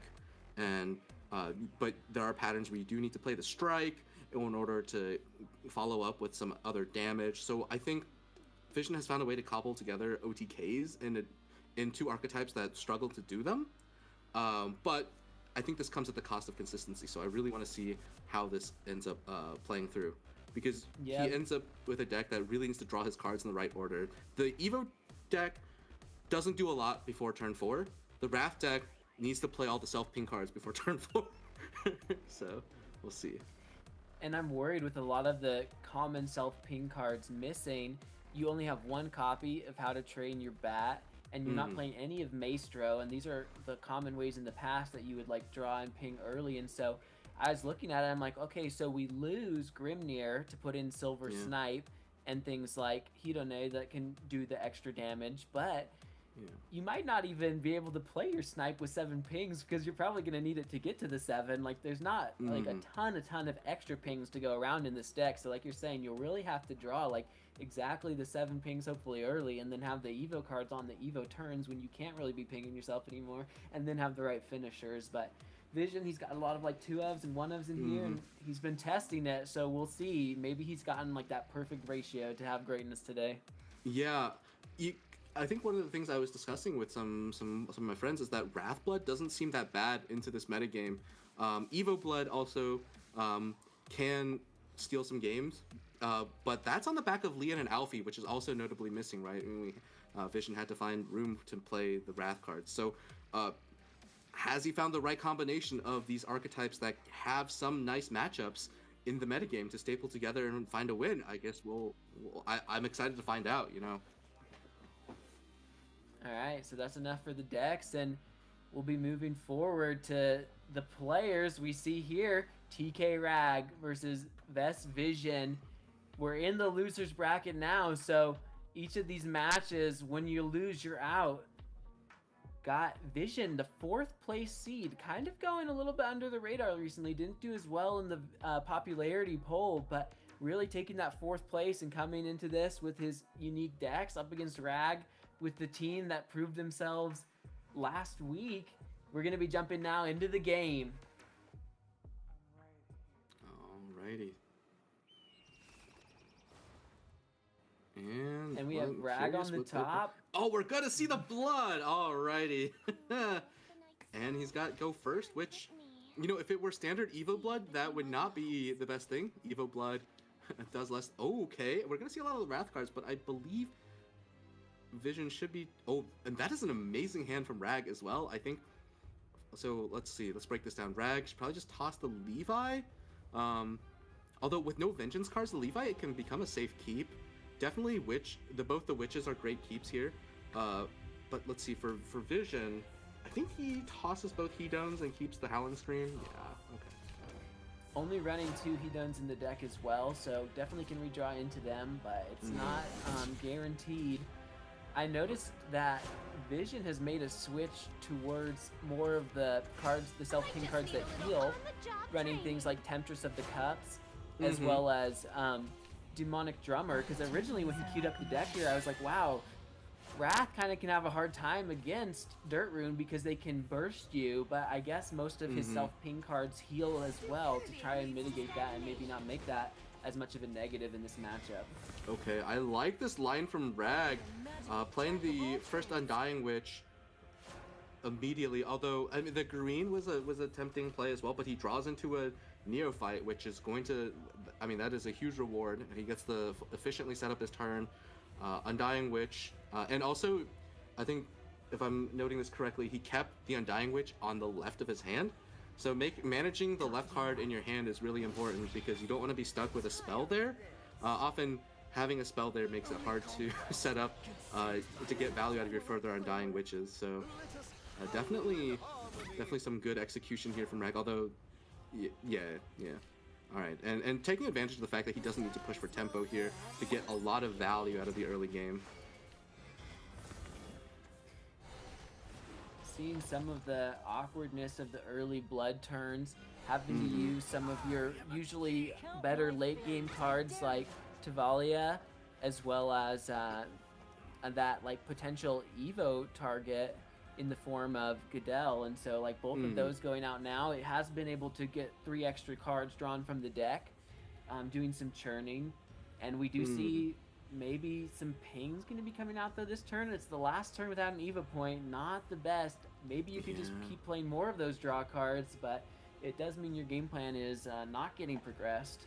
Yeah, I mean, because if you look at Vision's hand here, right? He's got a Goodell, he's got Tavali. Both of those are healing cards, and you definitely want to have some healing in this matchup because the dirt deck generally needs to chip you down slowly. So I think this is a trade over the Neophyte, Goodell the Wolf, Silver Snipe, and then Goodell the Wolf kind of turn, because that lets you see 3 new cards off the Goodell, and then you can draw first as well, but okay, he actually holds on to the Goodell, so that also makes some sense. I wonder what his starter is going to be here though, because Vision's also lacking a card that he can just play out immediately, and then Goodell away, so that's also awkward. Alright, so there we go. We see the green here from Rag. Okay, that's the Signa into Tavali Evo Dancer definitely saves Vision's hand a bit, and Rag is definitely just getting his sigils churning. Does unfortunately max out his hand because he does not have a fusion. Hopefully he doesn't mill away anything significant. Yeah, we've been seeing a couple times now on the stream where Rune is getting stuck with those 9 cards in hand. Another reason maybe why it's nice to draw into a Modelo sometimes, just to have some hand management. Oh, absolutely. Vision now finally happy to have some Evo points. Got a lot of options because of that. I think we're still decent ways off though from Wrath, so that's something that since the game plan didn't get online early, I don't know if it even will have time to, with instead maybe prioritizing the Evo points.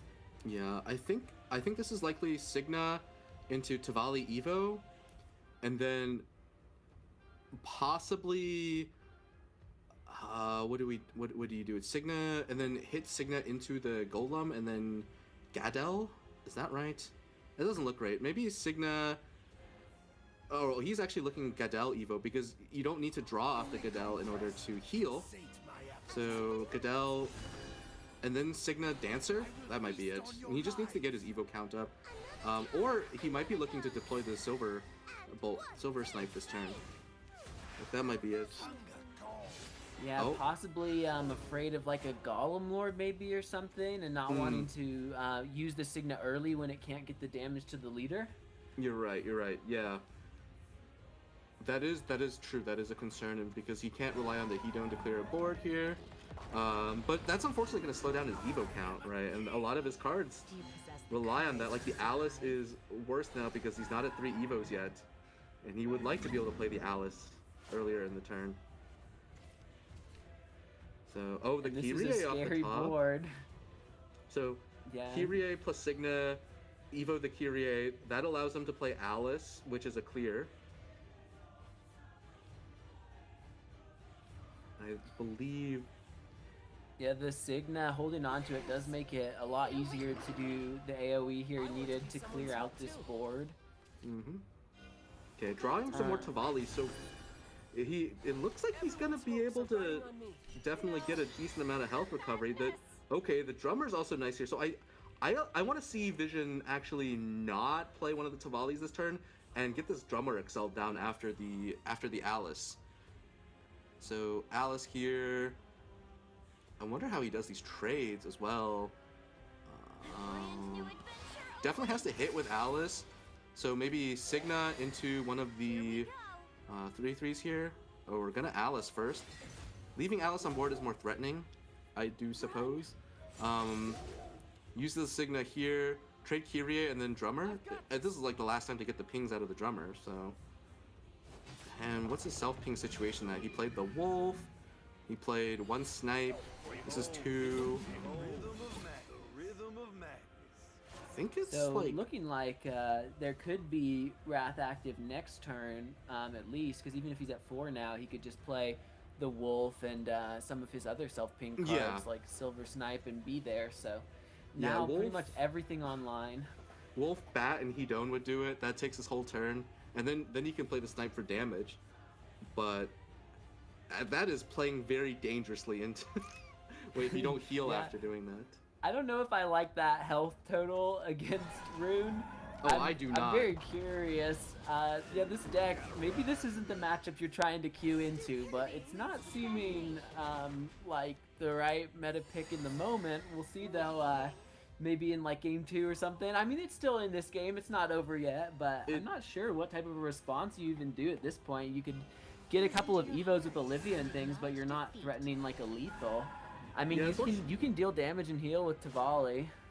Fortunately, Olivia is a clear here, and there is a lot of healing. And the Ruler of Retribution also, I believe that is healing on Last Word. I actually don't remember how it heals, but it is some form of healing. Yeah, I think it might be only when you play it from your hand. Fanfare restore okay. 3 defense to your leader. I Missing out on it apologize. in this form, but maybe when this one goes back to the deck, it'll be picked up again. So let me count here. He played the Alice on 3 evos, so this should be 4 evos now, if I'm counting correctly, or 2 evos, 2 evos. But no, he should be at 5 now. So both the Tavalis can heal, which means might just be deploy both Tavalis here. Definitely needs to get healing in. Yeah, it's an interesting spot. It's like you'd like to play the Wolf, the Harmonic Wolf, to get that extra ping and draw, but you can't really afford to do so Drops at the you to that expense. terrifying 16 number. Yeah, and so it's like you're gonna have to really wait to put the Wrath game plan online, and at that point you might not even have an Evo point to profit from it. Hovering may be a dancer here for a draw. Would let you not have to sacrifice the 5/5 just yet. At least one Tavali's coming down. Okay, I think this is the line. Yeah, trade in the Ruler. Yup. And then, okay, I like getting the Wolf down because Rag does not have enough play points to do the full 16 yet. That's a turn 8 play. So getting the chip in, threatening Rag a little bit, but okay, Sweet Defender Golem just says, all right, reverse that. If you guys forgot, you can play Sweet Defender for 7 cost 2. Getting the sigil count up, and now, wow, Vision drawing into the 10/10, a little bit of extra healing. No real cheesy combos in this version of the deck with it. Yeah, I haven't really seen anyone like Vulgus one out on me, but it's kind of terrifying because you never know what those crazy blood players on ladder are doing, you know. So let's see. This could be a turn to do Wrath possibly and hit the face for that 6 Storm. You will be able to heal up to 3 more or in some combination maybe, and kind of keep yourself still out of a lethal range. Yeah. Okay. Deploys the Ruler. Okay. It's a Fanfare heal 3. Yeah. So that's. Oh, and I think is he going to use Temperatures of the Cups to get some extra healing here? Does have that option. I think he's just counting how to get to 20 defense here. Okay. Oh, nope, not counting on Temperatures of the Cups here. And Alice are we not? I don't know if we were at 7 evolves, but maybe gonna play the drummers for full cost. That's another evolve and some healing. That's kind of awkward to deal with. I think it's currently 5 evos, exactly 5. So, drummer and pre-evo is a way to get to 7. No, just gonna sit on that, but that's fine because you can manually evo. I think, yeah, he's got to be close to manually evoing the Hedone. How nice. Oh, I guess with so many sigils in play, Levi would be able to take out even a 10/10 behind these wards, so nothing to worry about there. Right, but it's actually the multitude of wards here. There's the mass removal options for Earthright are kind of tricky. You can, and also the drummer is going to take 2 pings to remove. So actually a green here would be a really elegant way to deal with this board. But Vision is definitely getting a lot of healing. The Sweet Defender Golem is going to be drawn here, but there's no way to cheat back up to 7 play points here for Rag. Generally, that is only the telescope. The telescope is like the only way to pause it, and magical augmentation are the 2 ways to use Witch's refund effect to go positive in play points. So how? Oh, there is a green. That is the second card in his hand. So I think Rag is looking at that. At 20 defense, I think he's just calculating what Vision's lethal outs are, and I'm not aware of any. But this is a bit unfortunate for Rag because once again, he's going to generate a card off of the green here, another Veridic Ritual, and that's another card that's not a Celestial Command, which I think, or a Modelo, both of which are cards you would really like to see for controlling hand size and for getting some reliability going here, because Vision is definitely accumulating damage, and this game is looking better and better for Vision as Rag is just not sticking enough damage to get the lethal setups. Yeah, this game is possibly going like the longest of any we've seen, already on turn 9 for Vision. Both of these players playing decks that want to burst your opponent down with damage, but using their healing options to stay at such a high health total that neither of them has been able to successfully. Oh, okay, so that is the Wrath active for Vision, and that's a really nice line. Getting the How to Train Your Wolf effect means that Vision will not self-ping himself to 19, which is really important because Rag actually has the extra Crimson Sorcery, so if Vision sits at 19, he will lose to a second Crimson Sorcery from Rag. Oh, and draws the Ruler of Retribution again. Looks like Vision is, but for now, it looks like Vision's going to commit one of these Hedones. Okay, so yeah, he actually has completed both quests already, so that's really cool, and he's 3 damage away from winning this game? How is he going to convert this? Just get the Dancer out and play the... Does he play the Ruler for fun Hopefully here? the Ruler, right? Yeah, because the next turn you have a ton of damage with like your Freevil on Doublame, but we'll see what type of response Rag can do now. There are huge healing options, like a Modelo into a Sweet Defender Golem or something could be huge. We see that it's not an option for Rag, but What's awkward here for what's really awkward here for Rag is his hand size. So I think he, like a Pascal, I mean, he can play Sweet Defender already, which kills everything but the Ruler, and then he can finish off the Ruler with one of the Veridic Rituals, for example, which is like the basic line, but I think he would like to use a Pascal. Okay, so he's going to use a Crimson Sorcery here, and then into the Pascal, right? That way he can try to draw into, and then that makes the Sweet Defender Golem bigger also, which is going to force out the second Hedone, because I don't think Vision has a way to deal with a buffed Sweet Defender without using the Hedone Destroy. I'm trying to think. Yeah. Wow. So, and now you have to decide if you play Kyrie to get more cards or if you save that for Hedone, and it's gonna have to be the Hedone to remove this. yeah, I don't think Vision can evolve the Kyrie here anymore. I mean, he does have the play points to play Kyrie first, but he's still gonna have to evolve the Hedone. I'm trying to think of how many Evo point recovery options he still has left in his deck. Let's see. He's playing 2 Olivia and Sylvia, so he is not out of Evo points yet. So maybe this is just a Hedone turn, but Vision is unfortunately running out of steam. So he had a nice 2-turn setup, but getting out grinded. Yeah, the cards like Silver Snipe, while they are a cute way to win the game early and do that extra damage that you normally couldn't with this deck, they aren't very high value cards in your hand, especially in the late game here. And so a lot of these 2-cost cards, 1-cost cards in Vision's hand, they're not going to get a lot of mileage compared to Rag, who has a hand that's full of gas and 20 health points. Okay, gonna play the draw Kyrie here. Oh, Oh, it's an Alice. That's nice. That is really nice. I'm actually gonna choose to play the Doublame here. Is that the right line? Maybe it's so hard just to running say. out of time, not possibly going to be able to get the Alice in or expecting it, but now it might be hard to get Alice to go face if there's wards. Well, I think that's why he held on to the snipes there. But the Alice is huge. That is going to be a way he recovers cards. And, I mean, he had 16 damage in hand that turn. If he didn't play the Kyrie.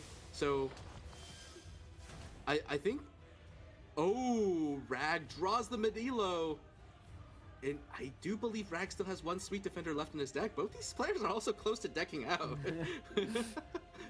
But Medilo, that is a gambling game, but it's very high reward.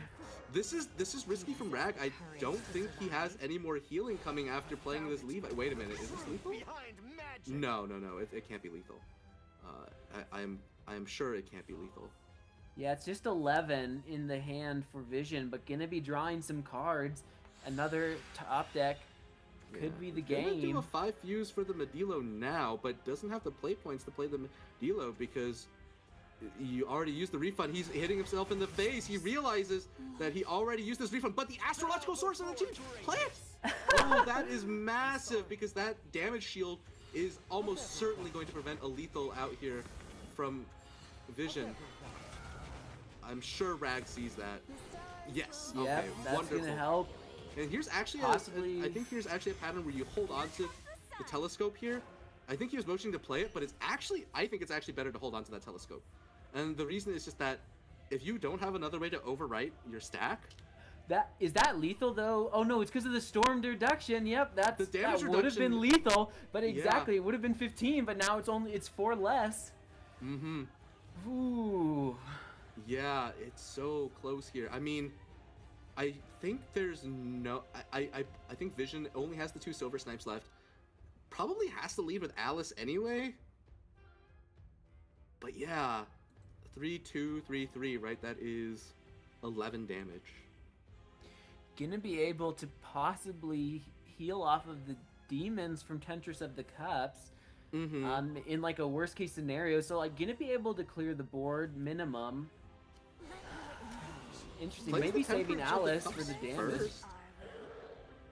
Okay, so Vision really wants to save these Alices for...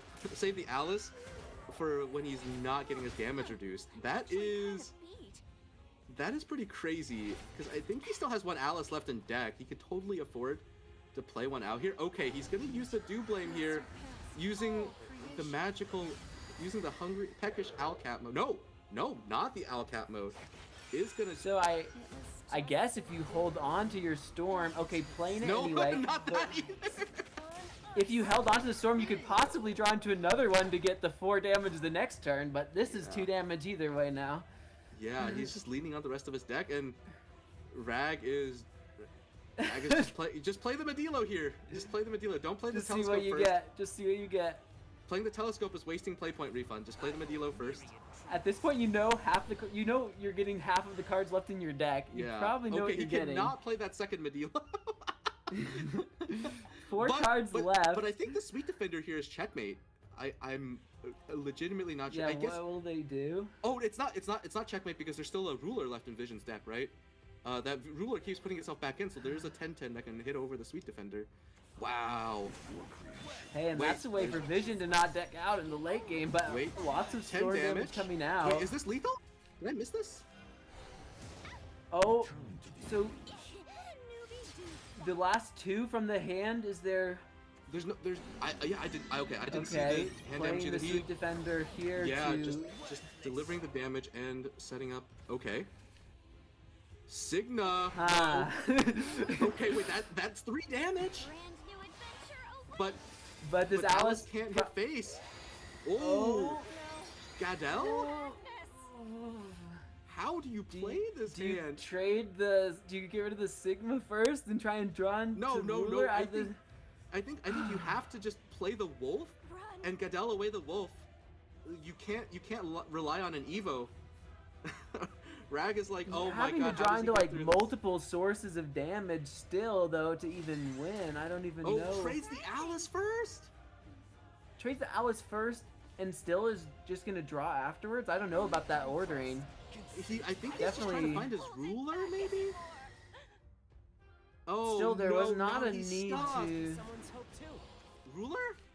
Oh, that's not enough. Vision not able to pull things together. drawing the game down. 3 cards in deck for either player. At 10 play points for both players. I don't even know what this turn is. Are we on 10 or is this like 14? It's been a long game, but it's not enough. Rag gonna take it. His whole board surviving. Plenty of damage going face.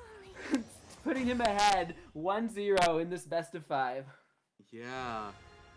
You can see a little bit of the late game anxiety there. Rag really wanted to set up a really big board with Modelo, but he forgot that he already used his refund on the Pascal first, so lost a turn to play the Modelo there. Did draw into the Astrological Sorcerer to save him, though.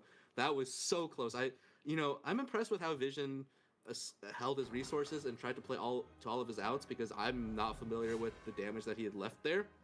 But I think it just shows the power level of the deck. Once you get that late, it's just it's not cheating enough. It's too honest. Can't be honest in this economy. And now having Howling Scream, a good early self-ping, but ooh, got the Magiclora Rider for Rag, so that's good as well. Oh, drawing into another ping card. Vision going first as well. Gonna hopefully be able to get his game plan online. Oh, that's a that great back. draw too, as a one of. Ooh, you hate to see that from Rag, and I was gonna highlight that with his mulligan, is that Rag kept a Mega Lorca Rider going second, which I was actually talking to some other competitive players about that, and we don't like that because you really need to hit a 1-drop with buff. Yeah, and not having a 1-drop is a problem that can cascade into a lot of your later turns, and I think we might be seeing that because now the Dion here isn't buffed. The Rag can get a Gunbane plus Mega Lorca this next turn, which is 2 buffs. I almost wonder if he should have just waited for that, because now he drew another card from his deck that's not been buffed. The 1/3 body on the board is maybe alright, but... Yeah, he would have had to just play the Gunbane, which is also kind of awkward, because this is like the early game. You don't really want to waste Gunbanes. I think it was okay to play the Mega Lorca Rider there, because there's also a chance you hit Joe, which solves like all of your problems. So you kind of have to play for optimistically. This is the word I was looking for.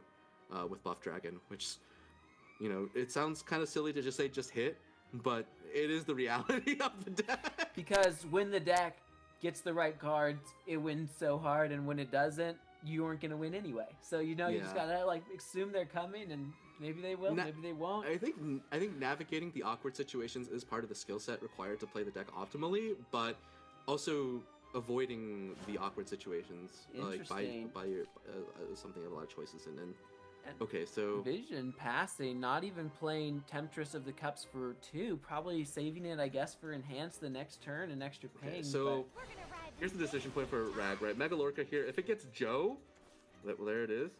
I don't want to play this Joe right now, actually.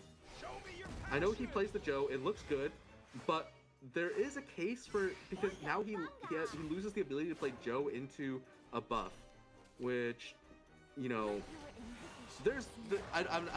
don't want to caster curse Rag here, but if he draws that same Grand Slam Tamer, it's gonna be so awkward. But he's buffed enough cards in this deck that it's fine. I think it'll be okay. The odds of seeing that Grand Slam Tamer are very low. Well, is that the same one? It is. Yeah, it's the only card. Oh my goodness! Yeah, the one card. Wow. Yeah. That is the unfortunate scenario. Very unlikely, but definitely possible. And Rag just not having any luck with these redraws, getting the worst possible targets. It's still probably going to be okay for him, though. He gets to play I think he has a decision point between the Dancer, and I might have actually played the Dion there because I believe that's the 4th buff. No. That is false. He played the 4th buff with the Gunbane, so his deck is 4 buff now, right? He played 2 Mega Lorcas, played the Joe, and played the Gunbane this turn. So his deck is 4 buff now. It is almost all reasonably good followers, and he can just kind of cycle through. Yeah, and unfortunately, getting the Tamer there was one of the worst possible draws. The good news for Rag is that his hand is like all the neutral cards, which is how you make sure you don't run out of gas. And so Rag is pretty much going to be able to just keep playing the game, and Vision did pass a few turns because of the Evo package, so that is possibly going to give Rag enough time to just set up and be very hard to defeat. And this is an interesting spot for Vision because his hand's so full. Not optimal to play Goodell and overdraw significantly. So I guess you could play the Demonic Drummer again just to accelerate your pings, but at that point, I mean, you probably have to trade into the Dancer just in case so that you don't leave up 4 damage and just lose your own. But yeah, this is tough. Definitely would like to play Goodell here, and maybe it's like, maybe you play 1 snipe here or something, which is also awkward. This is looking like a 1 snipe line. Getting close to having enough pings though for the snipes to get full value, I think. Yeah, like 6, so. Yeah, definitely wants to get the damage out of the snipes. Okay, there's a 4 buff Joe, so that is a Joe that can evolve for the 7 face damage as well. That's what you like to see, and with an opponent at 12 health, you're almost there. Yeah. Kyrie gonna draw a Coral Spirit. And what's the follow-up here from Rag? Oh, the Dragonborn Striker. Nice.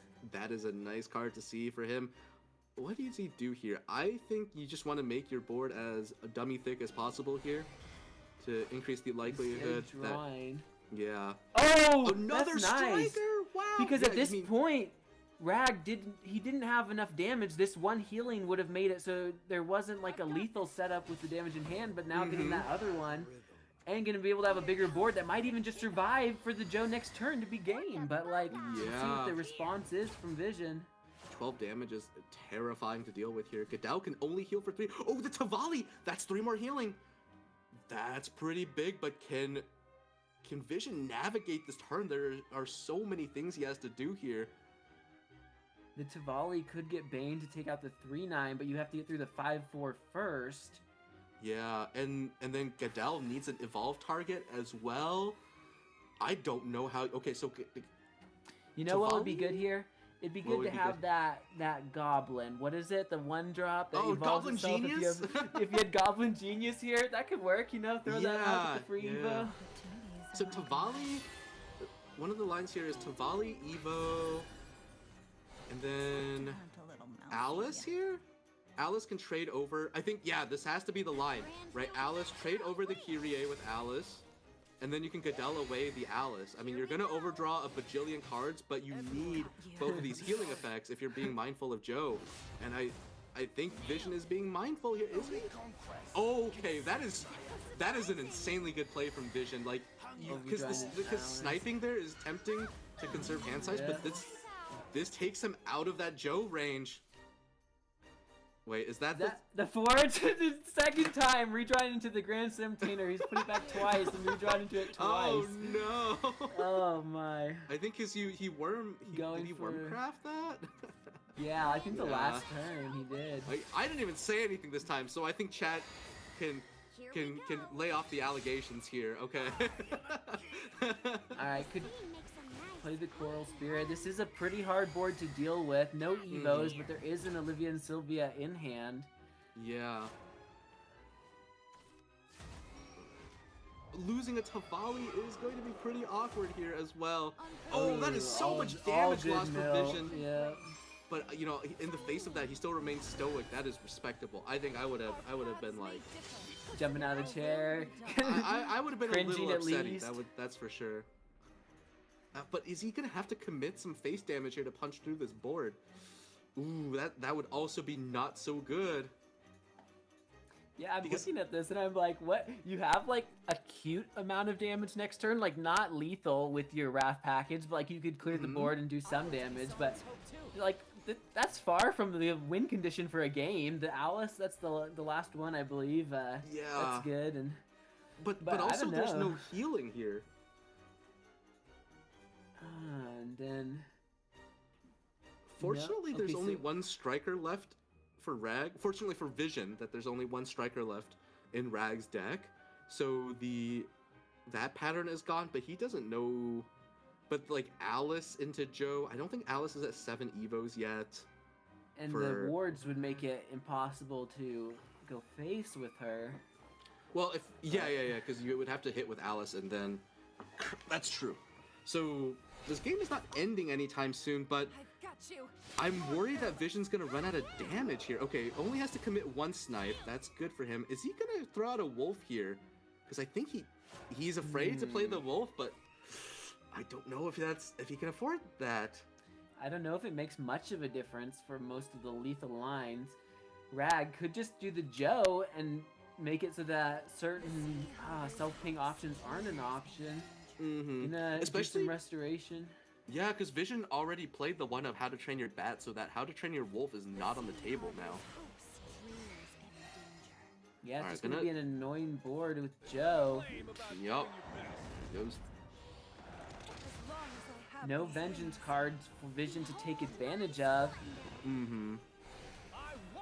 But I think he's already at 7 pings, so I mean he only needs 1 to be able to Evo clear this. That's a good way to heal too. Yeah. Wow. So he can use the Hedone here to punch through the board, but that means he takes more damage. It's so terrifying because you haven't seen any tamers come out. Is Vision at 7 evolves already, or is it like? Is he at 7 evolves? Because it's like 17 damage if he is. I He's think literally so close to lethal if he, based on does have all the evolves, based on the sequencing, I think he's at 6 evolves right now. Yep. Yeah. Okay, and then but getting the storm here. The ruler. So that's gonna be some extra healing. It's not just barely away from lethal, but yeah. 8 health. Ruler That's into all right, but there's Tamale double Gate. Alice in hand. Yeah, there's double Alice in hand, and Rag does not have an Evo point for Joe anymore. Oh my good. Wait a minute though.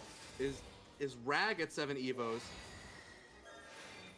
He is! That's gonna be lethal! No Wars for Vision! This board cannot protect him! Storm damage from the Alices with 4 play points left at the end to top it off. Rag going up 2-0 now against Vision. Wow. Yeah, I mean, this is Alice is such a playmaker in that matchup, and Rag's hand, at the start of the game looked pretty awkward. It was really high on these neutral cards, but he just kept drawing the cards that let him keep playing, even though, that same Grand Slam kept coming back in his hand, not buffed enough, but the 2 Alices that he had from the start, right, it worked out at the end, so you gotta like to see that. And Vision's like, alright, I gotta get my other decks through at some point. I think he's, yeah. Not a bad starting hand, though, with the Golem Lord and Familiar's Pact. Yeah. Unfortunately, he drew the worst card in this matchup, which is the Go Second card. And so, I don't know, because this hand would be great going first, but it's missing Celestial, Command, and that card is so important in this matchup. Oh yeah, Secret of Love on 1, you love to see that if you're a fan of Rag, because, jeez. And one thing, and right, Vision's version of Earthright, Vision's version, geez, try saying that 3 times fast, is lacking the Modelo plays, so he is playing a purely grindy matchup, and so he's really gonna have to rely on that Celestial Command to put in work here. I feel like we do see his grindy playstyle and preference for control decks in that blood deck. It really was drawing those games out. Normally I'm used to people playing Wrath with Vengeance where you just go all in and go quick, but his version with the Evos, it actually does sustain for a long time, and I think the real downside was it didn't have a good win condition. It had a lot of healing installed, but it only ever had 15 damage in a turn, or it was just never able to set up a threat and deal with the board, but it did draw the game out. Yeah, for what it's worth though, I think as long as the Dragon deck doesn't trip over itself, that matchup is always going to be hard for any blood variant, even the Vengeance ones. As long as the Dragon player draws reasonably well and never hits the blood player's face against the aggro version, Dragon's probably going to come out ahead. So, okay, gonna see the Penguin Punisher here for Rag. So Rag is really underway with his game plan. And Mind Control Mage here for Vision, not ideal. Vision really needs to find a Celestial Command at some point. And so, I think there was an argument for maybe trying to look for a Celestial Command, but the rest of the cards in his hand, you really can't mulligan away either. Because Golem Lord, Astrological Sorcerer, and Familiar's Pact, all great cards in general. Just Vision has to find a way to get to that Celestial Command, because generally speaking, when you go second, you're not going to be in a position to try to win the game off a Golem Lord. And what you do need to do is, okay, so this is a nice sequence of plays. I don't want to cash in on the Golem Lord here. I want to make the Ultramarine Witch. I know Vision's probably trying to play for some tempo and maybe get some damage out of the Golem Lord, but it is vitally important to find that Celestial Command as fast as possible. Yeah, a lot of our players missing out on it today and really being in a bad position from it. We have seen others, though, that got to take advantage of it in this matchup, specifically in the 6-cost form. But here we see Rag playing more loots, getting some draws. One of them's the Gunner, so now having Gunner, Barb, and the Rogers. So, yeah, most of the pieces there. Even sending the troops now to get some more potential. Wait, but what is he going to send? These are all amazing cards. Yeah, at this point, I'm almost like, maybe even, would you just play a Deep Sea Scout to get 2 more right, draws right. or something? Like, exactly. I think there's a great case here for just playing the second Scout, and honestly, a little bit of like results-oriented thinking is like, maybe we should have just played both Scouts. But I mean, he was going to try. He wanted to try to draw like a Rogers. Wow. wow. Does get the second Rogers, which is what he was aiming for, but losing a Title Gunner for that is such a hefty price. I respect having the guts to make that decision. I think it really puts him in a good spot on the board here, but geez, losing a Title Gunner is so rough. We've seen these sword players be so like afraid today that they're like playing their Title Gunners or pitching their Title Gunners nonstop left and right just to stay in the game. They must know that the normal way, if you just play for your win condition, you get there second, and so they're doing everything they can to just try and keep ahead on the board and protect from like the smallest amounts of damage. It's because the Celestial Command interaction with Title Gunner is really, it kind of invalidates that win condition for a turn, which is enough for the sword player to lose the game. But the flip side of that is that Title Gunner both gives you a Goblet, which is really important to survive out of the double Levi, or like Levi plus, Verdict Ritual, that kind of burst range. So that's kind of why Title Gunner is valuable. Also, in the early game, Title Gunner is such difficult to answer tempo. But Rag, I believe in this game, didn't see the Title Gunner until that turn, or the turn before, so he didn't really have a chance to take advantage of that. So I'm not gonna, call that out against him. But there are a lot of unorthodox lines that the sword player kind of has to be able to see to play this matchup effectively. So okay, the Celestial Command there for Vision, that's huge. I'm not sure about playing the augmentation there. Oh wait. Overdrawing though. Possibly could have double fused. Is there anything that would have been worth getting rid of? Likely one of the. I mean, well, he drew the Golem Lord. Probably the second to last Golem Lord in hand that he didn't just draw, because he's not in a position to play 2 Golem Lords. And like let's say it's gonna be really awkward if he overdraws a Pascal or an Undying Witch here. Oh, sorry. Yeah, just seeing that there was also 2 Neophyte maybe in hand as well, so maybe not needing both of them.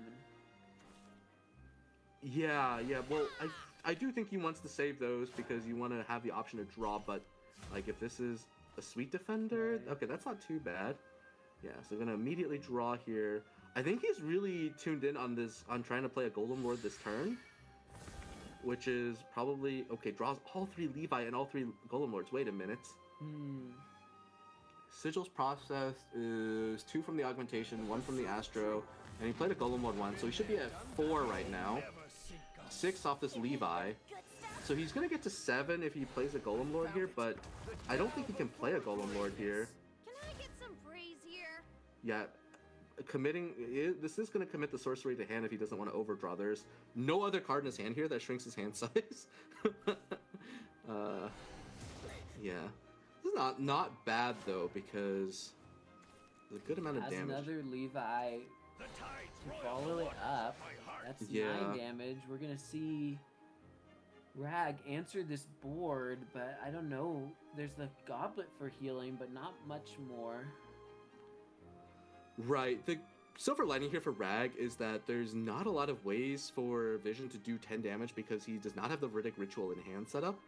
And 6 play points would not be enough to play the Ritual. So Vision doesn't really have ways to close out the game, even if Rag stays at 10 here. But And I think I mentioned this a bit earlier today. This Tears of Tribulation with First Mate combo is a lot of healing. Especially with the Rogers I didn't notice the effect. tears in hand initially, but it's really going to make a huge difference here. An incredible amount of health regained for Rag.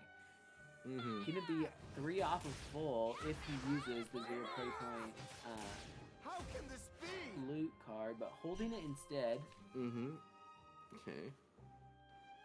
Yeah, and 15 here for Vision. If he Golem Lords, is he out of the game? Let's see, that's 2 wards. There's no Title Gunner here for Rag, but there is a Duelist. And he should be at 10 rally, so the Michael comes into play. Michael plus buff plus loot. I believe that is 8, 11 plus 2. And then if he can, does he have anything else he can evolve there? So, wait. So 8 damage plus the 3 plus the Rogers damage. Yeah, it seems like it would probably be enough if the flags are already online. The flags are definitely online, but I think it's only 13 damage if I'm doing the math correctly. I am, unless there's a Seeker. Are you saying Barbaros for enhanced 7, right? And then yeah, Barbaros. Oh wait, there's a Deep Sea Scout in hand. I just saw that. So yeah, that is a lethal setup from Rag. So this is absolutely required from Vision. But the downside here is that Vision now has no sigils and does not have a setup for sigils. Right? There's the Michael. So yeah, that would have been lethal against the Golem Lord for sure. This is good temporarily, as you're saying, for Vision, but what's next? Looking at Rag, he has to find a way to deal with this and set up another lethal for the next turn. But no leader effect for the Dirt Room player yet, and so that means that some of the strongest plays are not online, and Vision doesn't even run Modelo, so that's not something that could happen either. Yeah, one of the play patterns here with Dirt is that your neophytes will have a tendency to get stuck in your hand if you don't play them the turn before. And so Vision, I know he pushed for damage and was trying to close out the game, but these neophytes are going to be stuck in hand, and he cannot convert the sigils out of them. And so like I'm kind of de-emphasizing this part because this is a pretty simple clear for Rag. He even gets the second Barbaros, so that's just a guaranteed clear without relying on effect damage. It doesn't even have to go for a maneuver or anything. Maneuver would have also been a clear, just because the 5 AoE gets reduced to 3, but Rag just gets the play for more value here, and seeing one command here is especially without sigils in play for Vision. Vision kind of locked himself out of a second command, just because you have to have Earthright 2 for the damage shield effect. Well, that is 2 stacks, but sigils. Yeah, so what does Vision need here? Damage in Rag's hand is insane right now with Barb and 3 flags already, so... Yeah. Ooh, and he still has the free necklace, by the way. Yeah. Yeah, that's like, what, 19 damage or something like that? 8 plus 11, yeah, that is 19. So... And so... That's just... I don't think Vision can block this out. Yeah, the Sweet Defender can do like a little bit of healing, but it's not enough. Yeah. Finally finds the Undying Witch, but it's so late.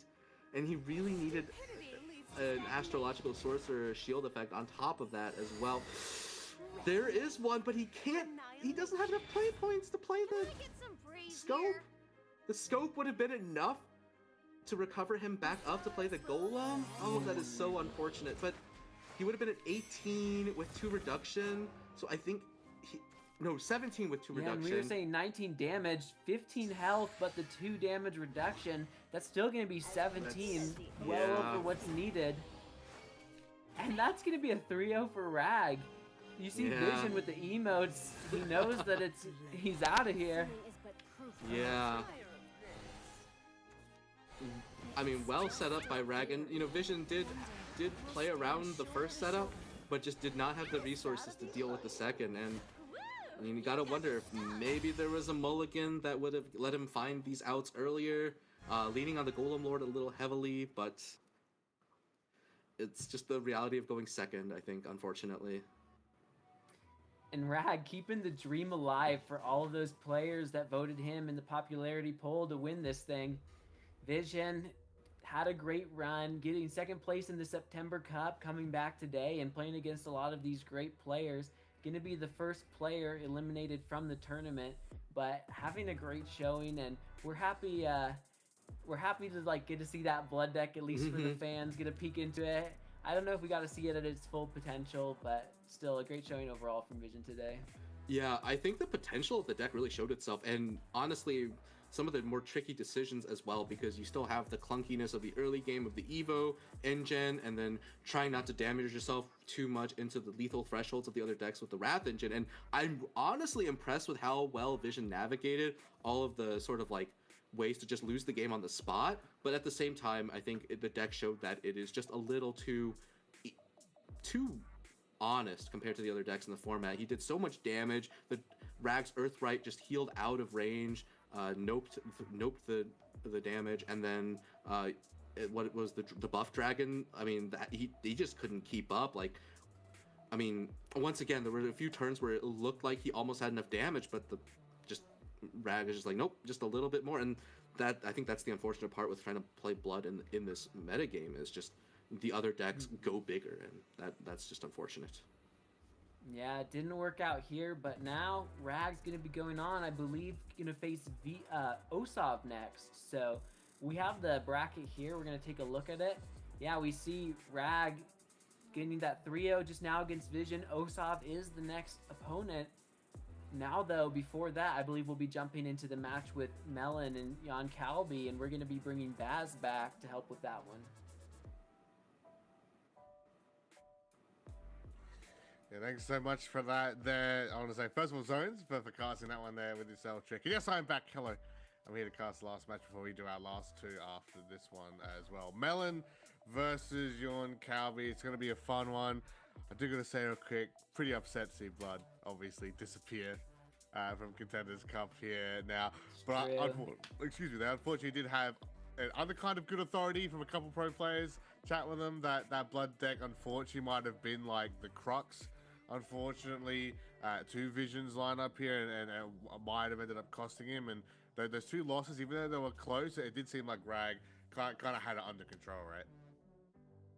Yeah, absolutely. It's fun to experiment and bring your own deck. Sometimes people aren't ready for it, but especially here where the players knew the decks the day before and could like practice with their teammates and things, there's not really going to be a lot of surprises for Vision, and so there's not really a big edge there. But there is all of the downsides of playing a deck that's proven itself to be less consistent in the format. But big congrats to Vision though, right? Because again, getting here in the first place, first season ever getting the Contenders Cup is a big deal. So hopefully we'll see him in the 2024 season. But yeah, Trick, let's get ready right for our last of, I'll say, the eliminations before the break here now with Melon and Calby, both players, right? Calby we saw win, of course, the September Cup just recently. Melon, while he didn't win a cup, one of the most consistent players of the season, time and time again, showing up the finals, showing up the top eights, and really pushing a lot of players. Even here in round one, he took Osof to the final game 3-2 to even like get to here in the first place. Now we know Osof as well is also on the loser's side. So this one is going to be very, very interesting between both players. And then you know as well that Calby is bringing some, don't want to say spice. I mean, I know that everyone knows about the chess rune, right? We already talked about it before, but that one is going to be interesting there. But I think we're going to have the interviews coming up here as well, Trick, before we do jump into this next one here with Melon and Calby. The final interviews we'll have here, they're going to see the insights of both these players. A reminder, whoever loses this is going to be eliminated. So a lot on the line for both players. In third place on the West leaderboard with 44 league points and the winner of the most recent September Cup, it's Jan Calby from Canada. So Calby, how long have you been playing Shadowverse? I've been playing Shadowverse since around Tempest of the Gods, so anywhere from like 6 to 7 years, I think. How did you get introduced to Shadowverse? I got introduced to Shadowverse from my brother, actually. He started playing it before I did. Then he introduced me to the game. And then I ended up playing it more than he played it, so he doesn't play it anymore, but I'm still obviously playing Shadowverse. Does your brother have any hard feelings that you kind of surpassed him in the game he introduced you to? Well, he doesn't really play it anymore, so not that much. But he is getting back into Shadowverse through Shadowverse Evolve, so that's pretty neat too. What are your favorite classes to play? My favorite classes to play are mostly Shadow and Portal, but I've also been playing Rune a lot more recently, specifically because of Chess Rune. Is Chess Rune really, though, like a traditional Rune deck? What are your thoughts on that? No, I think Chess Rune is pretty much its own class, because it plays pretty detached from the rest of Rune, other than sometimes splashing in some spell boost cards. If you were to describe your playstyle with just 3 words, what would they be? If I were to describe my playstyle in 3 words, I'd probably go with quick, clean, and methodical. Mostly because I really like to plan my future turns and then play out my plans really fast. How do you approach figuring out a meta? I tend to look at tournament results usually to see what decks are trending toward, and then I try to find some more obscure deck that might have a good matchup into the current meta. So for example, the current meta is mostly Loot Sword and Crystallize Haven, so I decided to bring Artifact because it has a good matchup into both. That makes a lot of sense. I think it really worked out for you too in the September Cup. Do you feel that not being on a team puts you at a disadvantage in SVO? Not being on a team puts me at a little bit of a disadvantage, I'd say. Mostly because I don't have people to like play practice matches with or talk about the meta to, but even then I think just playing on ladder and doing my own research helps me out a lot. Have there been any SVO matches that have changed the way you approach the game? There was one match in particular that did change the way that I'm approaching the game now, and that's actually the finals match of the September Cup, where in both of the Crystallize Haven games, I didn't actually play very well. In fact, I even missed lethal during game 3. Turn 7, it was the Jean combo turn. I could have evoed Sapphire Priestess, traded first, and that was exactly 16. 16-14. So going back now, I want to make sure that I'm really comfortable in all 3 of the decks that I'm bringing. What was your best play this year in SVO? I would be a little selfish and say my favorite moment is probably when I drew the 3rd Magical Knight to win the game. In hell from this ward, the Knight is only 5 damage with Evo, 1 more from the pawn. Gets another one though. So if he just trades in this pawn, he can play both. Well, there you go. What do you know, Calby? Just draw another Knight. I mean, there's Blitz would have done it too, maybe, or something. I don't know. Like, no, it was just a Knight. He needed to storm. I don't know. Wow. All right, there you go. Draw 3 Knights. There's a reason chess is limited to 2. You're only supposed to get 2 of those. What was your strategy in qualifying for the Contenders Cup? So my strategy for qualifying for Contenders was, well, at least my initial plan was to just kind of sneak in through league points. Because throughout the year, I hadn't actually topped that much, but I did really well in Swiss a lot. So my league points were really high, despite not topping that much. But then I also ended up winning September Cup, so I qualified for Contenders anyway. Are there any opponents that you want to play against the most? I don't think there's any opponents I'm particularly worried playing against, or that I particularly want to play against. But I think it would be kind of funny to go against Vision again. Do you have a favorite win condition? My favorite win condition is usually some kind of combo OTK. So some decks in the past that have been like that are stuff like Arcus OTK, or currently stuff like Mystic King combos. Do you have a favorite card in Shadowverse? My favorite card of all time is probably Myth of the Underworld, though it's followed very closely by Mystic King now. So she gives you 20 shadows, and then every time you use a necromancy effect, she refunds the shadow cost. So you could do some really funny combos with this. Like back in the day, you would play Skeleton Ogre on 2, Goblin Zombie on 3, and then Myth of the Underworld on 4. Is there a particular meta or rotation set that you would like to go back to? I would like to go back to probably around like the beginning of Tempest of the Gods, but thinking more recently, I think around the middle of Asphalt was one of the best metas we've had in a while. What decks were popular during the Asphalt meta? The top 3 decks in the Asphalt meta were Sephi Rune, I believe Loot Sword, and Last Words Shadow. And the reason I like this meta so much is Chess Rune has a really good matchup into most of those. Playing in a tournament can be mentally demanding. How do you handle the pressure and maintain your focus so you don't misplay? I maintain my focus by actually talking a lot through my turns. So I think especially if you look back at any games where I've played with my webcam on, you can see me talking a lot. And what I'm talking about during my turns is usually what cards I want to play on my next turn, and then what cards I want to play around on my opponent's turn. Would you like to give any shout-outs? I'd like to thank my friends for their continued support over the SVO season. Even my friends that don't actually play Shadowverse have tuned into the streams to just to support me, so I'm pretty thankful for that. I think other players should be afraid of me because I'm the best chess player around, and you can't ban it anymore. In 7th place on the West leaderboard with 40 league points, coming from the USA is Melon. All right, how long have you been playing Shadowverse?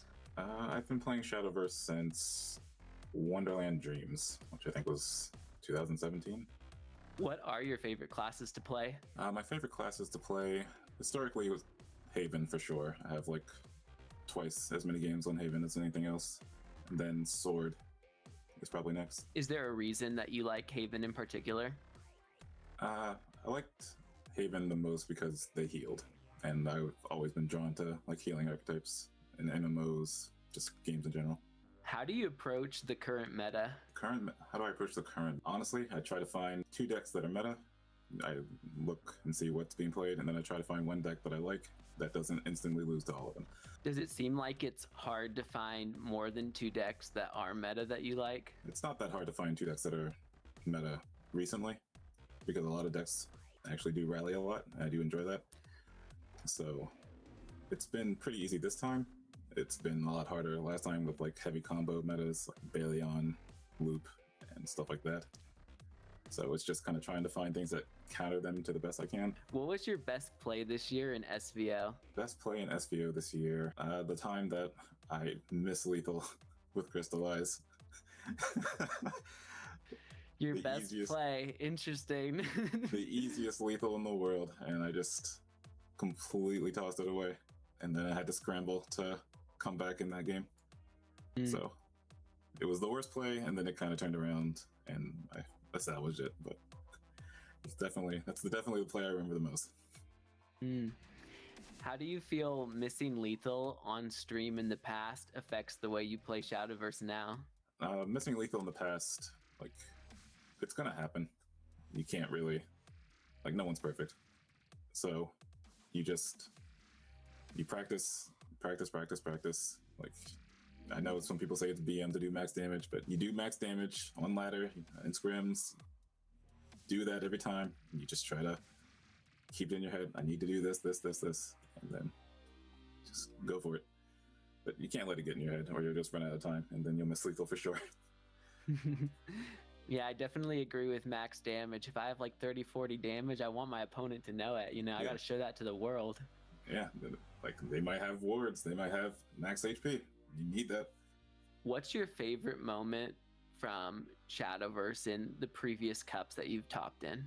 Honestly, it'd probably be the first cup that I topped in when I brought Eris Haven. Just bringing a deck that I made myself. I was able to actually make it the top 8, top 4. Really kind of gave me the motivation to keep going. Just any game that I played with that deck was pretty special. Hearing that you sometimes make your own decks, do you feel comfortable deck building, and are you trying to create any of like your own creations possibly for Contenders Cup? I feel pretty comfortable deck building. I make most of my decks. Recently, I've started to look into just like tournament things, like, oh, why are they playing this? Do I like that? Is it better than what I'm doing? And I'll try to weigh the pros and cons. But I think there's something special about making your own deck, even if you do change it, that helps you see what it actually does better and makes you more aware of like the lines that you can do. So I think there's always a benefit to, even if you don't use that deck the whole way, just making it yourself first. It sounds like you've made some mistakes during the season, but you're able to recover from that, and it's evident by you doing so well and being able to make it to the Contenders Cup. What advice would you give to newer players on how they can learn from and get better when they make mistakes? What advice would I give to newer players to learn from mistakes? Play a lot. when you lose a game, think about why you lost. Very rarely do you lose because like you just couldn't do anything. Like sometimes just go into a replay. Like look at your hand. Could you have done anything with it? Could you have done anything with it a turn earlier? Did you play a card too early? And it's just like, oh, if I had this turn, I could have done this. Just think about those things, then apply it in the next game. See what happens. Just keep doing that. Don't let one loss bring you down, though. If you miss lethal, you miss lethal. You learn, and don't do it again. That's how you have to do it. I could use that advice in the Tactician's Cup. I'm always blaming everything left and right for my losses and that. To be fair, there are some pretty cursed drafts you can get in Tactician's Cup where it's like, actually, no, I can't win this one. This is unplayable. Would you like to give any shout-outs? Shout-outs? Not really, no. Can't really think of any. But shout out, I guess, my chat for hanging out with me. All right, that's pretty much all I have. Good talking with you. Thanks. Thank you. Nobody beats me 3 times in a row in the finals.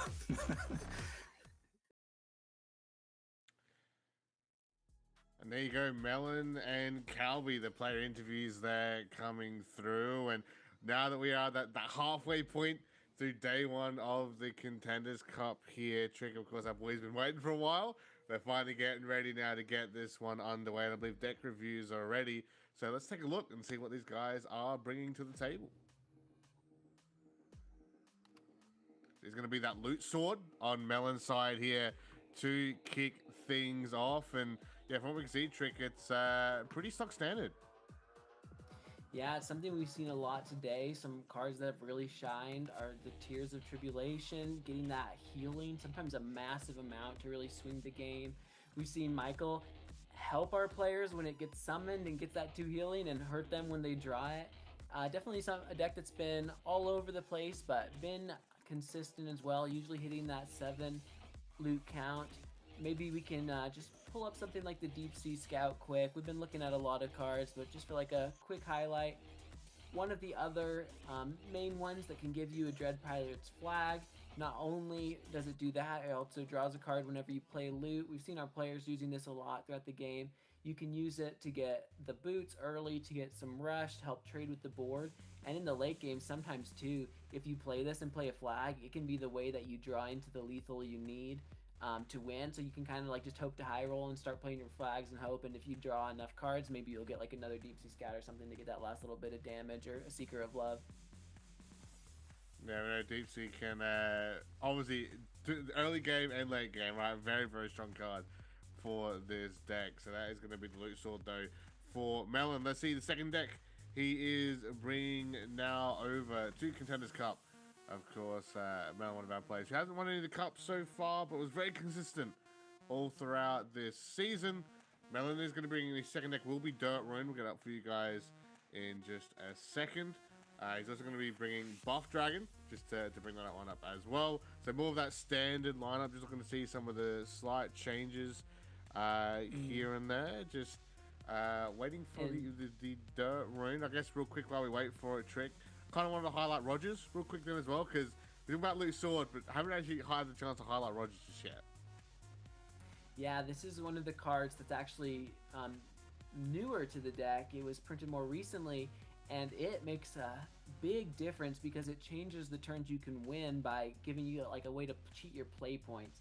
So initially, Fanfare, you're going to put a Gilded Goblet into your hand. That's great to keep yourself at a good health total. You also recover 2 play points. Then Huge, when you evolve it, you give a leader effect that the first time you play a loot, you get to recover a play point, and then the second time, you deal 2 damage to the enemy leader.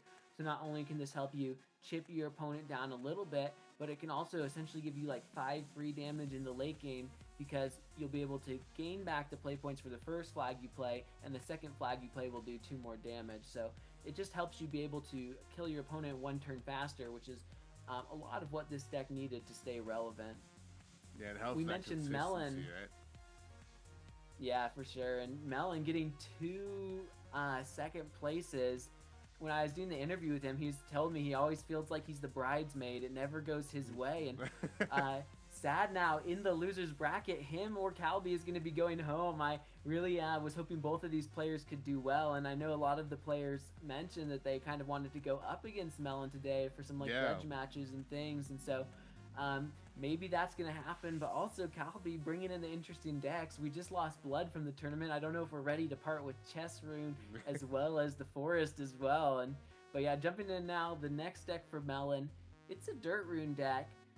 There's kind of some ratios we've been seeing going around. Modelo's at 1, so that's definitely like still an option. Could also maybe help with your hand control. 2 Colossal Summoning, so kind of in the middle on that. We've seen a lot of these cards though already throughout the day. Maybe we can, is there a card, Baz, that you'd like to pull up though, just for like a refresher? Sweet Defender Golem. Okay. I actually haven't had a chance to look at this yet. Golem. Yes, this card, it's got a couple different uses in the deck. First, Crystallize 2 for Earth Sigil. So we've seen there's like only a couple ways to get Crystallize 2 from one card. Then stack 3. Sorry, excuse me. But so the thing is though, you can get healing off of it even in the form where it's the sigil. So at the end of your turn, if the total ally stack count in play is at least 2, restore 2 defense to your leader and perform Earthright, which is gonna happen because it's just stack 3 on its own. And then we've seen players though play this a lot for the 7 cost version 2, where you can have it just be a big ward. It's hard to deal with, and it boosts up that stack count. Sometimes it gets awkward where you have no stacks in the late game, or you only have like 1, and so this can be the way to get that stack count up while also just keeping yourself in the game with big healing, getting 7 damage to all enemy followers and 7 defense to your leader. Especially potent when you can rip this off of something like Modelo, get all of that, those effects, as well as just having it be a part of a huge board, maybe even with like a Pascal to double its attack and defense. I was about to bring up, so right, it's normally like, we don't normally see it playing as 7, it's normally coming out with the Modelo combo, right? It's very rare to see it just outright at that 7, but when of course you have 0 cost and a whole bunch of them, yeah, things get pretty scary. You get a lot of health back, so not surprised obviously how great of a combo that is. But Melon's final deck he's bringing now, as he mentioned, will be that buff dragon that we just mentioned before. And looking here as well, looking pretty stock standard, of course. Melon this time around though is bringing in the Drazel, as well as only a couple players who bring in that. We brought it up before. Of course, that one's kind of a mixture here and there of if you bring it now, if you don't bring it, etc. And of course, the Olivia Sylvia was another neutral one that we brought up before as well, where obviously such an important card, not only one of, but having an extra Evo is right. It's great to have in the back pocket, especially for obviously the Joe play. Yeah, and Giselle might be able to shine here against Melon with his Forest deck that can sometimes only have just enough damage to win. Other times it'll have like 30 damage, but in the right hand it can be a way to stall out your opponent. And good in the mirror too, where sometimes you can't clear all their followers, but most of them only have 5 attack to begin with, so even if you leave them around after Jazeel, they're just going to be a bunch of 0 attack weenies. So yeah, good tech for the mirror. And Grand Slam Tamer coming up here. We saw recently one of our players desperately trying to get this thing buffed up, putting it back into the deck and redrawing it with only 4 defense each time over and over. But when it works out right, if you have 5 defense, you're going to be able to summon a Flame Dragon. And if it has 7, this follower can get a free evolve, which works really well with cards like Alice and other things in the deck. And it also gives Storm now to that Hellflame Dragon. So this works super great with Coach Joe. If you have this in Joe on turn 8, you're always going to be having that 20 defense for your Joe. And also, when you play it, it does give +0, +1 to all the followers in your deck, the Dragoncraft followers. So just kind of fitting into that theme and helping you get your followers buffed up while maintaining tempo. So really great if you can get this on turn 3, if you can rip it from your deck. That's going to be Melon's deck lineup, but now Calby's, who's definitely bringing the most amount of mixture here to Contenders Cup, and you're going to see it straight away here with that Castell Forest. I'm just going to say it outright here, Trick. I have not come across this deck at all. I've not seen it in ladder. I've not seen it in competition. I know obviously we might have seen it in bits and pieces, maybe internationally. Of course, looking more towards JCGs and such like that. But at least in the English-speaking side, it's not a deck we've actually seen come up in competition as so much. I know there's a lot of pro players been watching and played it in scrims, though, probably yelling at me right now, like, oh, you know, we know it was coming. But for the people like me, and then maybe the other new people at home who aren't too aware of Castel Forest, what is this deck here? Why did Calby bring such an interesting deck here to the Contenders Cup? Yeah, let's talk about the overall like goals of the deck, and then maybe we can jump into a couple of like the interesting tech cards. Mainly, you're trying to get 20 Forest Craft followers to leave play. We can click on Castel. That's really like the big payoff for the deck. Seeing it here, Fanfare, deal 2 damage to an enemy follower. That can be kind of cute in the early game to help deal with the board, and then you bounce this back to your hand. But if at least 10 Alloyed Forest Craft followers have left play this match, you put a Verdant Prayer into your hand, and when 20 have left play, that Verdant Prayer is going to be buffing up the attack of all of your 1-cost followers, and the deck plays a lot of them. And so you can use it to basically get infinite storm damage in the late game. Around turn 7 or 8, you try and get this online, where you'll just bounce Castel with 10 followers played a couple times, get multiple copies of her Verdant Prayer into your hand, and then play followers like the Gerbera Bear and other things that already have Storm, or get your Storm for your fairies with the help of Plumeria's effect, the leader effect, so that you can have a lot of those Storm followers go face to finish off your opponent, or just have a big board full of wards to make it hard for them to deal with you. In the early game, things like the Salvia Panther and the Windflower Tiger are great ways to bounce the 1-drop that you play, but still keeping a lot of followers on the board. So you can really churn out a lot of followers quickly.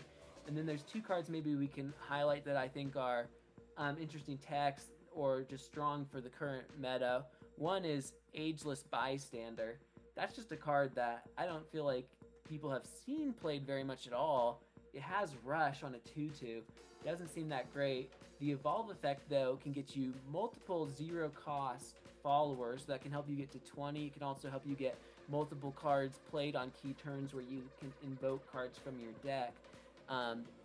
Let's click also highlight Lily. That's a card that is kind of like Forest Craft's best impression of Astrological Sorcerer. We've seen Astrological Sorcerer be really important in some of these matchups, like against like Burn Rune. It can help a little bit for some of their Storm, but especially Sword, you know, you can make it so that their Seeker of Love doesn't do any damage, decrease the Barbaros damage. And so I think this card is a way that Forest can just barely survive to be able to kill you on a lot of key turns. Usually you want to win on 7, but if you have this card, you can restore defense to your leader and get that -2 attack for Storm followers, and also transform an enemy follower into a snowman. So this can be both a good way to stall to a lethal, and also like a good way to deal with huge wards against Dragon and still be able to OTK through them, because she can like clear 1 or 2 of those herself. So yeah, an interesting deck. Hard to pilot. I think that's another reason we don't see it as often, but Calby said he's practiced it a lot leading up to this, so he's feeling up to the test. And a quick tidbit as well, there's no followers over 2 play points. Yeah, real quick. So that's actually really cool. Definitely the Forest thing, right? So that is cool to see. But we're going to move on to the next deck now, which again, going to be a big mix-up that Calby is bringing, but one that is definitely expected that he'd be bringing now. It will be the Chess Rune, and similar to Nautilus with the Haven, it's Calby here with the Rune, with the Chess Rune lined up. Now this one is obviously one we've seen a fair bit, but obviously, especially here in the West region, has been such a menacing deck, really all season long just about. And Trick, just real quick though, Chess Rune, what are we about? Yeah, so this deck wants to summon and have 8 pawns leave play. And so to get that accomplished, most of your cards summon a pawn, Blitz summons a pawn, Check summons a pawn, Magical Strategy summons a pawn. Basically everything in here, the Rook, the Knight, the Queen, they're all summoning these pawns. And when 8 of them have left play, whether that's by just dying in combat or even being banished, you get this huge payoff with Mystic King, a 13-cost card. It gets reduced by 8. So then it'll be a 5-cost card, and then after the next turn, if you still don't play it, it'll go to 0. And going to 0 actually is very significant. A lot of times if you have 2 though, you can like jam this back to back on like turn 6 and 7. But when it's at 0, you can do some really gross combinations with things like Odin. That's another huge card. It started out as like a 1-of in chess, moved to a 2-of, now it's a 3-of. But yeah, Odin's something that works in really well with this because you can banish all of the Mystical King cards and then play more Storm Followers from your hand afterwards for OKKs. So this is definitely a strong card, and even if it wasn't enough, you know, Mystical King can't be targeted by effects. One of the new cards in here, since Calby was here in September, is Provisions of Plenty. That's about the only real change, but it's just another consistency card. You would never play any of these if there were more chess cards, but because there's only so many chess cards, you play things like this to just draw 2 cards, you play Insight to draw a card, and they have like some small spell boost synergies with your deck, but honestly, most of the time, these are just here to dig for the cards that you actually want to have in your hand because those are so powerful. So we'll see today, is Calby going to get all of like the insights and the draw and the Mystic King, or is he going to get all of the chess pieces? And something though too to note, his opponent Melon actually brought chess to the Open twice. So no stranger to chess. That might kind of take away Calby's edge because both of these players have been playing this deck successfully to get to this point. So gonna know the ins and outs of each other's decks. Yeah, it's gonna be interesting, and we know, of course, both had already lost, right, and Calby already losing. Might feel a bit iffy at the moment, right, with how he might go with this, but might be refreshed as well. We'll have to wait and see, because of course his final deck that he's bringing now as well, has brought here to the Contenders Cup, will also be the Buff Dragon, which definitely expected to see here. And looking over it, basically the same as most of the other Buff Dragons we've seen here today so far. Again, also bringing the Drazel. One of the players deciding to bring that one here today. But besides that, pretty stock standard, right, Trick? Yeah, the only like small difference is going to be no Sandstorm. A lot of our other players bringing 1 or 2 of that. So not like a huge difference, but that will change the early game a little bit. Gonna maybe hope to have like a Gunbane or something to kind of make up for the difference there. And also, yeah, both of these players having the Drazel is gonna maybe kind of make it not really so that either of them has an advantage or disadvantage in the mirror. So yeah, we're definitely excited to see how these play out. That's going to be it, guys. The deck breakdowns there for Yorn Calby against Melon here at the moment. A reminder, whoever loses this will also be eliminated from the West 2023 Contenders Cup. The player who wins will be going on to take on Meme Legends, of course, the top seed currently here in the West region. Also most recently, of course, in the semifinals against V2 at the beginning of the day. But again, if you are just joining us, best of 5, 3-deck, no ban. All decks that you saw then will be being played, and it's definitely an endurance match for a lot of our players here today. Again, not too sure who to pin my chips on here, Trick, because again, both players super consistent at the moment. We do know, of course, that Calby has won a September Cup, where Melon wasn't able to, but I'd say Melon, maybe over the course of the season, has definitely had a lot more top showings than Calby. Yeah, it is interesting. Calby, he even dropped early from several tournaments when he was X2, so not even playing out all of the tournaments, but having so many league points from the times he did do well to have the 3rd place spot.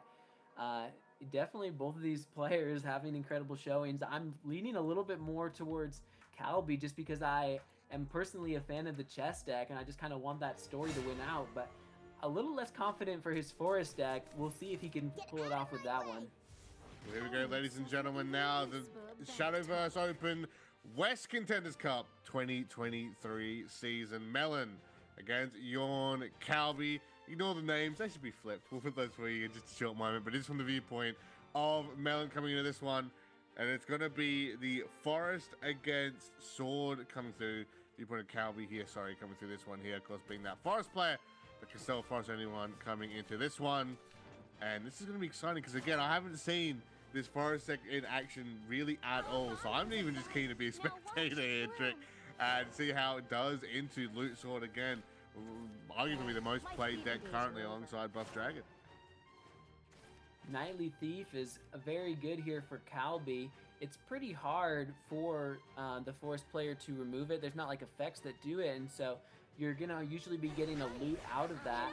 And looking at Melon's hand, not having one of your 2-drop bounce cards, just having to play another 1-1, that's not how you want to be starting the game. It means you're 1 follower behind on your count, and you also just don't have as many resources in hand or tempo. Knightly Thief's going to be able to get 2 Gilded Blades over time now. So yeah, that's a good spot for Calby to be in. Yeah, Thundery coming down, or, you know, Hatsune Miku, if you were cool enough to pull that out of the gacha, which I'm definitely not salty over. By the way, because I never got it out of the gacha there, but a really cool card as well. I was seeing a fair bit of recent forest decks at the moment. Gonna just try and run in now with the Nature's Guidance, of course, the forest special with the bounce and draw.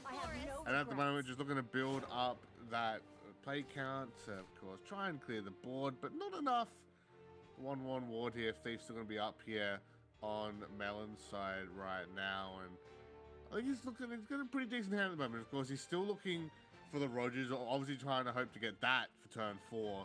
If he's able to try and find it somehow here with the Penguin Punisher coming down. Could also chuck down the troops to see if he can find him, or maybe they've even gone for Glided Blade just to try and get that loot count up. But we'll be looking for Senator troops, probably the better play here, because again, he needs to try and find that Rogers, and actually going to get it straight away off the search. Fantastic choice there. Melon going to be quite happy with that one. And now back to the side here of Calby Trick. What's he going to try and do here, knowing that Rogers is probably only a turn or 2 away?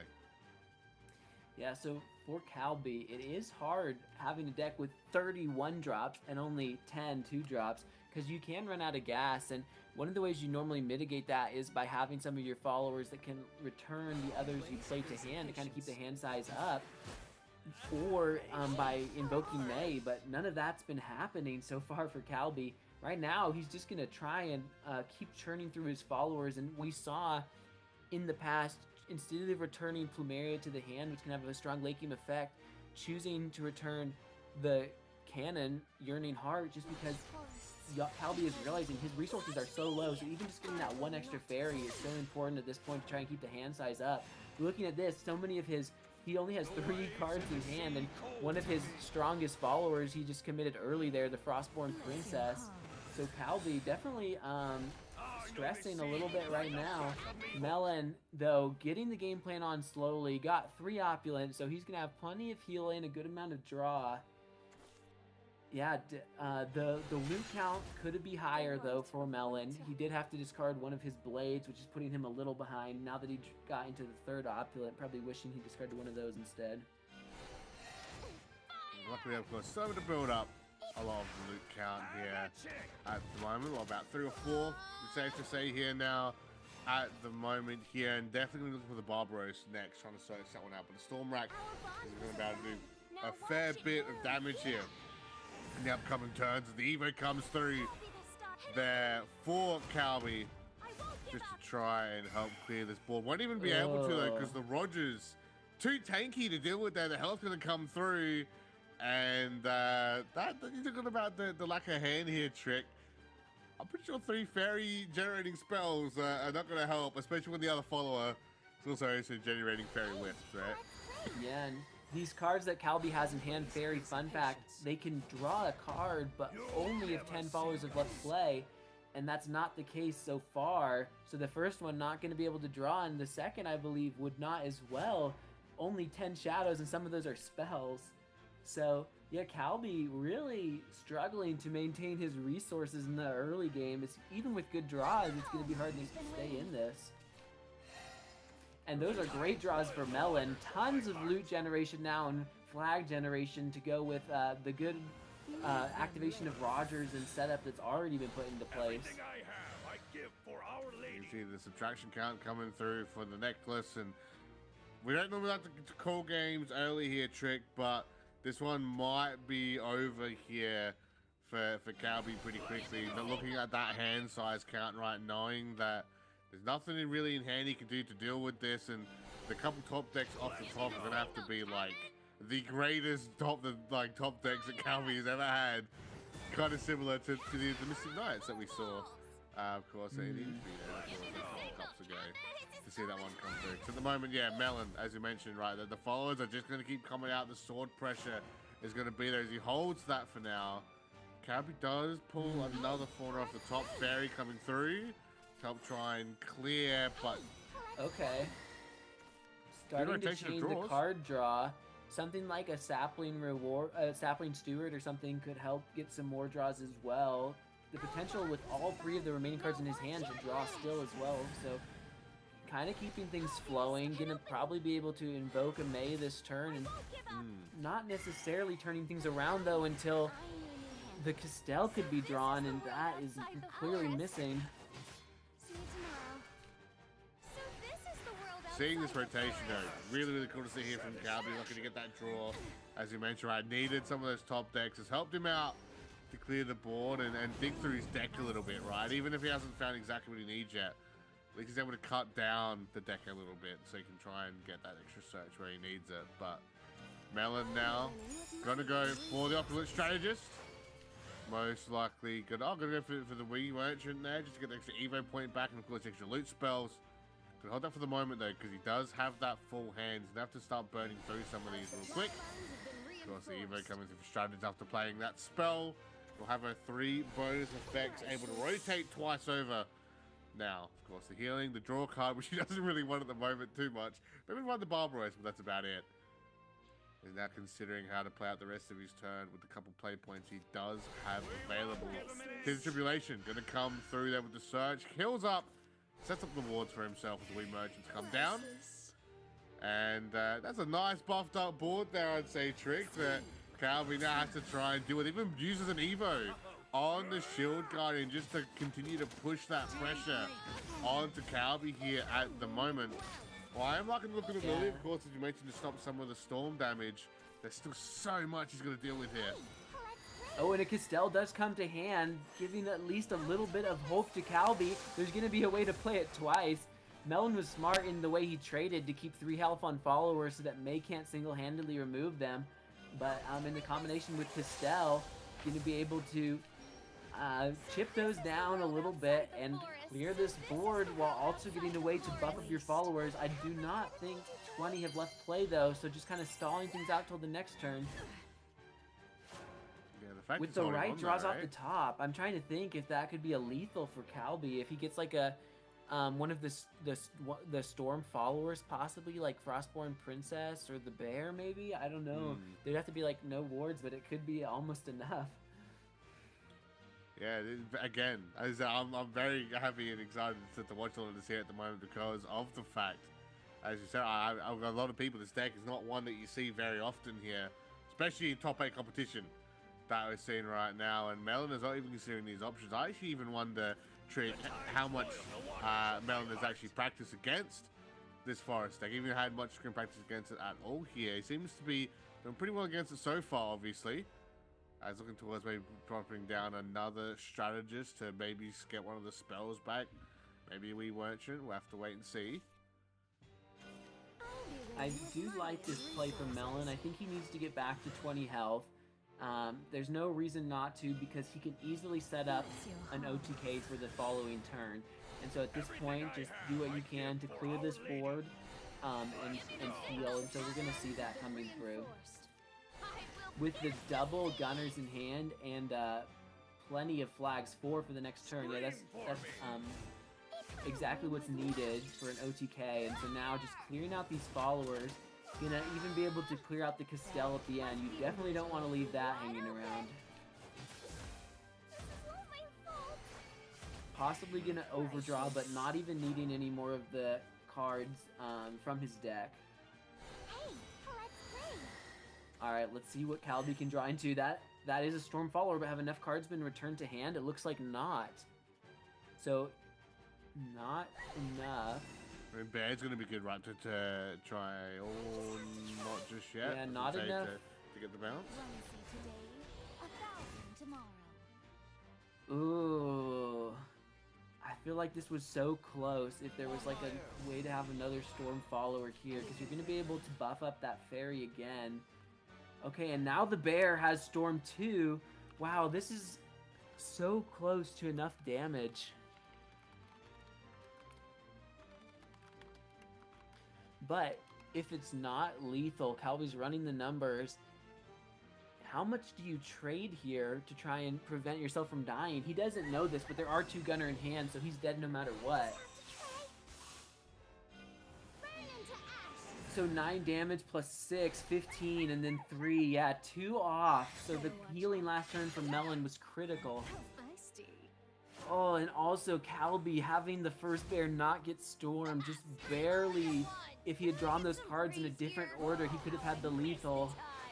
But it just didn't quite work out this time for Calby. And that leaves Melon with this healthy board. But regardless, all he's going to do is play the gunners and 4 flags. That's 5 damage each time, 2 more from Rogers. 22 damage going to be coming through this turn and killing Calby through this massive wall of wards. A huge effort, right, for Calby there after that one. The fact he's even able to hold on for that long, rotate through the deck was absolutely spectacular, but unfortunately not going to be enough. And Melon will take game 1 there to start off this series here at the moment with that loot sword deck. Still has the rune and the dragon available to him, because Calby still has to try and find 3 here with that forest, with the chest rune, and of course the buff dragon. So look at the guys are going to take a short moment here just to catch their breath a little bit, and something we haven't really seen too much there. I think a lot of these guys have been jumping straight into the next match. It's actually kind of cool to see these guys just take that breather moment, right? Again, it's a best of 5. There's plenty of time. There's no need to rush.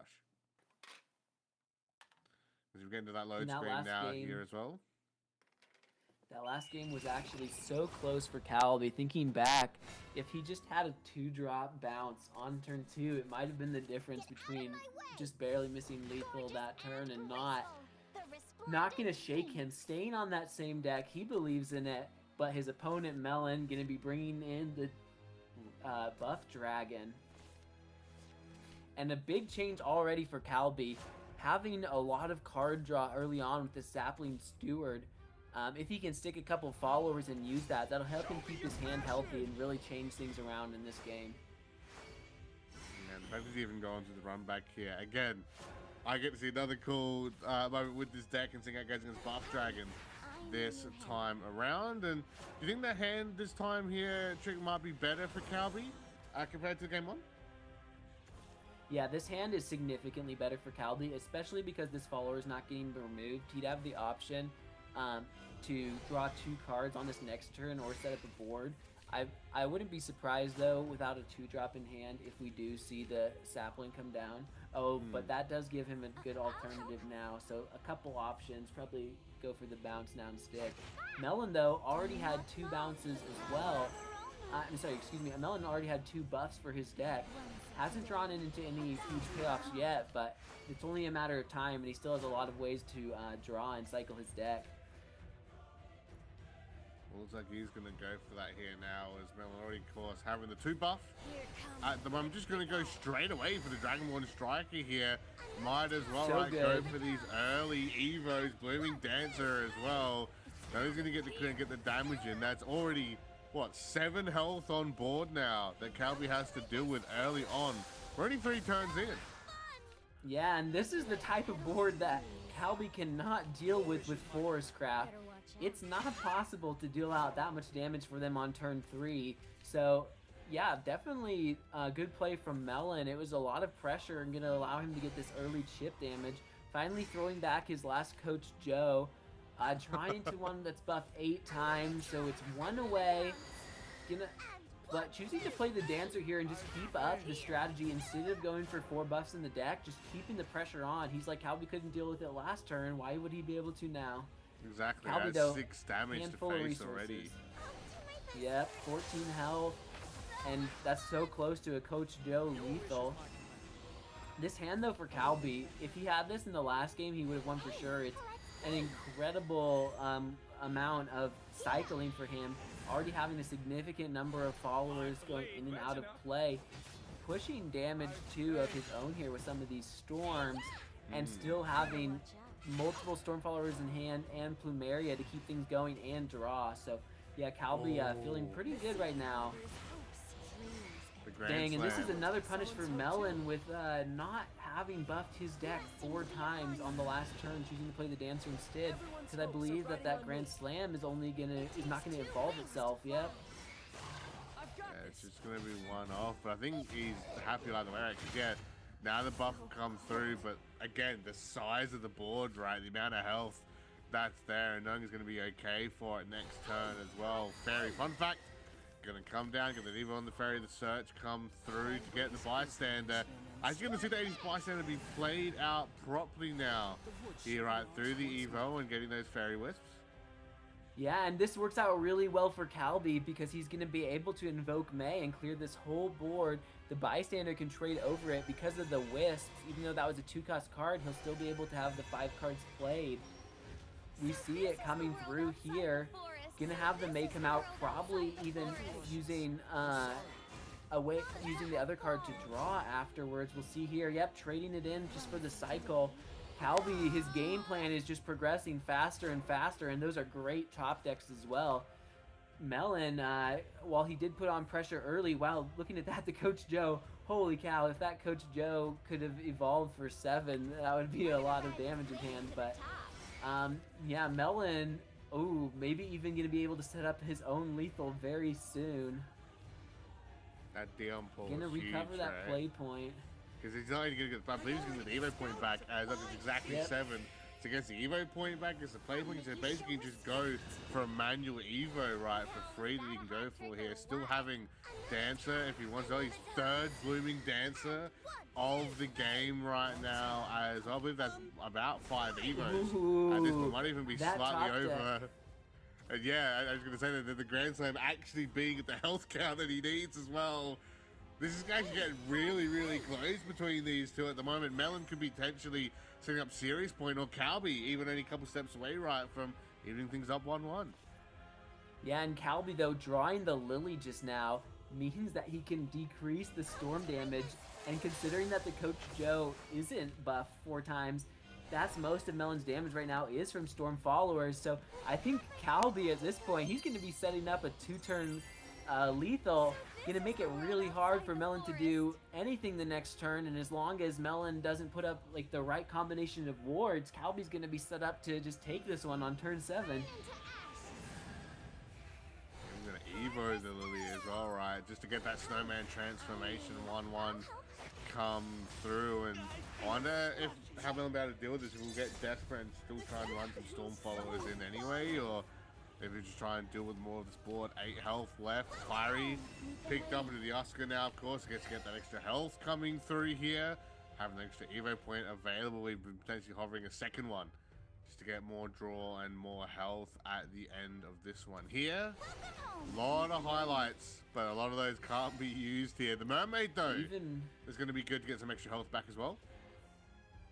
Could just do a big gunbane to protect yourself too, but we've seen that's probably not the play, especially with the transformation of Lily. Could be as a way to get rid of it. Yeah, definitely an interesting spot for Melon. If these players have been keeping track, very close to the 20 followers having left play for Forest. So Melon now really in a tough spot, having to both set up a lethal to Vanquishing, but also needing to stay in the game to even make it to the next turn. So the a lot call of pressure, that's going to help. Everyone's hopes are riding on me. Yeah, that's definitely going to help, especially untargetable. And the restoration and the big body, wow, that's... You can see as well that the timer even coming down now here. Coral Evo, enough going to be, they're going to use the gunbane as well to clear out that last follower. And what was now a potential problem with Lily, I think the transformations isn't going to matter when there's 3 big wards and 1 being untargetable here as well. A huge, huge board that Melon set up to keep himself not only back in the game, of course, with that health there, but the huge followers across the board now. Calby having to consider the options he has, because as you mentioned, right, Trick, as this game goes on, Forest might start falling further behind, being able to deal with these big healthy boards, right? Because I don't have all these big one-ton destruction or damage that, you know, some of these other tier 1 decks have currently. Yeah, this is really frustrating for Calby. Last game, he couldn't get the pieces together, and this game, his opponent just drew into this incredible defense, going up from like below 10 health to 17 and putting these huge bodies in the way. you only have a couple shots to do your big Castell plays, and so if you use that to clear a board, you aren't going to have it again usually to follow up with storm damage.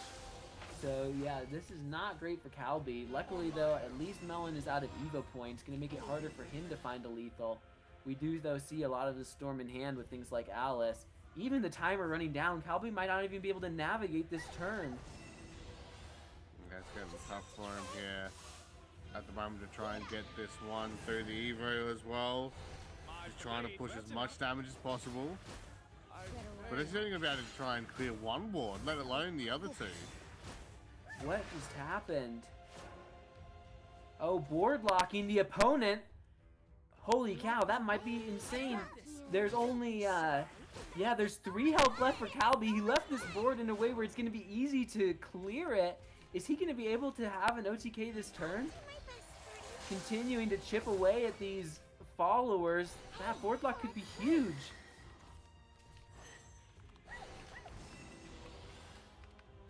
If he can clear these wards, it's going to be an incredible amount of storm damage running through the plays. The bear, some of these are going to have to be used to trade. That 1-8 is nothing to scoff at as well.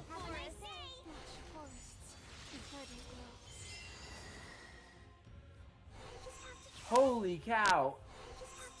Speaking of like challenges, what the heck? Calby perfectly navigating 2 turns, playing some combination of like 15 cards between them. An incredible amount of storm attackers here, well over 20 damage.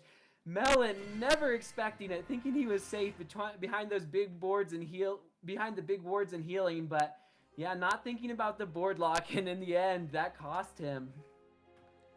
We've gone now from Buff Dragon to Buff Forest, apparently, after that one there. A huge turn, huge win coming out there from Calby to even things up 1-1 after that one there. Finally able to get through those plays, get that win now. And again, it's going to be Dirt Rune and Buff Dragon on Melon's side. It's Chess Rune and Buff Dragon on Calby's side as well that we're getting ready for here. Again, having that short breather moment so they can get ready for this next matchup, especially how it's even up here 1-1. And again, just showing the caliber of talent, right, which we talked about coming into it. Both players super consistent, super strong. We've seen all season long. You know, there's a number of the other players in the tournament that actually wanted to go up against Melon, go up against Calby here. Unfortunately, one of them will be able to get through. And we're going to get that rune battle now. Chess Rune versus Dirt Rune. Definitely a good switch for Melon. Calby told me that Forest and Chess have pretty similar matchups, and both of them want to go into Dragon. So, yeah, getting off of Dragon, trying to have a better shot here with the Dirt Rune, definitely will as well because of going first too and having like all Morden things early. Calby though, while he didn't get a 1-drop, he has a lot of chess cards already in hand, so that's going to be really strong. I doubt we'll even see the Provisions of Plenty come down anytime soon, instead probably just having the chess cards start cycling. Yeah, we know it's right. Calby very confident on this deck, even use it to win in his September Cups, and there's only been a slight change. Of course, the decks he's versing are different, so that will change the way he plays a little bit, but outside of that, he's very keen to get this easy, well, what he might consider an easy win, just to make a 2-1 here. Big Ritual Hover though for Melon. Actually going to go for that early burn damage onto the face there with the draw, as he drops the multi-elemental again to get that spell back and look towards setting some things up. And the Fusion of Celestial to set up an extra bit of Earth Sigil here. So Melon, she put into a couple resources there, but I'd say so far so good here. 5 damage to face by turn 3 and a lot of great rotation. Melon there, yeah, pushing the damage instead of trading. Calby kind of telegraphing that he had check in hand by not trading with his pawn, but at this point, gonna do the trade anyway. Calby's a lot more worried about setting up his win condition than getting the chip damage at this point, especially now that Melon's put him to 12 health. Calby does have a good hand, and he will be able to get King online early, having the Knight now and the Queen as follow-up, but with how much damage Melon is pushing, it's gonna make this hard, even with a win condition set up, to just stay in the game.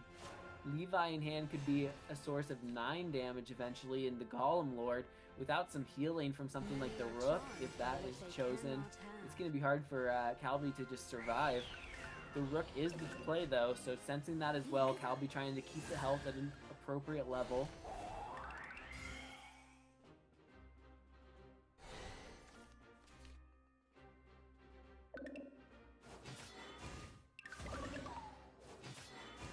Calby really showing just how strong of a player he is with his play today. He makes his decisions really fast and really clean. We especially saw that in the last game with Forest, where he had to make those very complicated turns under pressure, but perform them expertly. We saw the exact same thing in the September Cup when he was playing Artifact Portal.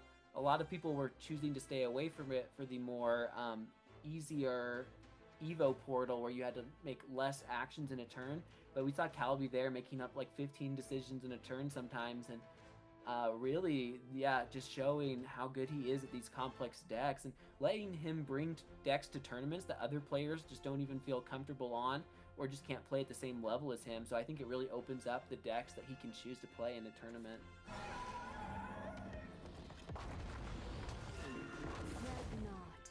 He's going to bring down now that Golem Lord here as well for the clear. Get some of that damage back in favor here, of course, of Melon. And now he's got to just drop that. He's got the whole turn to think about what he wants to do next here. Of course, Evo coming through onto the Guardian Golem just to give an extra bit of defense. A 3 burn, I believe that was there, coming through to hit Calby. I'm constantly curious, like, how these players decide to evo the Golem Lord or one of the Golems. Thinking about it, it's like if you, I don't know, if there's like a destruction effect, I guess, or like a transform, you want to like split out your evos, but if they're just going to be trading, maybe you'd want to put it into the Golem Lord. Looks like there's not enough to clear, but there is a Knight in hand that's going to be able to come down to follow this up. So in combination with that, actually you're going to have just enough damage to remove the entire board. So worked out well for Calby. Trying to keep track of the counts. I don't know, that might just put him to 8, or maybe he's only at 7, but we'll see quickly at the end of the turn. Oh, there we go. 3 kings in hand, all going to 5, but only 12 health. Will he have time to profit from it? Yeah, he's almost ready to go. The Mystic King's ready to come down and bring the vengeance here. But Melon, as you mentioned, right, Tricky, he might already be able to get that win, that advantage sooner rather than later if things keep up here with Cavalry down to 12 HP. Gonna go for that Celestial Command fusion potential here to come through right now. Have that one ready soon. Augmentation jump to get the draw.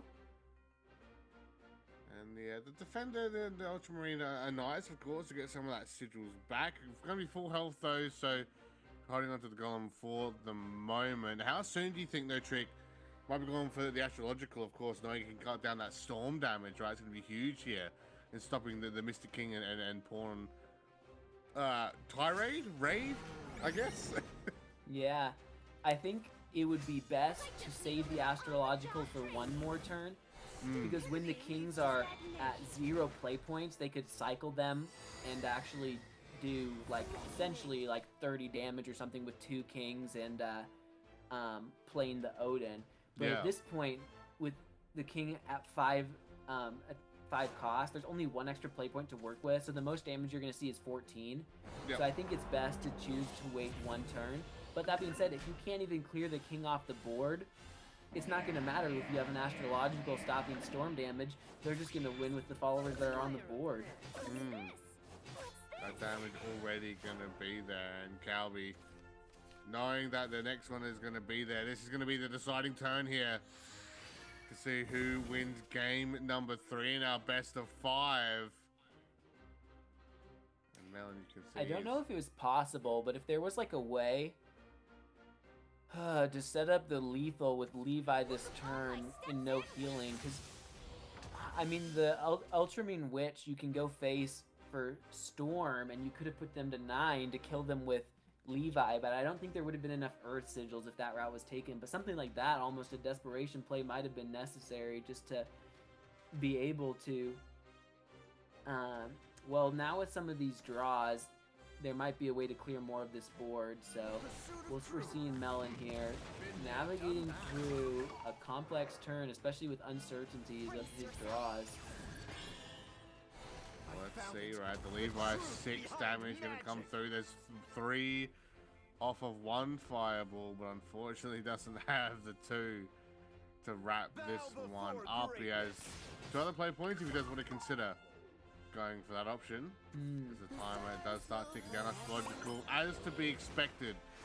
Will be dropping down here at the moment. But what's he gonna do to try and hold off the other Mystic King and this other pawn at the moment, Trick? Yeah, this is not amazing. I don't even know, because the Mystic King here is just 15 damage on its own. One more Mystic King, even if they're doing less damage, each follower still does 1 attack, and they're going to do 2 because the Mystic King will both buff them. Calby pulling this one out, getting plenty of damage. Melon, I don't know, trying to set up a lethal there, but maybe something like Golem Lord would have been a better way to stay in this game. There you go, Calby's going to win it there, 2-1, 1 more.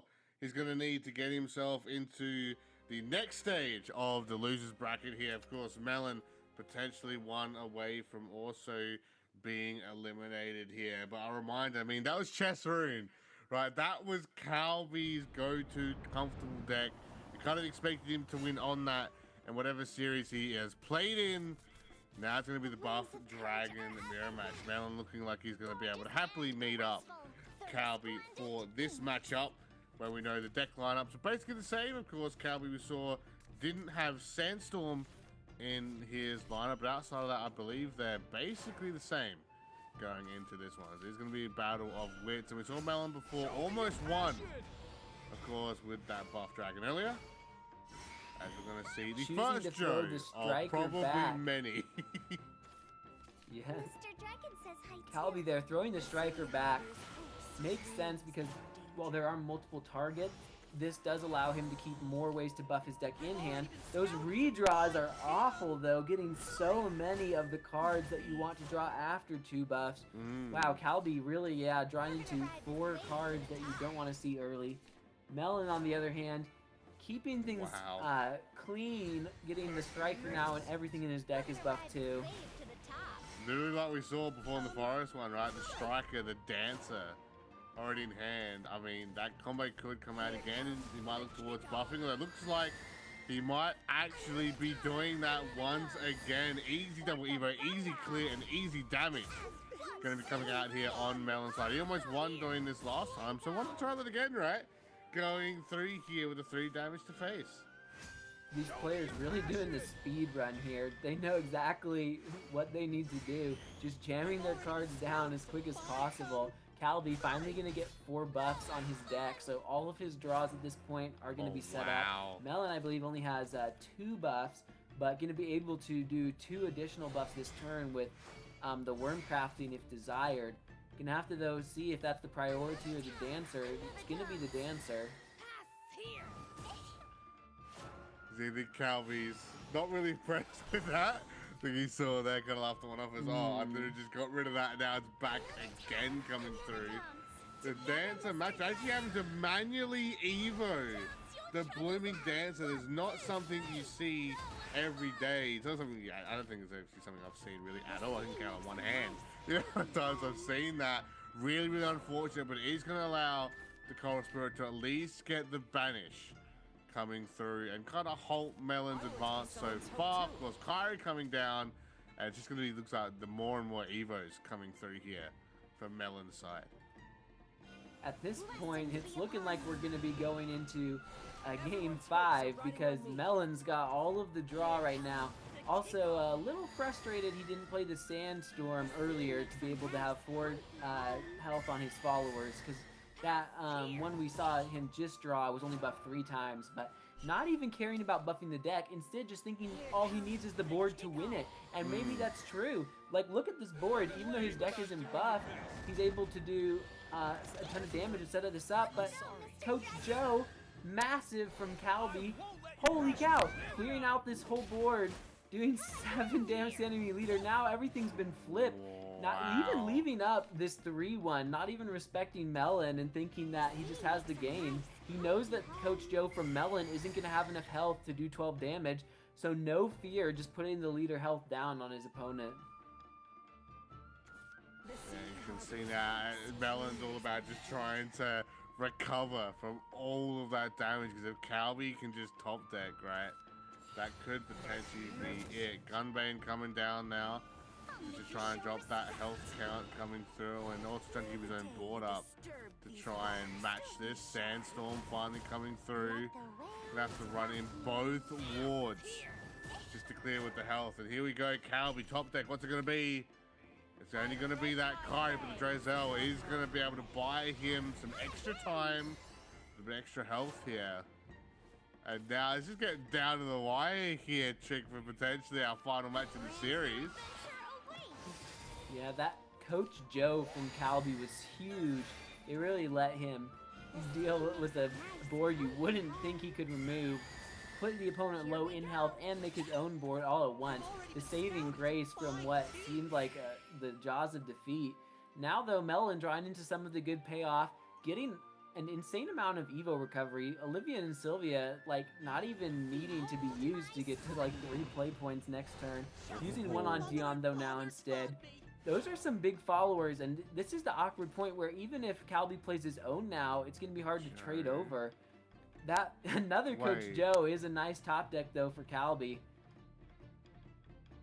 Yeah, I was going to say, unfortunately, doesn't have that Evo point there, right? So can't get that last bit of damage in, and this is where it starts to hurt.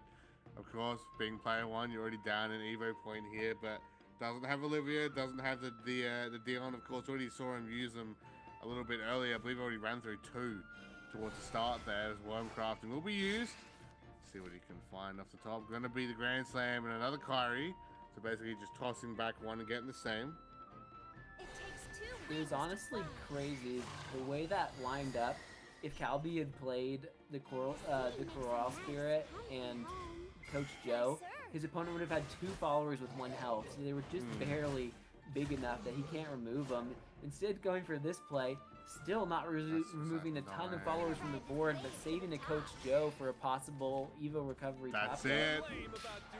That's going to be Melon evening up 2-2, because that's going to be 9 already off board without the Evo. Melon making it 2-2 again. Another series going to the final game right now at the moment between both of these players. It's going to be that Dirt Rune against Buff Dragon, and this has always been grand final worthy, I feel, here, Chick. This is something we normally see one of our cups right earlier on in the season between both these players, and again, in a way, it kind of is, because whoever loses, as we said, right, will be eliminated from the Contenders Cup for the 2023 season. So the final battle between Melon and Calby. I hope you guys at home have been enjoying this one and supporting these 2 players, and which one you want to see take this one out. Calby's hand very rough. Against Osof, going to 2-2 as well to the final 5th game. So Melon really just drawing each of these out. Happy with the hand, only mulliganing 1 card. Calby will see if he can draw a 1-cost buff. That's a pretty good top deck. Definitely keeping him in this.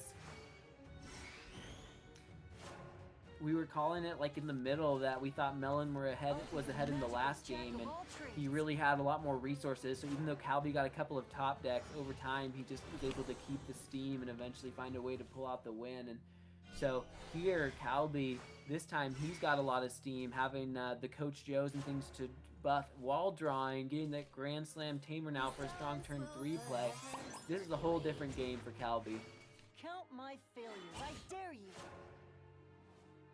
Yeah, it's interesting. Another Joe coming through right now. Calby, it was good at the start, yeah, to be able to rotate out some of the cards he had, but now it's starting to hurt a little bit, I feel. So, gonna see the first Grand Slam of this game come through. The Hell Flame, of course, being able to use to clear. My failures, I dare you. But Melon's got a lot of great Earth Sigil generating cards now in hand he can start stacking up and going for. or even draw potential. If you'd like to go for that, as the Star Seer will be used alongside the augmentation. Oh, that's a nice draw too. Gonna be able to, yeah, clear this out easily and get another sigil into play.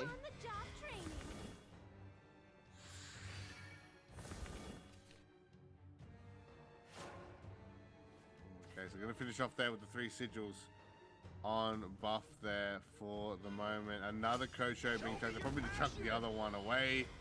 Should be safe to say now. Calby having to chuck both away there. Mermaid coming through. And this should be a pretty basic turn here for Calby. Just building up more health. That stat count going to be pretty high now for this deck. But the only issue now is having to actually draw through some of these cards. And it's lucky that Joe is there. Getting the extra cards off next turn. We'll have to wait and see how that one will go. As Melon, again, looking to see what he can go for. Maybe fusing out some of the cards he has in hand on the middle. He's actually going to play it out normally. Not even going to go for the big 5 fusion, of course, which will be a while away, like we saw earlier on in the day. Yeah, the first time seeing that today. For those of you who don't know, if this card is fused with at least one card, you can put a random, you can put 2 random Runecraft cards from your deck into your hand. So Melon just trying to keep up his hand quality using the Modelo to draw 2 cards. But it is his only copy, so there won't be one coming out on turn 7 or later. And Calby now again, luckily the Mermaid there, but while the buff would be good, probably doesn't want to burn it too early because he might need that health boost later. We'll go for it anyway, knowing he's going to need the ward and at least 1 Evo. Be able to chuck in the double dancer potentially here if he would like. And use that last word to try and dig through the deck. Let's see what he's able to pull off the top. With the Alice. Actually, not too bad to see that one. Of course, the Eva bad to get some draw through that. Is pretty risky, though, from Calby because I think he only has 3 buffs on his Coach Joe's that he put into the deck. I was almost hoping he would have played the Gunbane there just to make sure if he draws into his Joe's that they'll be online. It didn't happen yet, but yeah, that is like a consequence that could happen to Calby since the Joes went into the deck so late. And you can see Levi now is going to be just absolutely blasting the field right here. Of course, full clear, 6 damage over to Calby. And Melon now is getting a lot of these stacked up. There's a further, of course, Levi in hand ready to go. The Crimson Sorcery, the big old Fireball, easy 3 damage for the 1 cost. Going to be heading Calby's way sooner rather than later as well. And Melon's going to use the rest of this turn now just again, think through what's going to be coming up for now. As heads over to Calby's turn to try and find a way back. The Coral would be nice to get some health back and of course be an untargetable ward, but does he have enough Evos to get the full stakes out of this card so far? Yeah, not having 5 Evos makes it pretty hard to chain his Dancer and everything here. Oh yeah, it makes it an awkward position too because there's no way to buff the deck before drawing. Hopefully it's not the Coach Joe's again. It isn't, so that's a sigh of relief. Here we Possibly now could just do Kyrie and play the Gunbane or something after trading here, but the health total is just 14 with a Crimson Sorcery in hand for Melon. It's gonna be the play. Not Everyone's hopes are riding on me. But luckily does have the Olivia in hand as well, so we have to get those even points back next turn. It's going to be a forced play though for him at the moment. But that's it. This is again a very healthy board. But the problem is, right? There's 2 Levi's. There's a Crimson Sorcery. Such a command fusion coming through now. Should be too far away from a convergence as well. It's not that far away if he's going to want that in the back pocket too. No leader effect for Melon means it's going to be hard for him to pull out a cheeky OTK on the next turn. Looking at his options, there is a ton of damage between Levi and the Crimson Sorceries, but it's just 12 total, so there's still something missing. Maybe though, with the right top decks, if he just takes this line, he'll be able to set himself up to draw into win conditions. Probably the 5-11 is just going to be sticking around, but with 20 health and no evil points for Calby, almost impossible to get punished for that. I'm sorry. This is big wall clear. The next Crimson Sorcery coming down. Melon now is setting up to wrap up this series here. Getting some extra stacks, of course. But Calby, also the same. 5-11 here. Doesn't have the Evo. But actually has to start doing some damage here. Gonna try and find a way to bring Melon down a peg here. Did you mention the Olivia?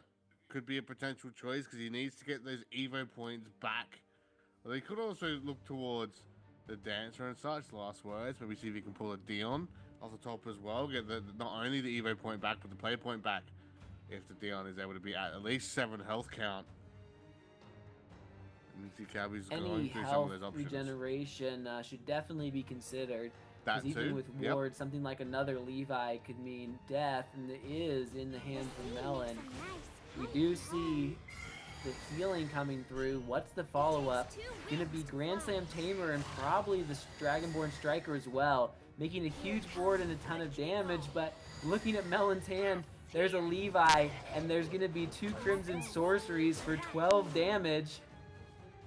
Yeah, you can see, I think Melon is going to know as well. He's quite happy with the results of this one. Levi number 3, and Calby knows it as well that this one is going to be done and dusted. Ladies and gentlemen, it was a fantastic series between 2 of the best players we've had this season.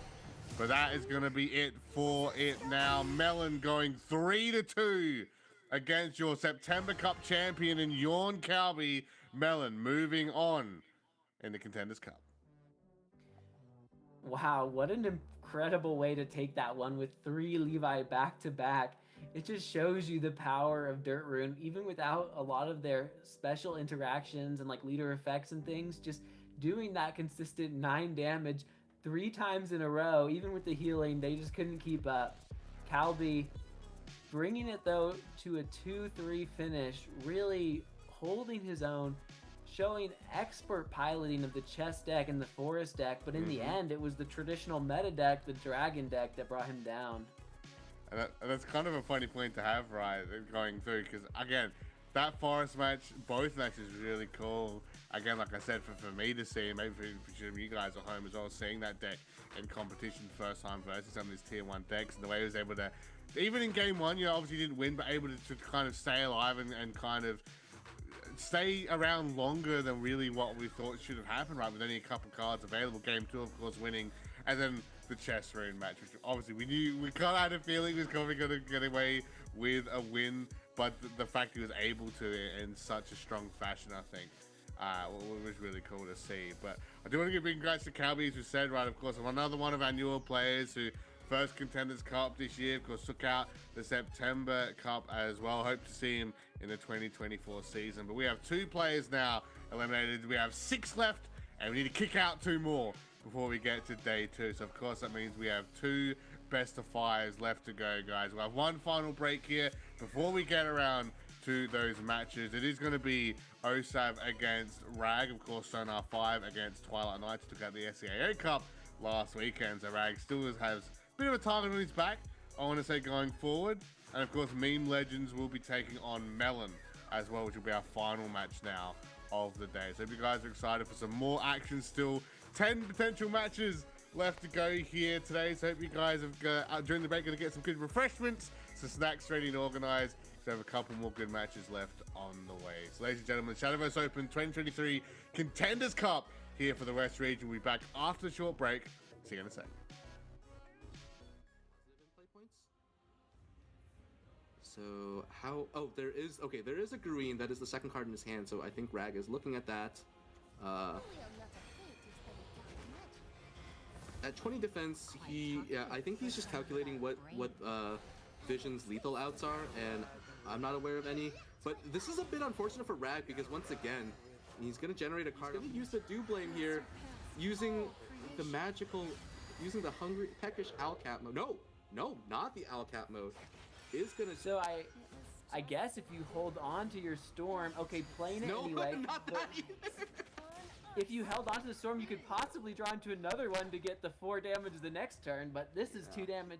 No, 17 with 2 reduction. We were saying 19 damage, 15 health, but the 2 damage reduction, that's still going to be 17, well over what's needed. And that's going to be a 3-0 for Rag.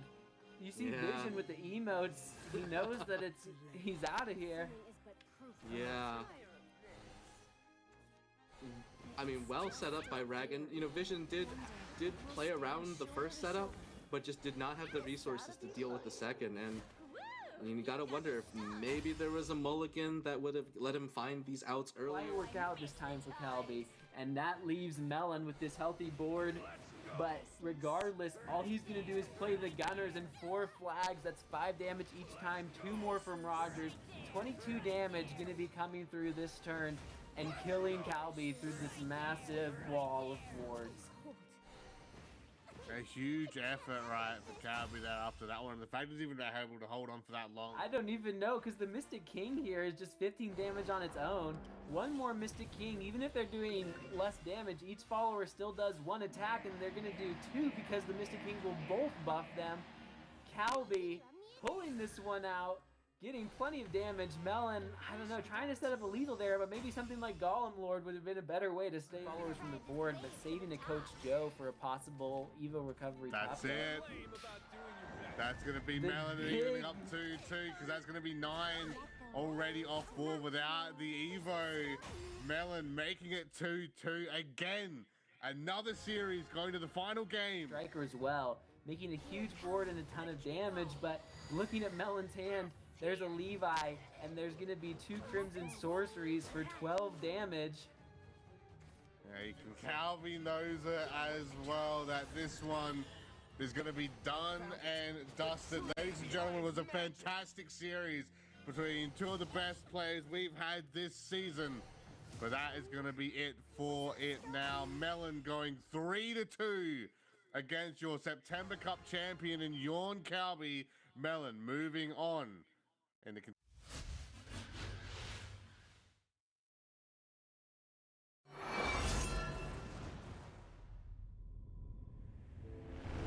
A great shift looms. The myriad hues of a new order emerge, pouring over the land of the living. A warrior's resolve, brilliant as the dawn.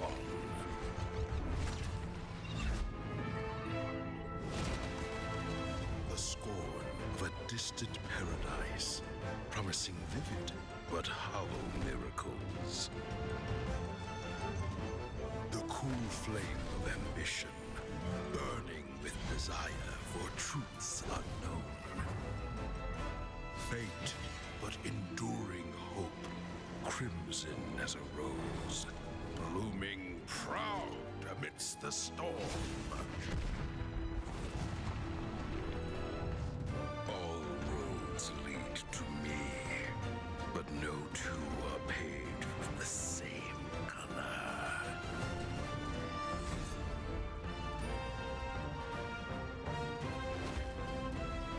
Order shift. Change is our constant companion.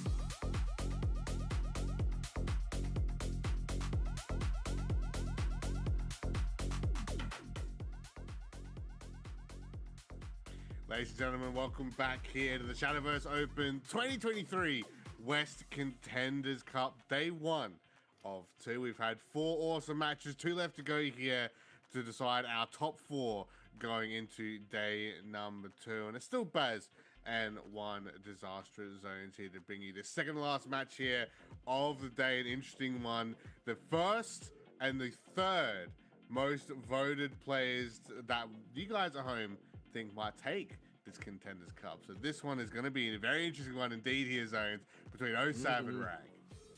Yeah, and I think there's some other storylines here. Osof with kind of the crazy out there deck lineups and deck choices, and Rag, I think we went over his decks and they are pretty stock standard. Yeah. So yeah, it's kind of like the the out there versus the standard plays, the reactive, versus the stoic. I have this mental image of Rag as stoic, so just can't wait to get into it and see how it goes.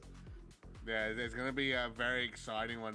For some reason, you guys are just joining us. It is best of 5, 3-deck 0 ban for the format here in Contenders Cup. So these guys don't have a ban available to them. They have to go up against and win, of course, with all 3 of their decks. And if they do win with one, they can't use it later on in the series, which is going to make things, of course, very interesting. We saw some players throughout the day have tried to bring some fancier decks to mix things up. Of course, some players like... of course, Osof here has chucked in some cool tech options to mix things up and try and catch out some of the players. There's a couple from Osof's side of things, which we'll leave for you guys to see, of course, when the matches do come up in just a short moment. But just so you guys are aware of the decks the players are bringing, Osof is bringing Loot Sword, Dirt Rune, and Buff Dragon. While Knight's Rag is doing the same thing, but as of course, Zones mentioned, the standard versions of Loot Sword, Dirt Rune, and Buff Dragon. We've had some awesome mirror matches for some of these classes here today so far. Of course, just some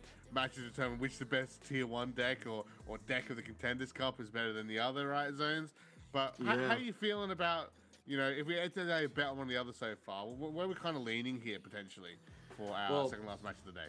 You know what I want to say is that Earthright put a lot of doubt into players' minds last week. Some people might have even called it Earth Wrong or Dirthright. Just names out there. I'm sure I've heard those. Didn't make them up. Sure. But I think, if you look at our bracket, we have the 2 players already advancing to the next day on Earthright. So I think it's just maybe one region's just better at this deck.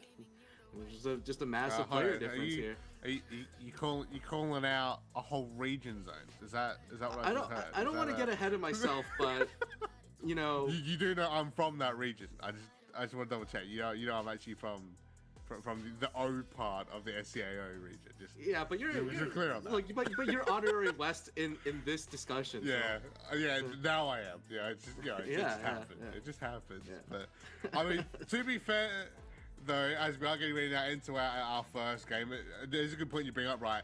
And I do want to say 7 of 8 players here today are with Dirt Rune. The only other player who wasn't playing Dirt Rune just got eliminated. Not saying that's related, but it's just a little tidbit now to learn. We are getting ready now, like we said, guys, our second to last match of the day. Technically, round 2 of the losers bracket here as well. So now 5's Osof against Twilight Knight's Rag. From the viewpoint here of Rag with the rune and sword. How are we feeling here with the emotes coming out, which I love to see? With the mulligan. Well, see, I would have said that Osof was already in a great spot with that going first card, but not having a playable card on turn 1, already not great. Hopefully he draws something he can play on turn... Ooh, didn't get the finishing point. Skipping 2 whole turns. Yeah, I mean, I wanted to finish that statement before seeing the result. And Rag having a reasonably good start here, getting to immediately play the Golem Lord. He's already ahead on board going second, which, well, a silver lining for Osof is that he does have the Rogers, so he's cooking once he gets going. So and we just ignore the rest of the hand for a moment. Yeah, so there's a bit of a decision point, right? So there's an argument here for Osof to play the Opulent Strategist. Yep. He plays 3 copies of her, so and then she is kind of a required to deal with threat, because if she evos on board, he can bluff what card. So if he even bluffs the maneuver successfully, Rag might be under a lot of pressure to deal with her. And also, if she doesn't get removed, she lines up well into a first mate plus loot play the next turn. So a lot of reasons to play this Opulent. I think the default play here might be the nice. I like this. This He's listening this is yeah. Well, I think he just figured out that it's the only reasonable play in that spot. And and now we see Rag does have to look for. He does have a lot of outs to this, but he doesn't see any. There's no way for Rag to remove this Opulent right now. So Osof has found a way to turn the tables. Really, really cool to see that. And we know there's been some interesting I don't want to say this was an aggressive play, but obviously like some plays that might seem out of the ordinary, right? To maybe the normal player, a little bit differently seen competitive, and it's really cool to see just that strategist come out, as you mentioned, right? Having the extra 3 being able to get the Wii merchants. I think being able to spot that line is what makes the difference between a good player and a great player, though. Yeah. Because you're just in a position where you have to do something, and it's the best thing. I mean, before they nerfed Legendary Kick, right?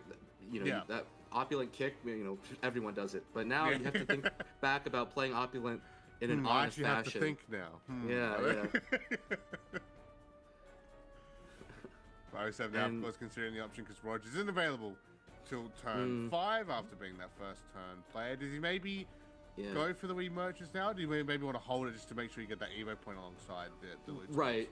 There is a lot to think about. Opening the Wii merchant is nice because having a goblet available in hand is pretty important in this matchup. One of the things that you're really worried about when you go first in this matchup is just getting hit with like 2 Levi's and then maybe a little damage from something else, like a colossal summoning. And Osof doesn't have a lot of other healing options in this hand. The other 2 lines that can kind of occur is to first mate and play a necklace here, which looks like what Osof is going for, or even the really spicy option is to set up the barb. That one's probably not the play here, but if there are situations where that is tempo barb going on turn 4 going first is possible. And I'm curious how Osof commits the attack here. I like that he's playing for board here because going a little wider into Earthright limits their options just a little bit. And yeah, Rag actually has a bit of a... Rag cannot fully clear this board, and so that's why you see a little bit of payoff from Osaf's just a little prudence in how he's played. Now, he did not open the goblet, so he's going to have to work a little more to get that extra healing, but it's available to him. That's what's important. All right, and I talk a lot about Osaf's play, but Rag did something cool there too, which is he actually got 2 activations out of that Sweet Defender Golden Crystallize. Often it's difficult to do that in this deck because your next turn you're usually overriding it with another sigil, but finding ways to chew through your sigils for 0 play points is really big for getting an Undying Witch activation early, and you do. I think the times I've had success in this matchup, I tried to get my Undying Witch going like turn 5. If you do that, then you can do something like Pascal plus Convergence on 6, which is pretty hard for Sword to deal with, as we've seen. So, yeah, Osof, right? He does find a chance to open up the Wii merchants and recovers the Evo point, which is pretty big. Opens up more healing available to him, so he's really thinking about going long in this matchup. Okay. Now, Rag is in a bit of an awkward situation. He does have to clear. So if he mind controls the Cannoneer, he gets a Cannoneer of his own. And Cannoneer innately has Rush. Pretty good. Oh, well, there you go. He's going to potentially look for it there. And I mean, to be fair, Dorin's stealing other cards, right? Stole Genesis Dragons. Why don't you start stealing sword cards as well, right? Steal the Dragon Draft cards here. Yeah, I'm thinking about this ordering. A bit here, though. This Cannoneer Crash is going to override his Sweet Defender. So what this accomplishes is accumulating more resources and chugging through less. He is currently at, I want to say 6 spent. He got 2 off the Sweet Defender, played 1. 5 or 6 as well. So yeah, so he's very close to 7. So it's definitely worth it not to waste one on the Sweet Defender now, and just try to play to an Undying Witch setup. But Rag is missing a lot of the cards that matter in this matchup. Just has a hand of damage. Well, I mean, he's been able to bully out Osof a fair bit though, right, throughout this game so far. Yeah, but look at all this healing coming out. Yeah, finally. You get to see it. Yeah. And then Osof even has the option to play another Rogers for 4 here, which puts another Goblet in his hand. Yep. And he's still going to get the 2 player points back as well, right? So that's also a great... I mean, why not, right? You've already got the effect active. You're already going to have the Goblet back here, just another way to get it out. I mean, he's actually hovering the Barbaros at the moment as well, though. The why not is to try to convert some damage next turn with the Barb. So I think Osaf is in a safe enough spot where he is most likely trying to think about how to get to 7 loots, possibly even to get 1 flag out of the first mate or the barb here. There we go, you see the first mate, and then he can evo this first mate for that 0-cost flag setup. Very well done. This is... And I think when we Osaf's saw been- that 0 flag last time, that won that play of the game. So this could potentially be seeing the exact same thing happening here like we saw earlier today. Absolutely. If Rag isn't careful. And I mean... The one silver lining for Rag here is that Osaf is only at like 7... He's 7 rally tops right now because that knight didn't... Oh, but Rag gets the Celestial Convergence off the top! But is this too... This might be too early. Because Osaf might not even have had lethal. The zero cost flag is terrifying, so maybe Rag had to do this. But now Osaf just clears this, and I don't know what Rag does after. He's just leaning. He still doesn't have an Undying Witch. He still doesn't have a lot of the key cards. He's aware of the pattern, but there's a chance he had to risk it for the biscuit. Does he just now go for the Pascal potentially, maybe? Because I mean that's gonna be health back and that. But then obviously the Earth Sigil burn, right? As well, if there's gonna be any left, and then that's also an issue as well. So it's insanely treacherous to navigate. But the issue here for Rag is just that Osaf can just use 1 barb here, clear the board. I don't think he's gonna have to spend too much on the he can even go like he can even play Seeker into a 3-cost Juliet to finish clearing this board, and Rag is not closer to winning the game by a significant margin, and Osaf has worn down a lot of Rag's resources. But I think this is the 10th rally coming out for Osaf, so he can actually develop a loot and then use the Seeker here to get the clear. Because the 1-turn delay on the Convergence is really nice, but it has to also work toward winning, and it didn't really do that here. And Osaf now has even more flags in hand and converted some damage. So, okay, Rag is gonna need a really nice top deck here. Okay, just full send it. I mean at this point, knowing the situation you're in, right? Why not? Just absolutely go for it. I just don't think there's a way for his current hand to win the game. The why not would be if you can survive otherwise.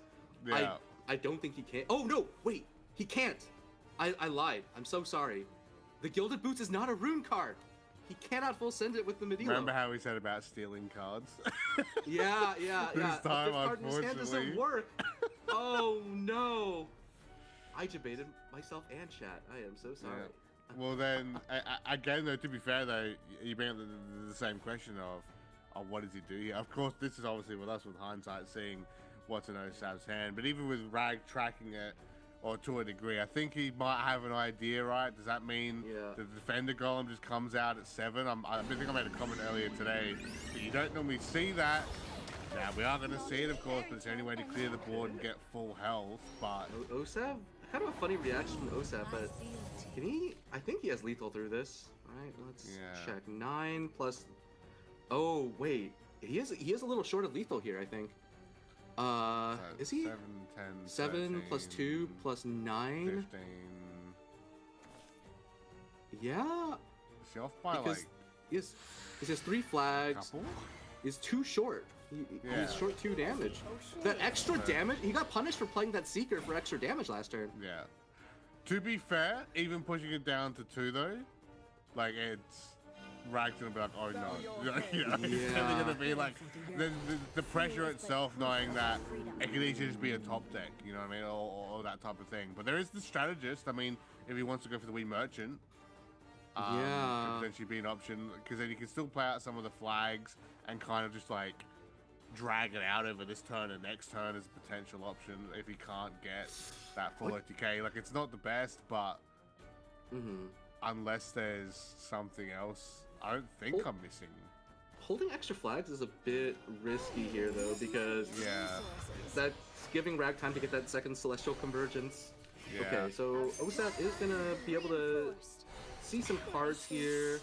I'm gonna play 3 spells, so he gets a buff from the Opulent on here. Oh, the Goddess of Compassion, not so great here. And Unless it's the fight next turn.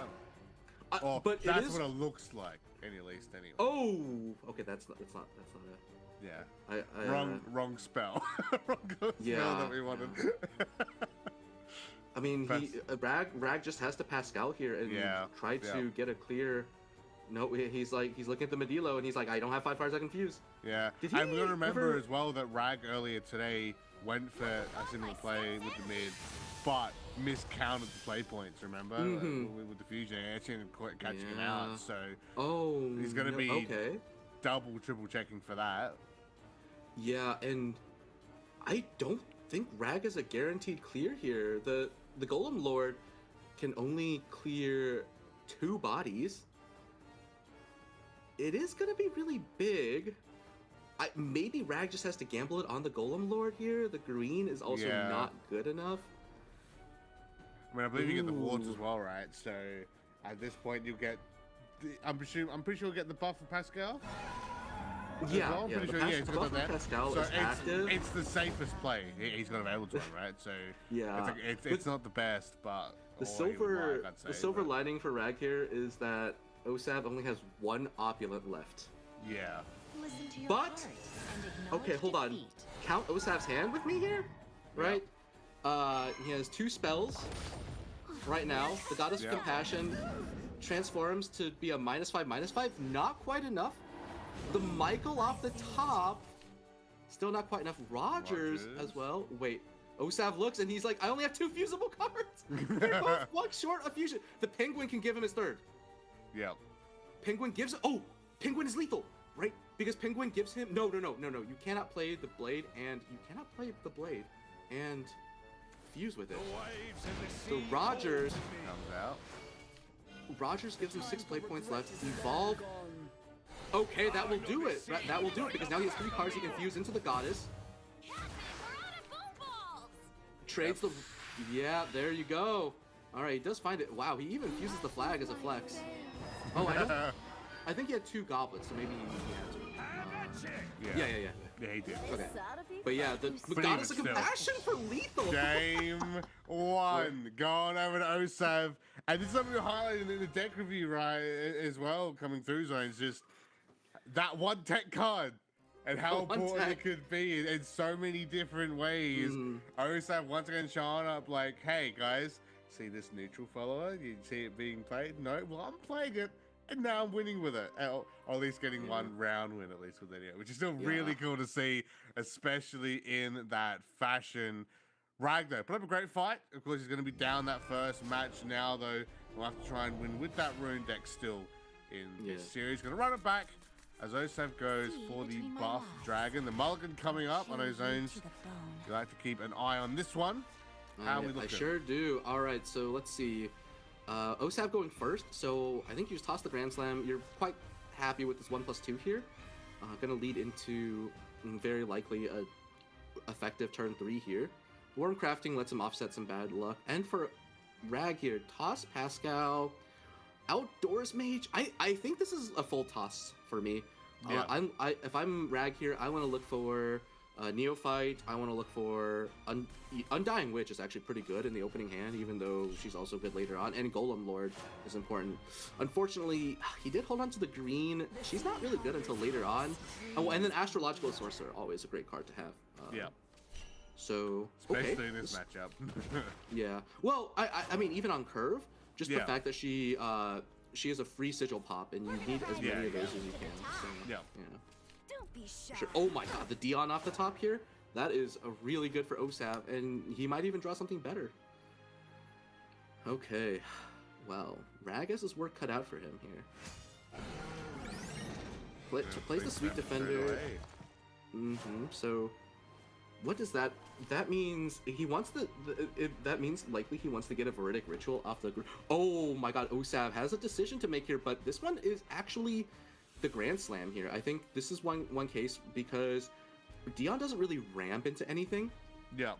And you don't have another play with it, so you Grand Slam now, and then there it is, and that's just a massively threatening board. And assuming Rag presents something you can trade into, you 2+2 the next turn, and not to mention,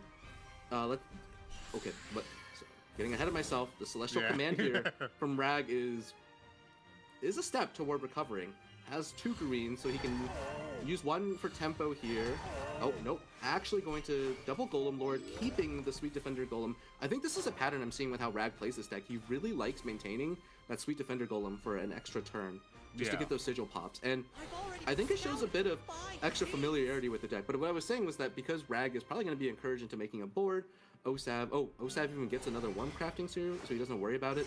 But yeah, so he is going to have the ability to play for 2 buffs here, right? So that is buff number 4 and then 5 off the worm crafting. So deck is firing on almost all cylinders. I think the only thing he's missing is the Dion Evo recovery, which, you know, like, how much do we really need that when we're already this much damage into the board? game? Yeah, already almost half health through. Okay. This quickly. Yeah, so diverging a little bit from how he likes to play in a balanced form for the board here, not respecting green here, which I think Osof probably doesn't have to do. Yeah, he even gives it a little nod, so I think he was like, yeah, I was expecting that, Yeah, but... fair enough. I set him up board this far. It was coming. Yeah.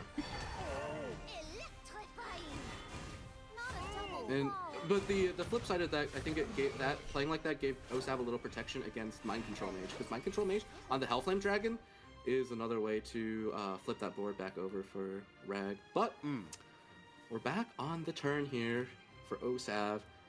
Has a This one's kind of rough, I feel. yeah, has a slightly unexciting hand. There is an argument here for the Gunbane, which is just so that you can Evo in place the Megalorca Rider, which will she is going to get 2 attack off of that, and then you fully clear the board. The Gunbane is not that easy to deal with for Earthright as well, because I do believe he has, I think it's like 10 defense there, so the Golem Lord play doesn't clear him. So you are very happy into Golem Lord off of Gunbane. So you know, I was making fun of full cost Gunbane, but this is a good time for it. Sometimes those occasions. Yeah, but Osof is more ambitious than that. And he's not. Okay, fair enough. That's a payoff. Yeah, absolutely. Grand Slam. You still get that Evo. Of course, you still get the plus 2 health technically, because obviously you play the plus 1 from each. And yeah, you can use the Gunbane to clear off the. Now you can use the Gunbane to clear off the. Yeah. If anything, that's plus 3 health as well, right? So technically, that's actually extra health than what you would have got. So, I mean, if that's what he's going for, man, that's going to help him out a fair bit there. Evo's faced by distributing the stats. This is a little. This ends up not mattering too much because Golem Lord clears out this board no matter what, but it is a little safer into alternatives like Levi. Yeah, Golem Lord is forced out here. Okay, and here's the trade. Now, if Osof top decks any chunky enough follower that costs 2 or less, that's not. Oh wait. No, never mind. No. Joe just has 12 defense on Evo. Yeah. So that's going to be 2-0 there for Rag. I was just waiting for Rag because I saw the health count and I was like, do you see the 10? Look, the Joe wasn't glowing yet. All right.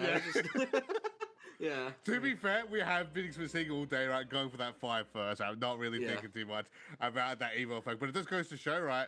Again, we have to be aware of that health count there, and Osof again, another fantastic game here against Twilight Knight's Rag, and Rag now in this desperate situation has to get a full run back here against Center 5's Osof. So Osof's only going to have that Dirt Rune, of course. Funny to see that Binding Ritual, because of course that's that little bit of tech that he has put into this particular Dirt Rune lineup. Twilight Knight's Rag is going to go for the Dirt Rune once again here. Going to have that mirror matchup here. So again, there's tiny bits of changes I'll take here and there. The Mulligan has come through. Rag's Mulligan, the Familiar's Pact, of course, is very nice. Pascal, a little bit too early to see, though. Curious how Osof prioritizes the Binding Ritual. If it were me, I would toss this hand aside from the Familiar's Pact. The green on turn 2 is just not impressive when you go second. She's very likely going to be traded off before you can threaten. He does a full keep, so I'm assuming he wants to go... he wants to sequence the green with the Binding Ritual somehow to try to guarantee something out of her. Which seems a bit slow, but could work. Yeah. Red Dragon come through, gets his own Pascal in hand, which is cool. And we're gonna remember this time around, Osof does have 2-0, so probably gonna be more comfortable, right? Some of the players and maybe holding on to certain things. Right. And seeing how this mirror match will line up. Golem number 1 for this mirror match is gonna come down. You can see a lot of those this game.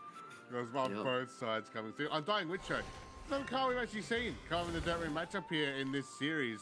I don't think Rag come up with it at all in either match off the top of my head now. So yeah, first time I'm actually seeing that, surprisingly. I mean, she is kind of an important card in the deck, and okay, Rag fusing away the Pascal to draw cards with Medilo here. Yeah. So I mean, it kind of makes some sense. It's really hard to convert a Pascal going second. Yeah. But and he what Rag really wants is a way to get more sigils going, because now he has the double Levi in hand. Yeah. He's just trying to make sure he has sigils that don't cost him too many cards to play out. Yeah. And so Pascal with both Levi's makes it really hard to efficiently get your sigils out. What is Osof up to now, though? Let's see. One critical part of this matchup is the gameplay around the turn 5 Golem Lord from the player going first. If Rag sticks a board into his Golem Lord and can Evo face, he's just going to be in a commanding position. It's going to be no pun intended with the Celestials. It's very hard to overcome that level of board advantage and damage. So Osof kind of has to make sure to set up to not get overwhelmed already. All right, and Rag here, Outdoors Mage into pretty easy enough there. It's either a Neophyte or even just play one of these commands. Playing the command is a very difficult board to eliminate, and the Guardian Golem also contributes to where Golem Lords count. So it does look like Rag is trying to make this turn 5 Golem Lord as strong as possible. And Osof is... First Evo. Yeah. Has the Mind Control Mage, so he can use that to convert a Clay Golem over to his side and then trade over the Guardian, but does not have a follow-up to fully clear. Okay, so I think the line here is Ultramarine Witch for Osof. Try to draw an Ultramarine Witch into Mind Control Mage. If he gets an Outdoors Mage still isn't a full clear. Oh, that is so awkward. Yeah, there's 8 damage here. You gotta try and get through just within the followers alone. It's basically like a buff dragon board. Almost there. It's just with the amount. It's a bit much. So, can you mitigate any of this with green? Not enough. Maybe for now his best hope, right, is to take care of just the 2 3s, right? Obviously, want to avoid that 6 and kind of go from there. Pascal will come down to get the max heal and the draw. Another heal, and actually the Evo used to try and he's actually going to clear the Golem. Yeah. And what does he use? 2 3 or even just hold on Ultramarine. Yeah. So actually, just going to 8 the 5 back. I mean, you know, 8 the 5, heal the 5, 8 the 5. He's still kind of stuck. Oh wow. That's insane. A second Golem Lord out here for Rag is going to be so hard for Osof to deal with. Quite talkative for someone without a brain. And in fact, Rag is going to pivot off the Golem Lord setup into the Levi just because he's so far ahead already. And because the Golem Lord wouldn't actually fully develop on board. Yeah, what was that? 11, 12, it was that like 14 damage if he chucks out the sorcery. I think he can hold on to the sorcery now because he can play both next turn. I want to see him play the Neophyte here. The rule of thumb is if you have nothing else better to do, you definitely develop Neophyte because it takes a turn to get the sigil out of the Neophyte. So. But even still, like the max amount of damage still, like that 11 coming through is going to be used there for Osof. Besides taking that. And again, as you mentioned, right, that's tough for him to deal with just this alone. Not knowing that there's going to be just a Golem Lord, right? Kind of just fly in and deal with kind of what Osof can bring to the table here.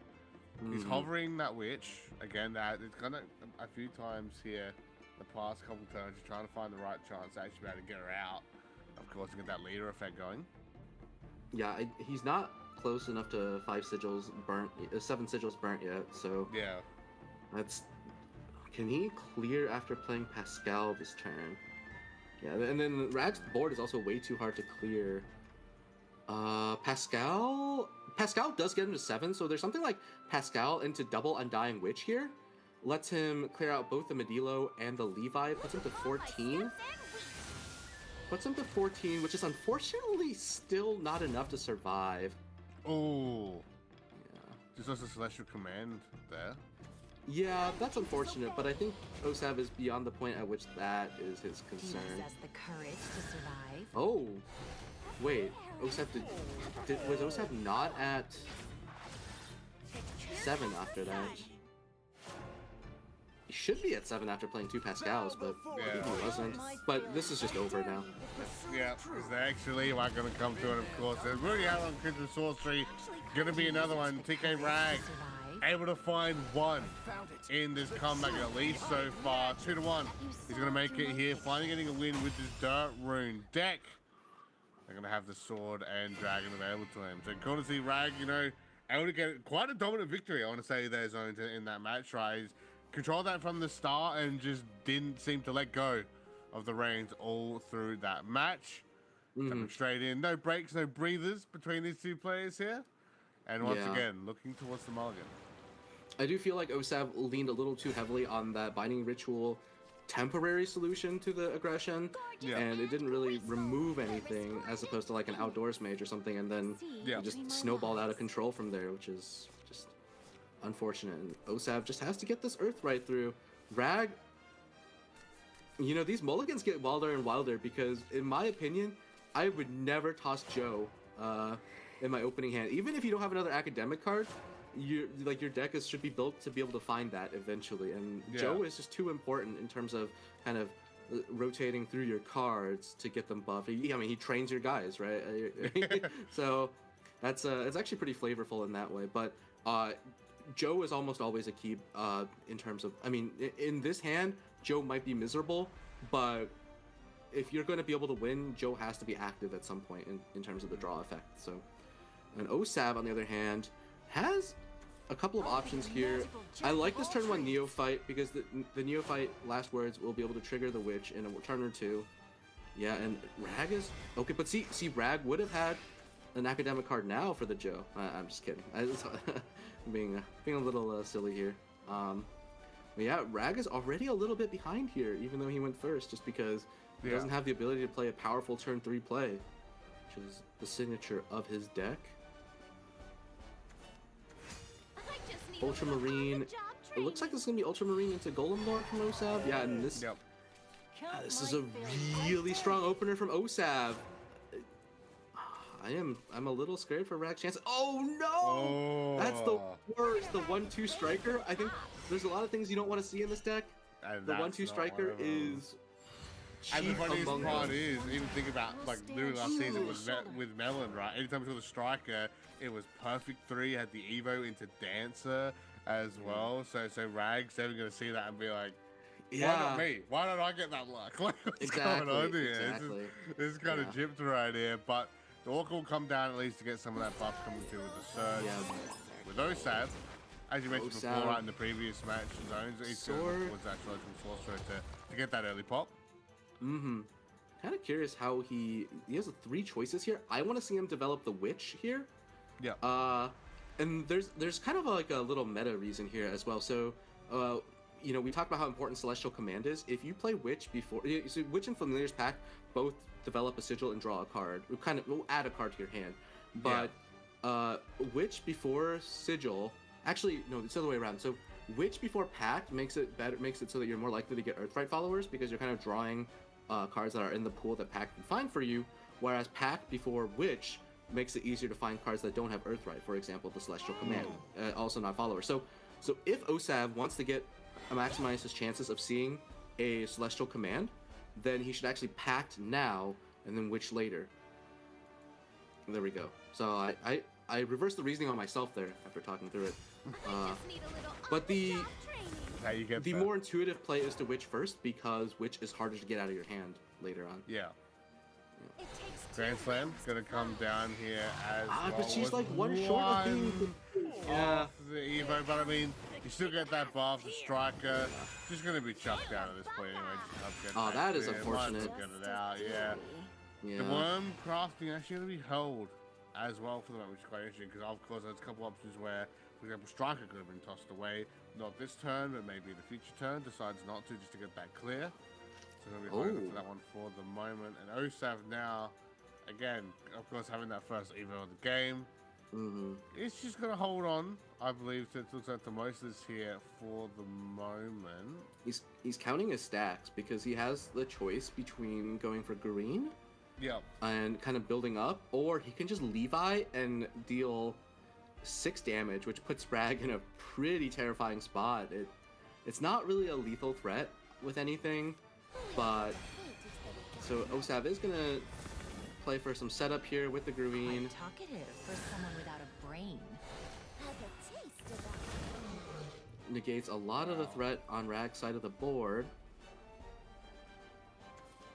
That's not a holding to move back, just get that surge in Magic Sediment. Does have the augmentation, I believe. Really wants a Celestial Command at some point, I feel like, with his hand. I mean, he's got plenty of sigils going. Oh, okay. And trade over the Gland Slime at least, yeah. There's a pattern here against Buff Dragon where you kind of just want to trade to reduce the amount of HP on their board so that cards like Joe are less intimidating. I mean, turn 5 we probably don't have to worry about Joe yet, but I think that it's still going to be coming though, or potential to be. Yeah. Surely. Megalook are going to come through. That could have been a surge. Ends up being Striker. At least it's just the Evo now though. which is probably gonna have to Wormcraft something here for Rag.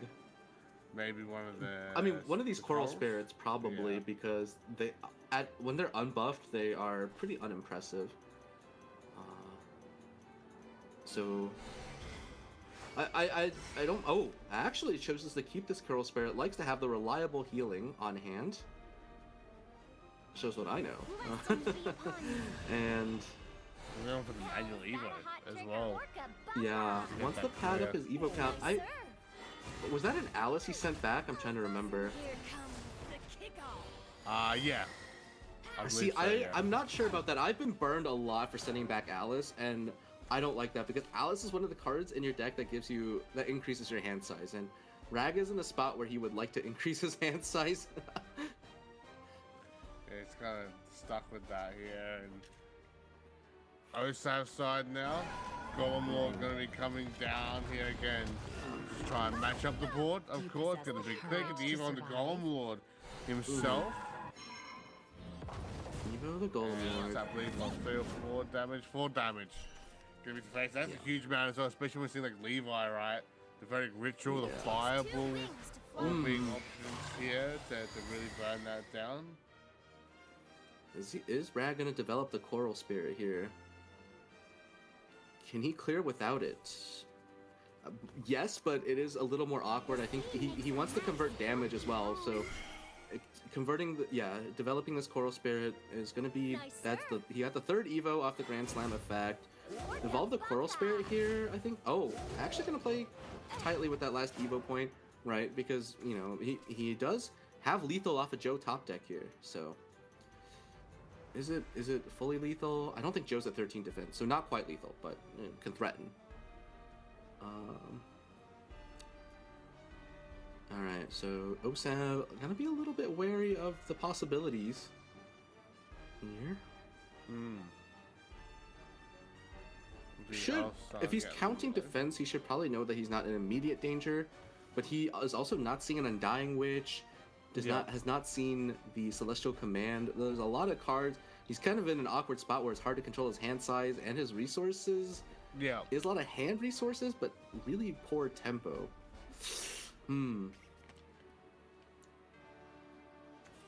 So, Mind Control Mage. Okay, so Mind Control Mage. Augment that. You can evolve the Mind Control Mage to take the Hellflame Dragon. That's a really nice, juicy target. An amazing target. Like, normally when you get a chance to get a particular follow with those stats, it's huge. And easy clear with it. It is a full clear, but not healing here.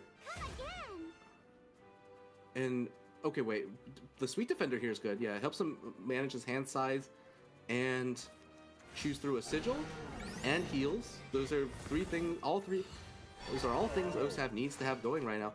Yeah. Is it wise to play the Golem Lord there? He leaves himself at 3 sigils. I think I might have held up on the Golem Lord because Osaf's in a spot where the resources from the sigils can matter, and Rag gets a live top deck. I don't necessarily like playing that second Twins though before the Mega Lorca Rider.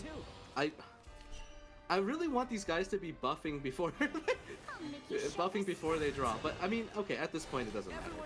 But yeah, every little bit counts, though, right? Or can do here. Alice potentially an option. I think so. Okay, yeah. The Dion makes that manual evo a lot safer. I think Rag is seeing if he can get to 7 for Alice. So there's the Dion. Dion here into the Mega Lorca Rider, most likely. You don't want to waste your healing effects. Could be Striker plus Sandstorm here. That's 2 buffs, which makes possible Joe draws more potent. I think Rag is counting it out, but the one, right, because Evo count matters. Oh, it is going for Sandstorm Striker. All right, I like this line. It's an extra buff, so he's just increasing his odds that Joe is lethal next turn. I've got this. See the clear coming out. The turn swap.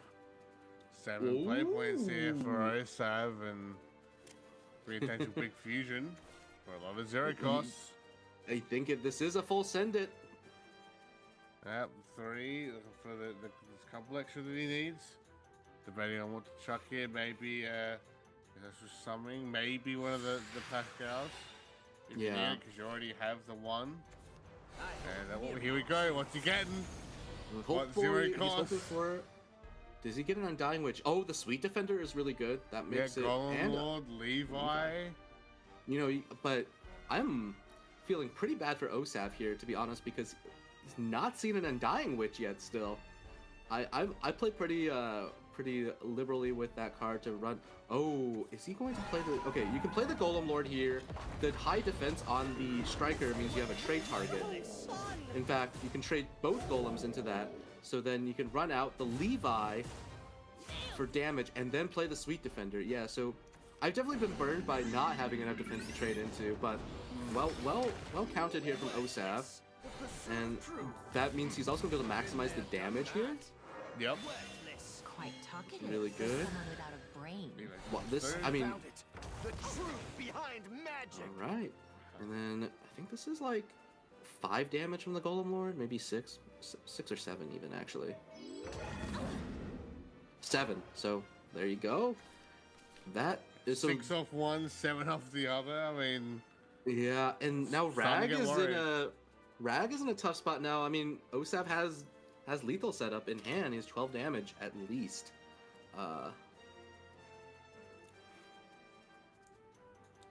There's also Levi into Golem Lord is also a funny option that he has. Yeah, Osof has 6 plus 9 plus 3, so 18 damage off the Levi plus Golem Lord the next turn. So Rag, this is just do or die. I don't think Rag can heal above 18. Here we go. He's gonna try his best though. He is gonna try his best, and you know that's what we like to see from our players. Let's see what he can get. Gets the play points back now.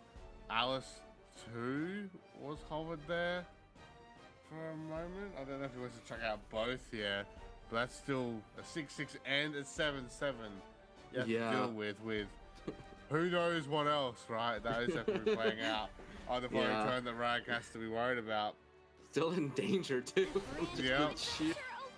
I mean, 2. Yeah, the Medilo has to go because he gives all the followers on Osaf's side of the board rush. And I think Rag is just going to try to deploy double Militant Mermaid here. Oh, this does technically cut 1 damage from Osaf's Golem Lord play, but he still has way more than enough, so... Oh, wait! Osof did not have the Undying Witch till now. I was lying. So that damage that I counted was not possible But he top stacks the Undying Witch here, so that means Undying Witch into Levi. Stupidity leads to stagnation. Yeah, this is lethal. This is lethal because you can always empty a board spot. Now the Levi costs 2. Yep. Okay, I like this though. He's securing that extra sigil, just to make sure he doesn't run out. It's a good pattern to get into, and this also guarantees. Yeah. So Levi here loses some damage on his Golem Lord, but he has way more than enough. So. And that's also going to be 12. And that is going to okay, do come on, it. play the Golem Lord. Good a style to start that team. Ladies and gentlemen, there you go. Sonar 5's Osof taking it out over Twilight Knight's Rag 3-1 in that series. That means Osof will be moving on to the losers semi-finals. So we'll get to see him. He finally gets a break. We'll get to see him tomorrow. Coming through now for day number 2. It's Baz and Dawnbreaker's Trickster's just silent face. Although he's back now. I guess hello, Trick. I was casting with zones, but hello. I guess I don't know if your mic's on me, but what were your thoughts then? I guess because we've got you now over that match.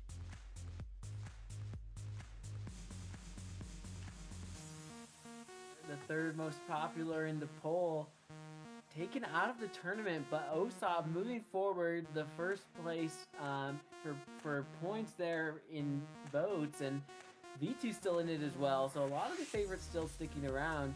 Yeah, it was a great match to watch, and really getting to see an impressive redraw from Modelo, a card that has kind of been here and there because it really does have a lot of randomness, but Osof just having the faith in it and drawing into an incredible way to win the game. Yeah, and of course, doing a big congrats, obviously, to Rag to making it this far. And of course, coming from Twilight Knights and the guys from last weekend, right, had such a good showing there. He started a really good showing here as well, making top 6 technically at the end here. So big congrats to him. But of course, Osof just too powerful, too terrifying, right, obviously, to get away with that one. But guys, we're gonna get ready now. Our final match here of the day. Coming to you guys now, Meme Legends taking on Melon. We'll be tricking Zones to bring you all the action now for that one. So Zones, you get a chance now to talk about the end of this one. In just a short moment as we do get up the bracket now, of course, here. The loser bracket, how things are looking so far. As you can see, Osof moving on the way. And he'll be taking on either Meme Legends or Melon after this one. So there is a chance that Osof and Melon could have a Contenders Cup rematch. Of course, you didn't get to see the match, but in round 1, Osof actually took down Melon 3-2 to get here in the first place, which is really, really cool to see for Osof at least. And it was cool to see we actually have this rematch happen on stream, so as you get the match, which I'd love to see if it was that close. Imagine how close it's going to be. The stakes even higher than what they were previously. It'd be really cool. So, as I said, that's it for me. I'll head over now to Trick End Zone to give you guys the last match here, the last best of 5 of the day here, and then he'll be taking on Osof tomorrow. All right. Well, hey, hello, Trickster. Long time no see. Yeah, good to be here with you. Excited for this next match, and yeah, it would be interesting if we can make it towards that Osof Melon rematch, but gotta make it through Meme Legends first, and that's a tough opponent as the first place in the point standing. So, you know, I was just thinking about this, saying this matchup in its entirety: Meme Legends versus Melon, Meme Legends versus Melon. Say it like 3 times fast, and I was like, this is a little bit of a tongue twister. So hopefully, I don't get tongue-tied talking about their games. But, whew, I mean, these are some incredible players, and they've had some unfortunate runs, but they're making it. They've made it out of the initial stage of the lower bracket, right? So, trying to see who secures that day 2. I was, back in 2021, I was in a similar spot. I think I ran into my teammate V2 in this spot, and in fact, I think if I had won that, I'd be up next against, I think it was Shinsha at some point of TK, and who had set me down in that bracket in the first place. And so that's always like so awkward to think about. It's like, even if I make it through, I'm gonna have to rematch against the person who sent me down eventually. But at the same time, it's important to just think about one match at a time. So yeah, absolutely. And I mean, going back even farther, I remember when we used to do double elimination instead of Swiss on day one for big tournaments, and then you'd be playing like 14 matches during the day, and you really have to take it one match at a time. Oh, jeez. Yeah. Lucky for these players, it's just going to be a couple more from going into the losers bracket, but everything is on the line. If they lose a match now, they're out of the tournament. So yeah, moving forward, going to be Meme Legends going against Melon. What are your predictions going into this next match? I don't even know what to predict. I mean, these guys are both bringing the meta lineups. They're making some pretty on the ball plays. Both. I was watching the Melon match versus Yoon Calby. I think his Earthright was a little. I think he let through some awkward. I mean, he had a hard time adapting into Yoon Calby's sort of odder lineup. But maybe but he still navigated that, which is impressive. You saw him getting board locked and losing the game because of that. I don't think he had a choice about that one, unfortunately. But maybe I think we'll see him, even in his own element here in against decks that he's had more practice against, and it might look a lot better. And looking at their decks, the same classes, only slight discrepancies. I'm feeling like I like Meme Legends Rune deck a little bit more because it has an extra Modelo, but then I like Melon's Dragon deck more with the extra Draziel. So I mean, I'm going both ways there on the deck list. Melon, we're going to be watching this next match from his perspective. He's going to be going first on his sword deck. Okay. Meme Legends doing the mirror match, bringing in sword as well. Oh, both we have a game on our hands. Roger already. It's going to be close. Let's see it. Yeah. Melon is unfortunately going to have to skip the turn one, does not have any of the 1-2s. And that means Meme Legends gets to play the best card on turn one in this matchup. Yeah, and I mean, playing a Tony here means that Meme Legends can get 2 loot out of this, so... Yeah. Not like a Penguin Punisher or something else that would have traded better into it. In fact, Meme Legends develops a strong board behind it as well, and there was a case for Melon playing the Tears of Tribulation himself on turn 2 there, just to make sure he doesn't fall behind on board. And then, in fact, Melon can even get an extra loot here by playing the Tidal Gunner, healing the Nightly Thief, and going... I can't immediately turn that into a loot because he won't have any trade targets, but the pattern of having a Tidal Gunner with a behind a ward is always like really strong in other versions of this deck. Another strong option here for Meme Legends is to dagger the twins and then play one of his Rogers out here just to get stronger onto the board. Both of these options seem really strong. At that point though, not a great target for sending the troops, so wouldn't be able to necessarily follow up the Dagger Rogers play. Yeah. But at this point, you already have the Rogers you need, so I mean, you're not necessarily in a hurry. Yeah. Well, there's already not a great target for sending the troops. I mean, you can technically send a dagger, but then you also kind of run the risk of running out of loots to use. Because this hand is kind of lacking in loot generations. I mean, obviously Send to try to draw for first mate helps a lot with that. I think developing a Tidal Gunner here is alright, because there's not a lot of ways for Melon to deal with both the Nightly Thief and the Gunner. Yeah, this really puts Melon in a bit of a pinch here. Oh, and even healing up the Thief is extra strong. Yeah, this is a great spot for Meme Legends. Melon here, really gonna struggle, not even gonna deal with any of it, just gonna pass, and Tidal Gunner next turn could just eat this board up. Yeah, there was like a case for just running out Melon kind of sped through his turn 3, but I wanted to say that maybe there was a case for playing Opulent on turn 3, because that makes his board a lot less weak. I mean, he played the twins because it's hard to draw with them going first, but what is he drawing for at this point? If not just more loot generators. So, but he has plenty of loot generation. He just needs to not be overrun going first, which is crazy to even say. Yeah, this is usually the opposite, but just the way the cards were drawn, Melon now in a pinch, not even going to be at 6 play points to use Opulent to clear this. While that's unoptimal, at least would be an answer. Instead, going to have to do some combination of Rogers and maybe even, I don't know, yeah. It's awesome to play Rogers and then play Tears and have him hidden behind the wards, but nothing like that possible when you have to take out this opposing threat first. I actually wonder, Meme Legend's now thinking about what to send because, I mean, he has a lot of choices. I think maybe even consider sending the second Rogers here, but that's a little too crazy. It's just that the Rogers is the slowest way to convert something. I think for me, it's between the not Rogers and the Nightly Thief here. Okay, yeah, the Nightly Thief probably makes more sense. A little less insane. And using the dagger here versus using healing the Nightly Thief again. Insult on injury. That Nightly Thief has been healed twice.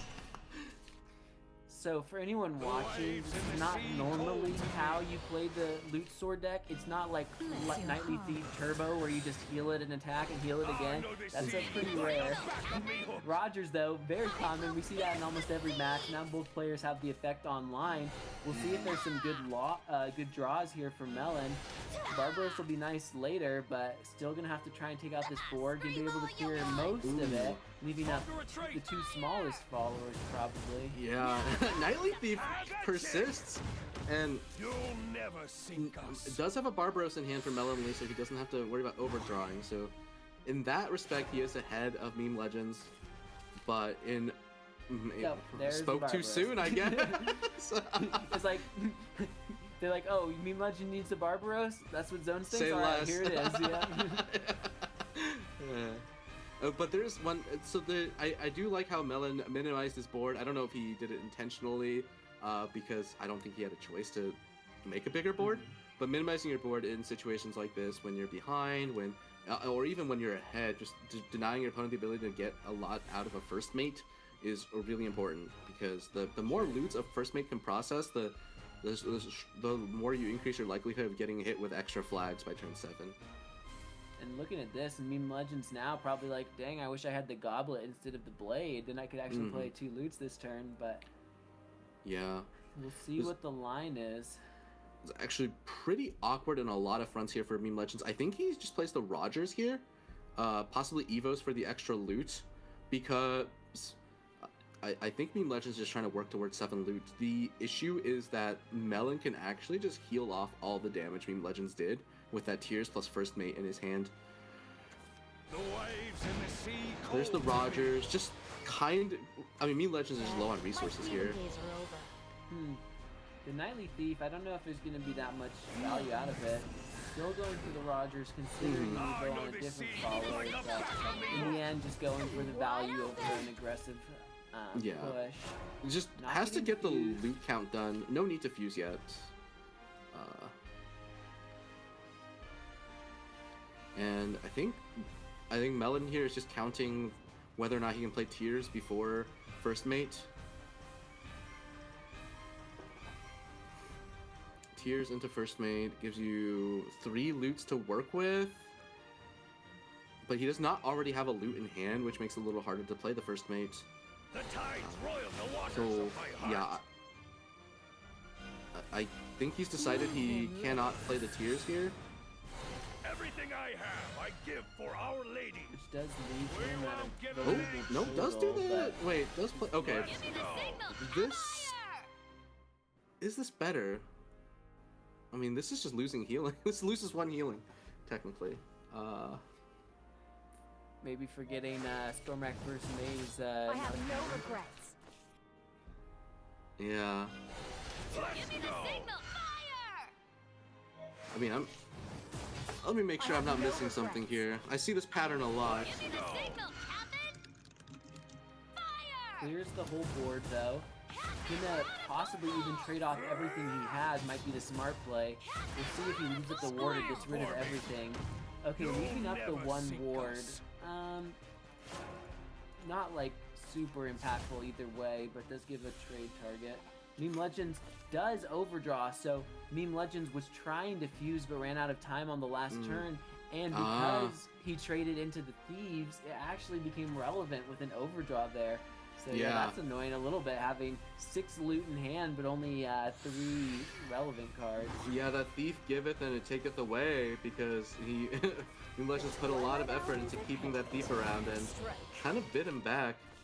But yeah, that fuse was important. You know, I was just thinking he doesn't need to fuse it for the resources, but it really heads up for Melon to try to punish Meme Legends for keeping the thief around for so long. And Meme Legends now is going to use interesting draw. The Opulent here. Using the free evolve, might as well. Just gonna have those 5 health followers. No evolves for Melon, but there is a Barbaros and double Gunners. Possibly could set up a lethal for the next turn. This is almost certainly a turn 8 lethal. There's not a lot of ways for Meme Legends to out this. Let's see. Yeah, the opulent healing. Well. And I mean, Meme Legends does not have a 0-cost flag set up, so I think his damage is capped at 17. Just the Barbaros, Title Gunner, 2 flags play. There's no 0-cost flags to get any more damage than that. So as long as Melon heals above 17, he should be fine. I'm trying to remember if there's a setup around getting more damage there, but I don't think there is. No, I think that's the best situation. If one of the flags, costs 0. If there's another. Oh, he gets 2 more. Hold on, he gets, because it costs 7 and you refund 3 off the barb, right? Yeah. Okay, yeah. So you can only play 2 loots. You're wide open. Wait. Yes. I have no regrets. There's some weird Juliet line that can get you, I think, to 18 damage with an Evo point. But 20 is out of range of that as well. So Meme Legends does heal back up to full, does get the Seeker. But does not have enough trade targets to process all these loots. So what's his damage at here?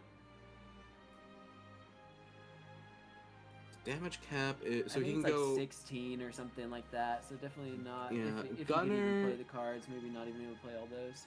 Gunner, First Mate, Seeker, 2 flags, evolve the Juliet. That is 2 damage from the Gunner, 2 damage from the Rogers effect, 6 damage from the 2 flags. So that's 10, and then 14. Yeah, so it's just too low. The First Mate just does not contribute enough damage here. Melon, on the other hand, gonna have double Gunner in hand, but no flags yet. So just gonna have to, let's see, with the extra play point though, it gives him the ability to play 1 more loot. Only though pushing him up to 19 damage if he does the barb play, but if he does a double Gunner play, he can maybe get there with some extra flag generations off of the barb for 1 play point and things. Everything I have, I didn't even think about that. Melon doesn't have a flag tree set up, so yeah. I don't know if he could have navigated that last turn differently to try and give him something else to work with. Oh, the Seeker off the top, that is 2 damage for 1 play point. Oh, I think he's still 1 damage off. Barb, Gunner, 2 flags, and Seeker. That's 19, right? Yeah. So Melon, maybe not navigating the last turn correctly. He's looking at the cards right now. Maybe there's Oh no! Wait, this is. I don't know. If you go Gunner, Barb. Gunner, Barb. This is that pattern with the Juliet Evo. Hold on. Is there? Oh, because you Evo the Juliet, and then that's 4 damage. He just top decked the Juliet, so he drew into a way to get this lethal without setting it up. Yeah. Wow. So the lucky top deck for Melon, when he didn't necessarily get a flag that he could have the previous turn, giving him a way to get here. You know, I'm a little happy that I talked about this, and then it happened a few turns later. I'm gonna take a little bit of credit, but but you know, shout out to Melon for seeing that. That is one of the advanced lethal patterns in this deck, and you know, so not missing that, pretty clutch. Was there a reason that Melon couldn't play one of his like Barbaros or Stormrack the previous turn to get an extra flag, or did he I really think he need was to... worried. Was he trying to maximize his healing? I missed the exact turn there. But I suspect he was just trying to maximize his healing and kind of, because a lot of your plays when it comes to healing in Sword are kind of automatic, so probably something like that factored into it. And then if you get, especially if you get caught up in the weeds of like trying to figure out all the possible damage your opponent can do, you have to juggle that whole play against what your opponent could do, and then make sure, and then set up your own plays, those two buckets, and it's pretty difficult. Now we have Sword on the top going first. Meme Legends put his hands in the air when he saw he was going first, so definitely excited about this. Melon though, in the second seat, not necessarily in a bad position, with some good early game, can be able to play an outdoors mage to get rid of this potentially, and having a lot of early generation there. The most awkward thing about Melon's hand is that Celestial Command second position from the Undying Witch. That is going to be so hard to convert into a sigil for the Undying Witch if that's the only Undying Witch he sees for the next couple of turns. So would it have been better to potentially wait to play outdoors mage for one turn so that you could have a follower? The outdoors mage was to the right of the command, right? The command was always. It was? Oh, okay. Yeah. I think the command was stuck on the second slot there. Yeah. But you know, if he draws another command, then he could fuse away the first one eventually. Work through his. So, but that's kind of like that's a little far away. Right now, he's also getting aggro down. And then sending the troops comes out anyway, and so just kind of makes it possible to still get the effect. Yeah, that's a spell, but actually in this matchup, I think you're often going to be able to get spells, so it's not the biggest worry. But yeah, on the other hand, having the Celestial Command at all is really good. Yeah, a lot of our players have been missing out on it today, and you can already see that there's plenty of sigils now, and that's not always been the case for our rune players. And also, having the Mind Control Mages to fuse in, also really good. The green here is going to be able to negate a lot of the extra board presence that Meme Legends has accumulated. And Meme Legends, meanwhile, is just searching for that Rogers. Oh, he actually just got it. Got in the last position, yep. Yeah. No longer searching for Rogers, searching for Barbaros now. Yeah, gonna think about his loot count. Could play Tony here, but could also just play the Penguin Punisher to get an extra loot into hand. Unlikely to ever evolve the Punisher, so I don't think that unless he just thinks he won't play it at all, because at this point you can go Rogers into Stormrack First Mate and maybe just forego the Punisher completely. Probably what he's gonna choose to do here and just search for Barb and more finishers instead. Right. Yeah, it gets another Rogers. Not the worst, but not great. There we go. And place for the board, you know, because if a green comes out, he's no longer at board parity. He is just falling way behind on board. And this play from Melon looks like he is playing the green. Yeah, effective way to use the play points here. Can follow it up with a Golem Lord acceleration. And lots of Levi's and things in hand. Yeah. To follow up as well. So Melon not at all upset about this. The next couple of turns are going to be pretty important because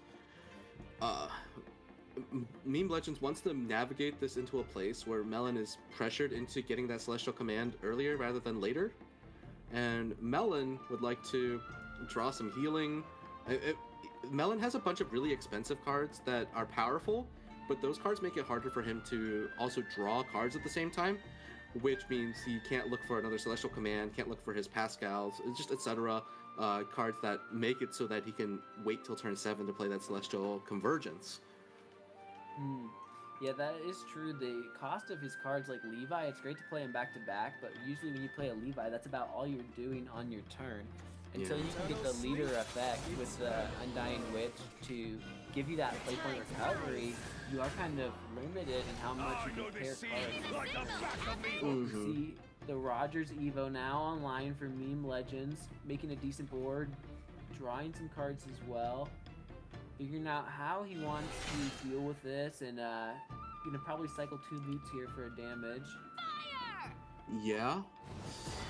The second, but it's actually kind of awkward because, okay, does get the boots. I was gonna say, he definitely doesn't want to use the Goblet. The Goblet, wasting Goblet healing is a massive mistake in this matchup, so, yeah. And the Tony goes face for 0. Meme Legends just making sure to get that action in. Didn't have time to fuse Barbaros, but he does have time to throw the Tony face for 0 in this match. It's fun to be able to do. Okay, so uses away the mid elo. This is pretty heads up. Yeah, there's just no way for him to convert this mid elo this game because turn 7 it is so dangerous to just commit to that, and because the turn 7 mid elo can never enable you to play a Celestial Convergence afterward.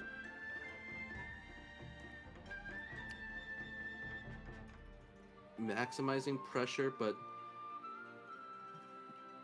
Meme Legends, does he have the clear here? So I think on turn 6 this should be guaranteed. Usually you want to play a loot here, get the Marine Raider. Yep. Yeah, that's definitely important to get an extra damage. For Our Lady. Definitely gonna be like a little tricky. The pre-evo for Melon was a smart option, making it sometimes possible. I feel like our players always go for that, hoping the Golem Lord can survive, and there's always a way usually to get rid of it. Yeah. I think the exact calculation mostly matters for when you go first as Earthright in this matchup, because the more play points Sword has to work with, the more unreasonably good clearing they have. And no risk of overdraw here as well. Pretty nice for Meme Legends. Colossal Summoning off the top. And also no 7 loots yet, and staring down a potential Barb Lethal. Yeah, there isn't an extra flag in hand for Meme Legends at this point, but Melon would still be worried about it. Yeah, I mean, he's well within the range of the Barbaros plus Tidal Gunner combo. Is he? Let me make sure. Yes.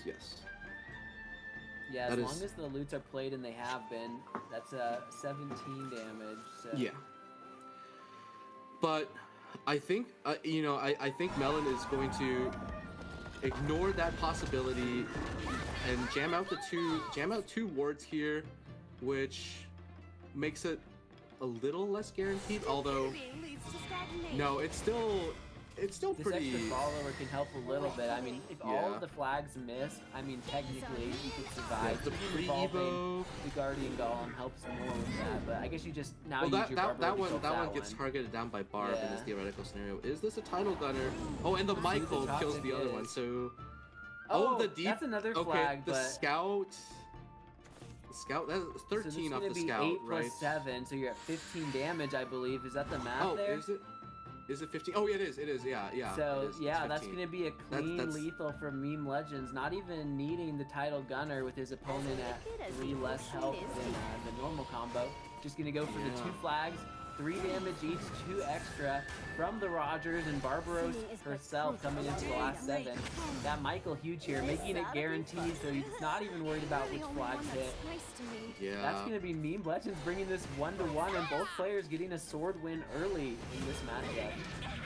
Yeah, that going second is so rough. I mean, without the extra Celestial Command, which active on turn 6 instead of 5, unfortunately. Yeah. And that's why, I mentioned Golem Lord being a really expensive card, and I think that really showed there, because it looks impressive, but it just gets cleared out and doesn't actually keep you from losing the game. So, but, credit to Meme Legends for finding that setup into the lethal before Dirt Rune has the chance to reverse that situation. Gorgeous and The graceful. mirror match and the mirror leaders. Phoenix. We're gonna see somebody turning into a chicken at the end of this. She is not a chicken. Oh, excuse Okay. me. What type of fowl is it? Correct me. She's a phoenix. All right, so Meme Legends with this hand. I think there's a case for keeping an academic follower here, but there's a stronger case for tossing both of them and just trying to hit more 1-drops. I think that's what he's pondering over here. Meanwhile, Melon has a 1 into 2 play here, but it's on. It is 1 into a Megalorca rider, so that's not. It could be a good embarrassing. rip. Yeah. I don't know about that, Meme Legends. When I play this deck, I always throw everything but Coach Joe, because I'm like, the odds that I don't draw into another academic follower, or I can just worm crafting the Coach Joe, makes me feel like it's not worth keeping those. You don't want to see multiples. Show me your passion. Yeah, but when you get the games where you have Joe and 4 neutral cards or 3 neutral cards or turn 1, you're. Well, speaking of which, okay. Huh. Just No, Joe come on. I really hate seeing this play when you have alternatives. And what I'm talking about is the Joe on 1 when you have the possible 1+1. Okay, he's reconsidering. I feel like you just gotta embrace the fact that you're playing Buff Dragon and your draws are always gonna be risky, and you just gotta throw the Joes back and just assume you're not gonna draw them, because now you set up the 1-2 Yeah. to get the Megichlora Rider into Grand Slam Tamer. I mean, if you just passed turn 1, you just took away that opportunity. Yeah, but look, punished a little. There's the 1-2 striker. All right, but does get a Dion to compensate. Look, I'm just saying, if I had a nickel for every time someone draws a previously turned tossed back follower, I think I'd be at like 15 cents for this tournament so far, which it's not a lot, but it's more than I'm more worried about the players that have 3 buffs on their deck and they just start drawing a bunch of cards before getting that 4th buff. Yeah, right. That's what I'm worried about. So like this next turn, we'll see if Melon, if Melon plays Wormcrafting first or something, like it's not going to be that. But like if he did something like that, now there's good options. I think he's going to not slam. Even go to the ramp. Yeah, Grand Slam. That's a nice top deck. So I guess you don't even need to rip the Grand Slam off of a targeted draw when you can just draw it naturally. Yeah. That Doing felt the like it was trade to make it targeted. even harder to clear these. Ooh, and Meme Legends is in an awkward spot, and he's going first, but it doesn't feel like it. Wow, that trade with the board was so heads up, because now the Rush followers can't even take out the 4-3. That was definitely good for Melon. Yeah. Playing for board is definitely something that is worth rewarding with. And you were talking about drawing before, but I think Meme Legends was looking for a striker there, and I can't really fault him too much for that. Is the Dion though active? You could have gained an extra play point. Couldn't we have Wormcrafted and then play the Dion? Just to buff the card we Wormcrafted back. Now if Melon draws that striker next turn. Dang, Melon really running away with this a little bit right now. Got his opponent down to Coach Joe range. Meme Legends has a little bit of healing and some tools in his hand. I mean, gonna be able to deal with most of this board. I was gonna say 2-5 defense followers makes it so that you'll at least have to leave the 2-2. You have someone's hope too. Kyrie gets a Gunbane off the Kyrie. Okay, but surely we can. Everyone's hopes are riding on me. We're not gonna develop the Dion. Oh. Okay. That's a clear. I mean, that's a full clear with the Gunbane, but it would be at the expense of not ramping. Thinking that the board's more important. Yeah, okay, I think this is a good payoff for taking this line though. Yeah. Gunbane. I mean, it's also a clear without the Gunbane, but definitely would rather use the Gunbane here. Not a bad situation, and both these players not overcommitting to ramping until it's convenient, which very heads up. Oh wow! Nice rip. Yeah. I'll make you show respect. Evo, Mermaid, Grand is that a hot Slam trick or looks what? pretty good. The sea harbors hopes, dreams, and danger. It takes But two I mean, wins. both That's these a lot players are buffs also for the dev at kind this of point. ticking down in their defense totals. Orca bunga. Yeah, neither one of them having great healing, Everyone, but also neither I'm one of them sorry. having Coach Joe, so... Well, Melon does have 2 Coral Spirits in hand, and that will allow him Not to a convert. And in fact, he's going to play this defensively. I think he sees that he's going second. He's in range of some amount of danger here, and as long as he stays ahead with these resources in hand, he should be able to convert the game. Meme Legends, meanwhile. Okay, are we? I don't know. I mean, I guess he's calculating if he can afford to play the Dion before the Kyrie here. Yeah, gonna I want to be someone's use up hope the too. last Evo point. Gets a striker. I mean, his deck is 4 buffed, so he doesn't need to commit too much to buffing the rest of his deck. But so maybe this is fine. Evolve allows him to Mermaid plus double Dancer. Is that good? Maybe like an Alice or something. Everyone's could hopes be are riding on okay me. if it's drawn. Another Kyrie. Yeah, this is so interesting because the followers like having so much more defense than attack makes it really hard to trade off the board, especially when you're like in the behind position. Unless you have something like the Banish from the Coral Spirit, but that's in Melon's hand. Absolutely. This is clearable with Striker plus double Dancer, I believe. Striker over the 1/1 2 Dancers into the Grand Slam. But he's gonna need to pick up the pace though to make sure all the actions are in. instead, Meme Legend's going to take a slightly riskier line to develop his game state. I've got this. Because he does need to get to 6 buffs in order to have Joe be active at all. But this opens him up to some amount of danger.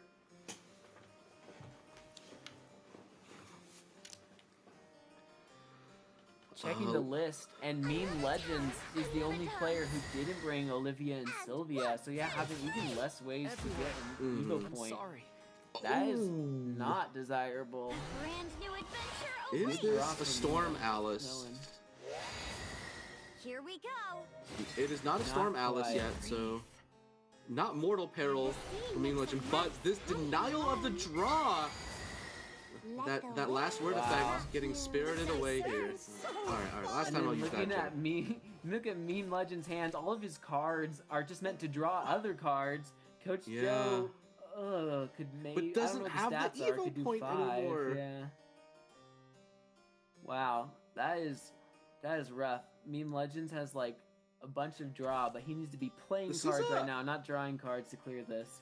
That is a clear with Striker into Joe into the Dancer, but Meme Legends But not choosing that route. Yeah, I think Meme Legends wants something a little healthier in terms of what it leaves him at, but I don't know if he's left with a clear option now.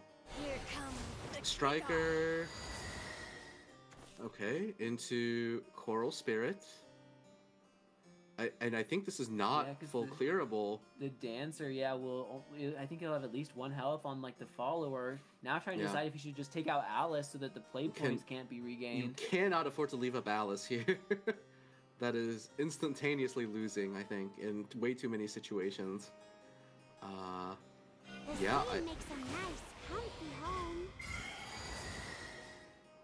Interesting. So choosing to have a better board with his own draws, but as a result not being able to clear, not sure if that's going to be worth it. Throws out the Dancer here at the end. Maybe even, I don't know, having a wider board again, but not missing out on 3 chip damage. Alright, trading in the Dancer this time so he can't be denied on that last. And the Joe off the top! I think that's Oh that yeah, is with the Evo Joker. point left, Joe Yeah. on his own could take this game. Not to Yeah. mention all of the extra followers left on the board. Dang, it's a series here. We got Meme Legends with 1 win and Melon now up 1 with 2 wins. Melon making it so that he's 1 win away from victory. Oh. Yeah. Just has to convert with the Earth right here. And Meme Legends definitely suffering a little bit in terms of just how awkward his hand was in the first couple of turns of the game. Way too many neutral followers in hand as opposed to academic cards or even just dragon cards that buff. Seeing the pros and cons of this deck.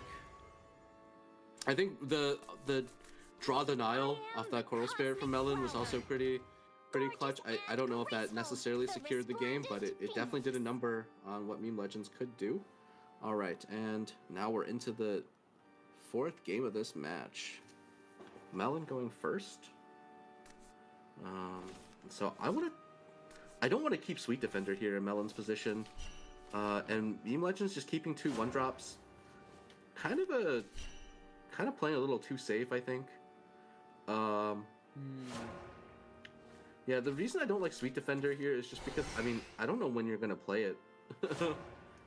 Getting these Sandstorms out early is nice for Meme Legends. He will, though, run out of a lot of gas. If he does Sandstorm into Gunbay next turn, his hand's pretty empty. I guess he can just follow it up with the Twins to draw. But not the normal line you'd want to take. Oh, even possibly just saving it for the AoE. Yeah. He is going second, so playing around the possibility of getting AoE'd out is relatively important. Okay. Let's see. Not a great draw off of that. Melon just wants to get 3 cards off the Gruin here. Choosing not to reveal that he has a Celestial Command in hand. Yeah, getting the Verdict Ritual is good, that is some value, and the Sandstorm just comes out to get that green off the board. Is that better than drawing 2 cards this turn with Twins? I mean, I guess if there was 2 of them, you'd be really happy to keep it. If there was 2 2/2s on the board. I just think he has to make sure he doesn't just completely get overrun. Oh, interesting. Playing the left command is good because it makes Undying Witch less awkward later on. But was it play the command at all there? Some good draws from Meme Legends. Getting the deck buffed twice means that everything is pretty much going to be online. The Tamer could make it so that there's 4 buffs in the deck, so it's definitely something to consider. Yeah. Unfortunate that line, I think that's right. Yeah, unfortunate for Meme Legends. And okay, I like this trait that he's hovering. I like to make Mind Control Mage a little worse, but I think he should evolve the. I believe he should evolve Asuka and Shiori here, because that reduces the stats on Golem Lord from Melon. If he evolves Grand Slam Tamer over a 2/2, he leaves himself with 5 defense as his highest defense on board, and that means Golem Lord wipes him out. So it would be 6 defense on the Grand Slam, so that's a pretty 6 good defense. Evo target. Yeah. Because that 5/6, then the Golem Lord Evo over it, it's basically dead. I don't know why I had the idea in my head that 6 + 2 = 7, but you know, my bad. yeah. This is a good stat line to deal with Golem Lord for sure, though. All right, looking at the plays for Melon. The Golem Lord, it's not going to be doing a ton of damage to the leader, so it's like you'd almost probably rather have a different play this turn and set up for a big Golem Lord later, but there's not many better options at this point. It's 4 damage. It's also, the board is kind of hard to ignore, so I think I am down to fuse one of the Sweet Defenders and then play the Golem Lord here. Okay, or not fusing is also fine. I think you just have to play something strong here because Melon kind of needs to bridge the turn into a Pascal turn, or any kind of draw setup to try to draw a Undying Witch and then play from there. But I think he was supposed to fuse one because now he's gonna have to, or I guess he can play Sweet Defender into Pascal, but that's really slow. I would have liked to see fuse a Sweet Defender so he can start the turn with Pascal. Meme Legends finding a Dancer and some ways to be able to trade into this board to clear it off. Gonna have those 3 Alices in hand now. Lots of free Evos. Hopefully gonna be drawing into new cards and having Storm very soon. So Yeah, good way to keep gas on Meme Legends. Maybe a little low pressure up front, but his hand's not going anywhere. This is so much fun! Yeah. Let's see. Colossal summoning off the top for Melon.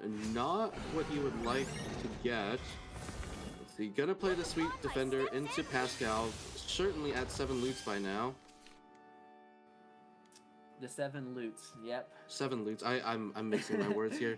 When their condition is 7 for every deck, it gets a little you know what? I'm sticking with it. 7 loots. Has Gumbane in his deck. No, my bad.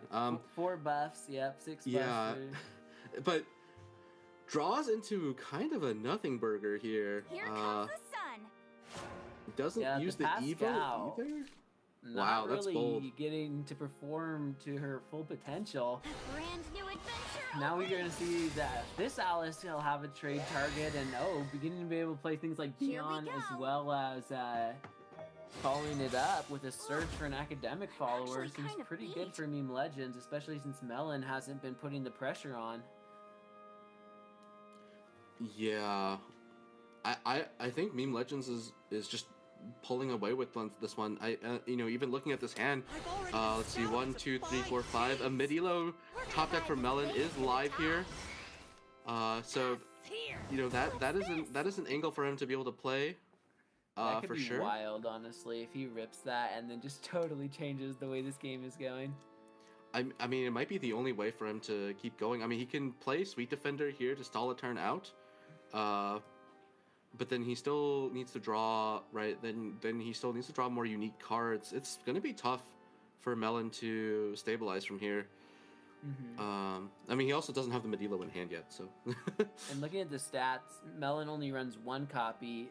Meme Legends has 2, but Melon, only having the 1. So we'll see if he can find it. Yeah. I mean, these players letting their turns tick down, but I don't know if there's a lot to be thinking about.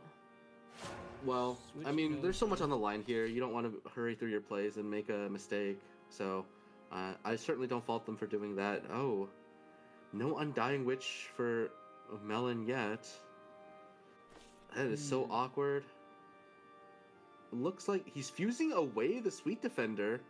Wow. Interesting. Not, trying to do a safe play, but instead trying to just set up more damage. Possibly, though, not going to clear the board at this point. Oh, we're going for, okay. No, he's just, okay, he's looking at what he can fuse away. Definitely Medilo no longer on the table. I think he's trying to make sure he has enough damage with Levi to clear out 2 meaningful followers. Needs to remove the Alice. Okay, so punching face here. The Ultramarine, not the best draw here. Wait. Oh no. Okay, still has enough damage to get rid of Alice. It was a little dicey there because he used up his sigil there before playing the Levi, which cuts into the damage Levi can do. But the most dangerous things here only have like 3 defense. Okay, Levi. Trade over. I have to decide what to trade over here as well, because amount of damage on the board matters. Okay, trades over the striker. Play them a witch here. Yeah. Okay, so Melon is Melon's in a tough spot, but he technically has 12 damage this next turn, and I think Meme Legends is definitely can heal out of range of it, but I think he just has lethal here. Brand new adventure awaits. The extra followers on the board. Here we go. Doing some significant damage. Brand new adventure awaits. Yeah, the double Alice face. I think we saw this earlier in the Rag match, and she's back. You're not bad. It is so much damage. Yeah, I think that's one of the reasons Meme Legends was thinking so long on his last turn if he needed to Evo to make his Alice have Storm, but when the followers survived anyway, able to get that Evo in and still have the Alice go face on the next turn. So definitely working out for him there, and I can see why he might have wanted to set that up Yeah, on his previous turn. and like you said, he did not have the he does not have Olivia and Sylvia in his deck, right? He's the player without that, and so that having fewer ways to recover Evo points makes them that much more important to hold on to. All right, so this mulligan 1+1 being held in hand by Melon. Meme Legend still deciding, keeping the Witch. I like that. Some players have been tossing the Witch away, but Witch is just such a good card, both in terms of obviously the effect is really good, but knowing when to just cycle with the Witch is also really important. So, and in fact, Meme Legends rewarded with a second Witch here can just immediately play a Witch. And I mean, it's not like a lot of our players haven't had it to get the leader effect, so yeah. If you can hold on to the second one. All right, and what is Melon gonna do here? I think Golem Lord looks pretty good here. Yeah. Count my failures. I dare And you. draws his own Witch. Okay, and gonna go face, which makes sense because Meme Legends is gonna have a hard time trying to convert some extra damage here. Or rather, convert into something that can kill the Golem reliability unless you add the Outdoors Mage. But Meme Legend's slightly ahead on board. Meme Legend's gonna be off to the races here, though. Wow. Our players always having the Golem Lord in hand, it seems. It's kind of like the Skullthane of the deck, and it felt like you only got Skullthane every, like half the time, but it seems like there's always one or more likely two Golem Lords in our players' hands. Really coming down to this mirror match 2 at the end, 2-2. One of these players is moving to day 2 tomorrow, and one of them is going to be done in this tournament. A lot on the line right now for Meme Legends and Melon. Yeah. Oh my goodness, they're in a hurry. Okay, there's the trade here. Right, making it so it's awkward for your opponent to trade the Neophyte's important. Neophyte is a card you want to trade. Count my failures. I dare you. And in fact, I think Meme Legend's going to be forced to trade this so that he can have a sediment here to fuse for a stack on top of... What is he going to fuse here? A lot of great cards in his hand. Makes this decision awkward. If the Gruen does come down on turn 4, the 1 health follower could be removed, so that it's not the worst trade now. And yeah, it is tricky though. It's like you could just play, I don't know, the Sweet Defender. I think it's Sweet Defender into augmentation on the 2/2. And then you have more cards in hand to fuse with, yeah. If you fuse anything here, is it like Pascal? Like, what do you even fuse? Oh, I don't want to fuse Pascal. If anything, it might be Gruen or the Sweet Defender.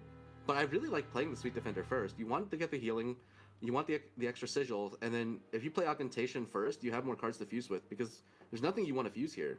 Green is the best card to fuse here, but just because like you'd rather play a Levi. Oh. Yeah. Okay. I mean, I guess you would like to play something other than Sweet Defender. Okay, now fuse the Mind Control Mage, maybe? Okay, not fusing the Mind Control. Okay, no. Oh, well, he doesn't really have to. Sorry, because with two commands in hand, you can you don't have to. You're not in a hurry to fuse anything anymore. Yeah. And also having the option to play Mind Control Mage is going to be important because that's kind of one of the ways to negate this board setup that Melon will most likely try to do. So Melon's goal here is to set up a board that lets him Evo phase while playing Golem Lord, which is very terrifying to deal with. Yeah, but yeah, so this is definitely something that enables that because there's no clean out on the board here for Meme Legends. You can only remove 2 followers. Into the extra Gruen, yeah, helps a little bit, possibly. Interesting. So maybe that's a lot of golems played too for the Golem Lord, so it's going to be hitting hard. Yeah, I think fuse the Mind Control Mage to start with. What if he finds a Neophyte you can full clear? That's probably the only line I can really think of. Levi still leaves a follower on board. But Levi does shut off an Evo face. No, Levi doesn't. What am I saying? He's left with 4 defense. Yeah. So it has to be Gruen here. Okay, this makes the Evo face at a little bit weaker, but yeah.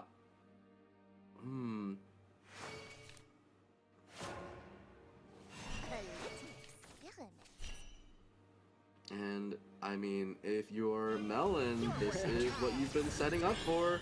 Evo face Golem Lord. Here he comes. Alright, now it's time to get the next Golem Lord off the top. Such a massive amount of golems. 6 damage! Yeah, and so, you know, if Melon has a Golem Lord off the top, that's just game. And right now, the Levi would be game as well, if there could be another Sigil, so... And I mean, there is a Sweet Defender, so... Yeah. Oh, I guess that's 2 play points, though, so that wouldn't do it. But the left card in Melon's hand is that Levi, which means Undying Witch generates a Sigil. Wow, and then on turn 6, Melon gonna be able to win this one, an early win for the rune. Oh, or he can win with the And he has Golem Lord here Lord as well. too. He can just flex whatever he wants in his hand. Wow. What a my way. Choosing the goodness. Levi, letting Golem Lord and Levi both have their chance to shine this match. That's going to make it so that Melon's the player moving forward to tomorrow, and Meme Legends first place in the points going to be out of the tournament. Wow.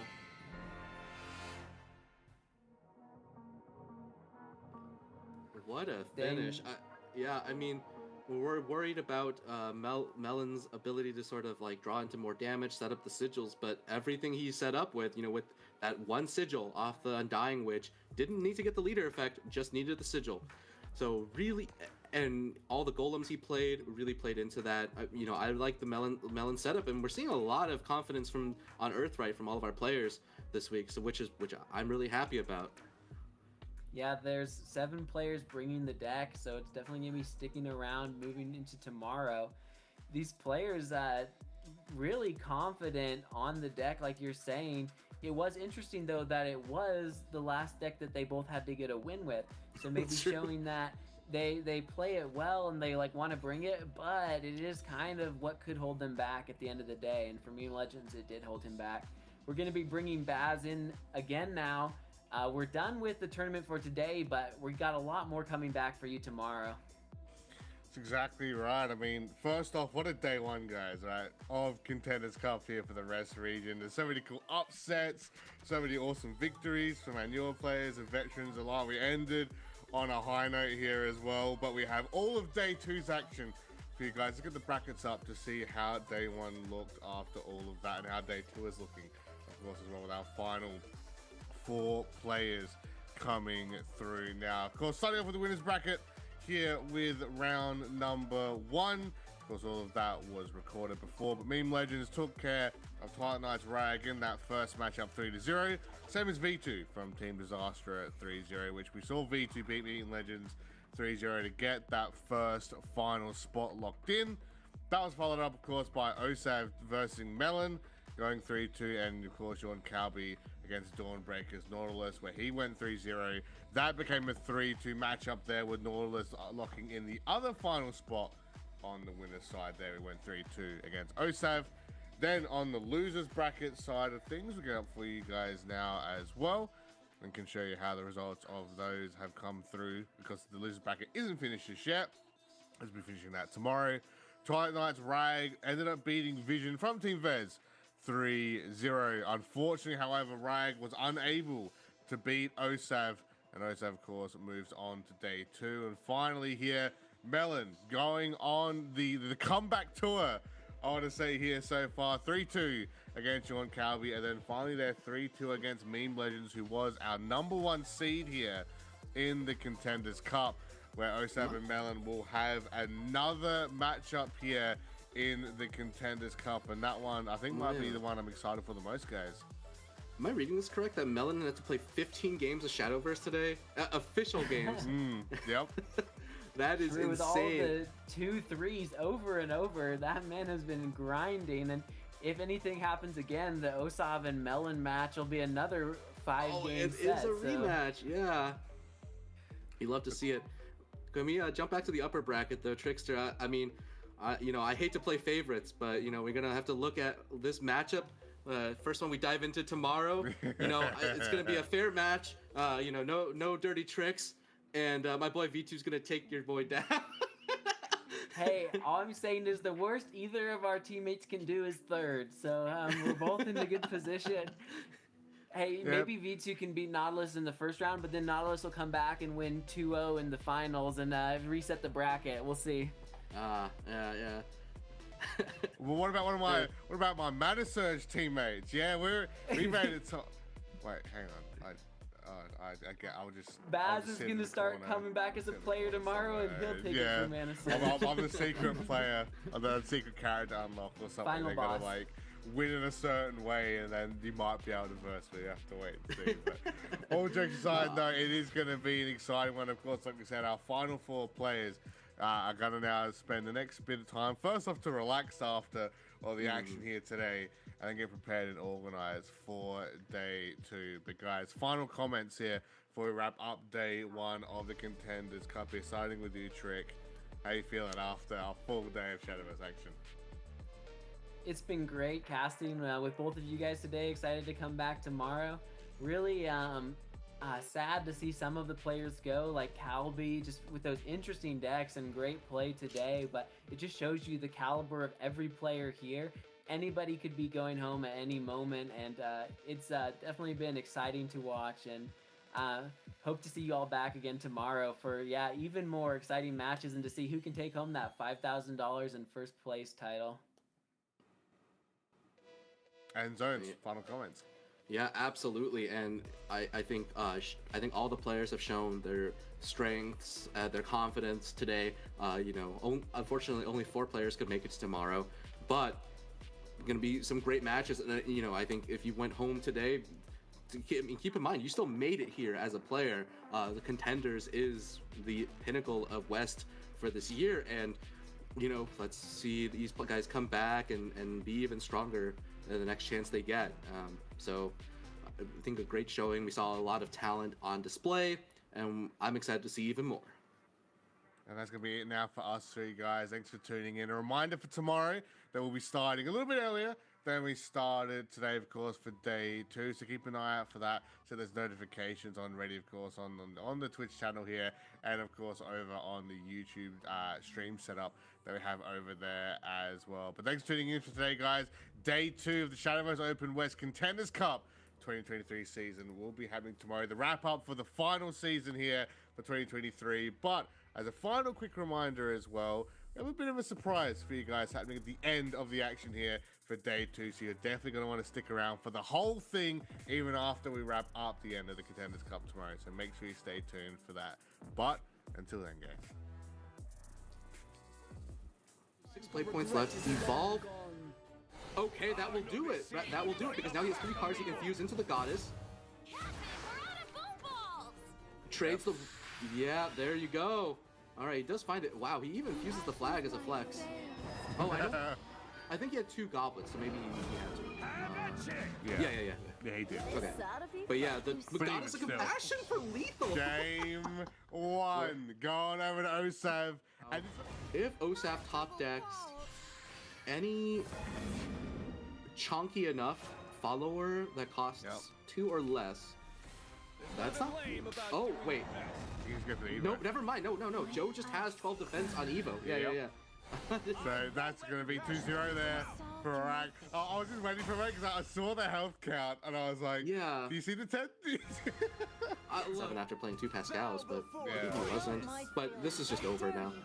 Yeah, because they actually are going to come to it, of course. There's really out on Kindred Sorcery. Going to be another one. TK Rag able to find 1 in this comeback at least so far. 2-1. He's going to make it here. Finally getting a win with this Dirt Rune deck. They're going to have the sword and dragon available to him. So cool to see Rag. But well counted here from Osof. And that means he's also going to maximize the damage here. Yep. Quite talkative. Really good. Without a brain. Well, this, I mean... The truth behind magic. Alright. And then I think this is like run out. It's a good pattern to get into, and this also guarantees... Yeah, so Levi here loses some damage on his Golem Lord, but he has way more than enough. So. And that's also going to be 12. And that is gonna Okay, do come on, it. play the Golem Lord. Good a style to start that team. Ladies and gentlemen, there you go. Sonar 5. No, I think that's the best situation. If one of the flags, costs 0. If there's another. Oh, play he point, gets 2 more. Priceless. Hold on, he gets because it costs 7 and you refund 3 off the barb, right? Yeah. Okay, yeah. So you can only play 2 loots. You're wide open. Wait. Yes. I have no regrets. There's some weird Juliet line that can get you, I think, to 18 damage with an Evo point. Waste. But Juliet Evo, hold on.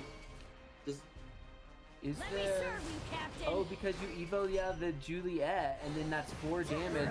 He just top decked the Juliet, so he drew into a way to get this lethal without setting it up. Yeah. Wow. So lucky top deck for Melon when he didn't necessarily get a flag that he could have the previous turn, giving him a way to get here. You know, I'm a little happy that I talked about this, and then it happened a few turns later. I'm gonna take a little bit of credit, but 3 less help than the normal combo. Just gonna go for the 2 flags, 3 damage each, 2 extra from the Rogers, and Barbaros herself coming into the last 7. Got Michael huge here, making it guaranteed, so he's not even worried about which flags hit. yeah. That's gonna be Meme Legends bringing this 1-1, and both players getting a sword win early in this matchup. Yeah, that going second is so rough. I mean, without the extra. Missing out on 3 chip damage. Alright, trading in the Dancer this time so he can't be denied on that last. And the Joe off the top. I think that's. Oh yeah, that with the is Evo point left, Joe on his own could take this game. Not to mention all of the extra followers left on the board. Dang, it's a series here. We got Meme Legends with 1 win, and Melon now up 1 with 2. Out of range of it, but I think he just has lethal here. A brand new adventure awaits. The extra followers on the board Here we go. doing some significant A damage. brand new adventure awaits. Yeah, the double Alice face. I think we saw this earlier in the Rag match, and she's back. You're not bad. It is so much damage. To win this one, an early win for the Rune. Oh, or he can win with the And he's Golem Lord here Golem Lord as well. too. He can just flex whatever he wants in his hand. Wow. Oh, What a my way. Choosing the goodness. Levi, letting Golem Lord and Levi both have their chance to shine this match. That's going to make it so that Melon's the player moving forward to tomorrow, and Meme Legends first place in the points going to be out of the tournament.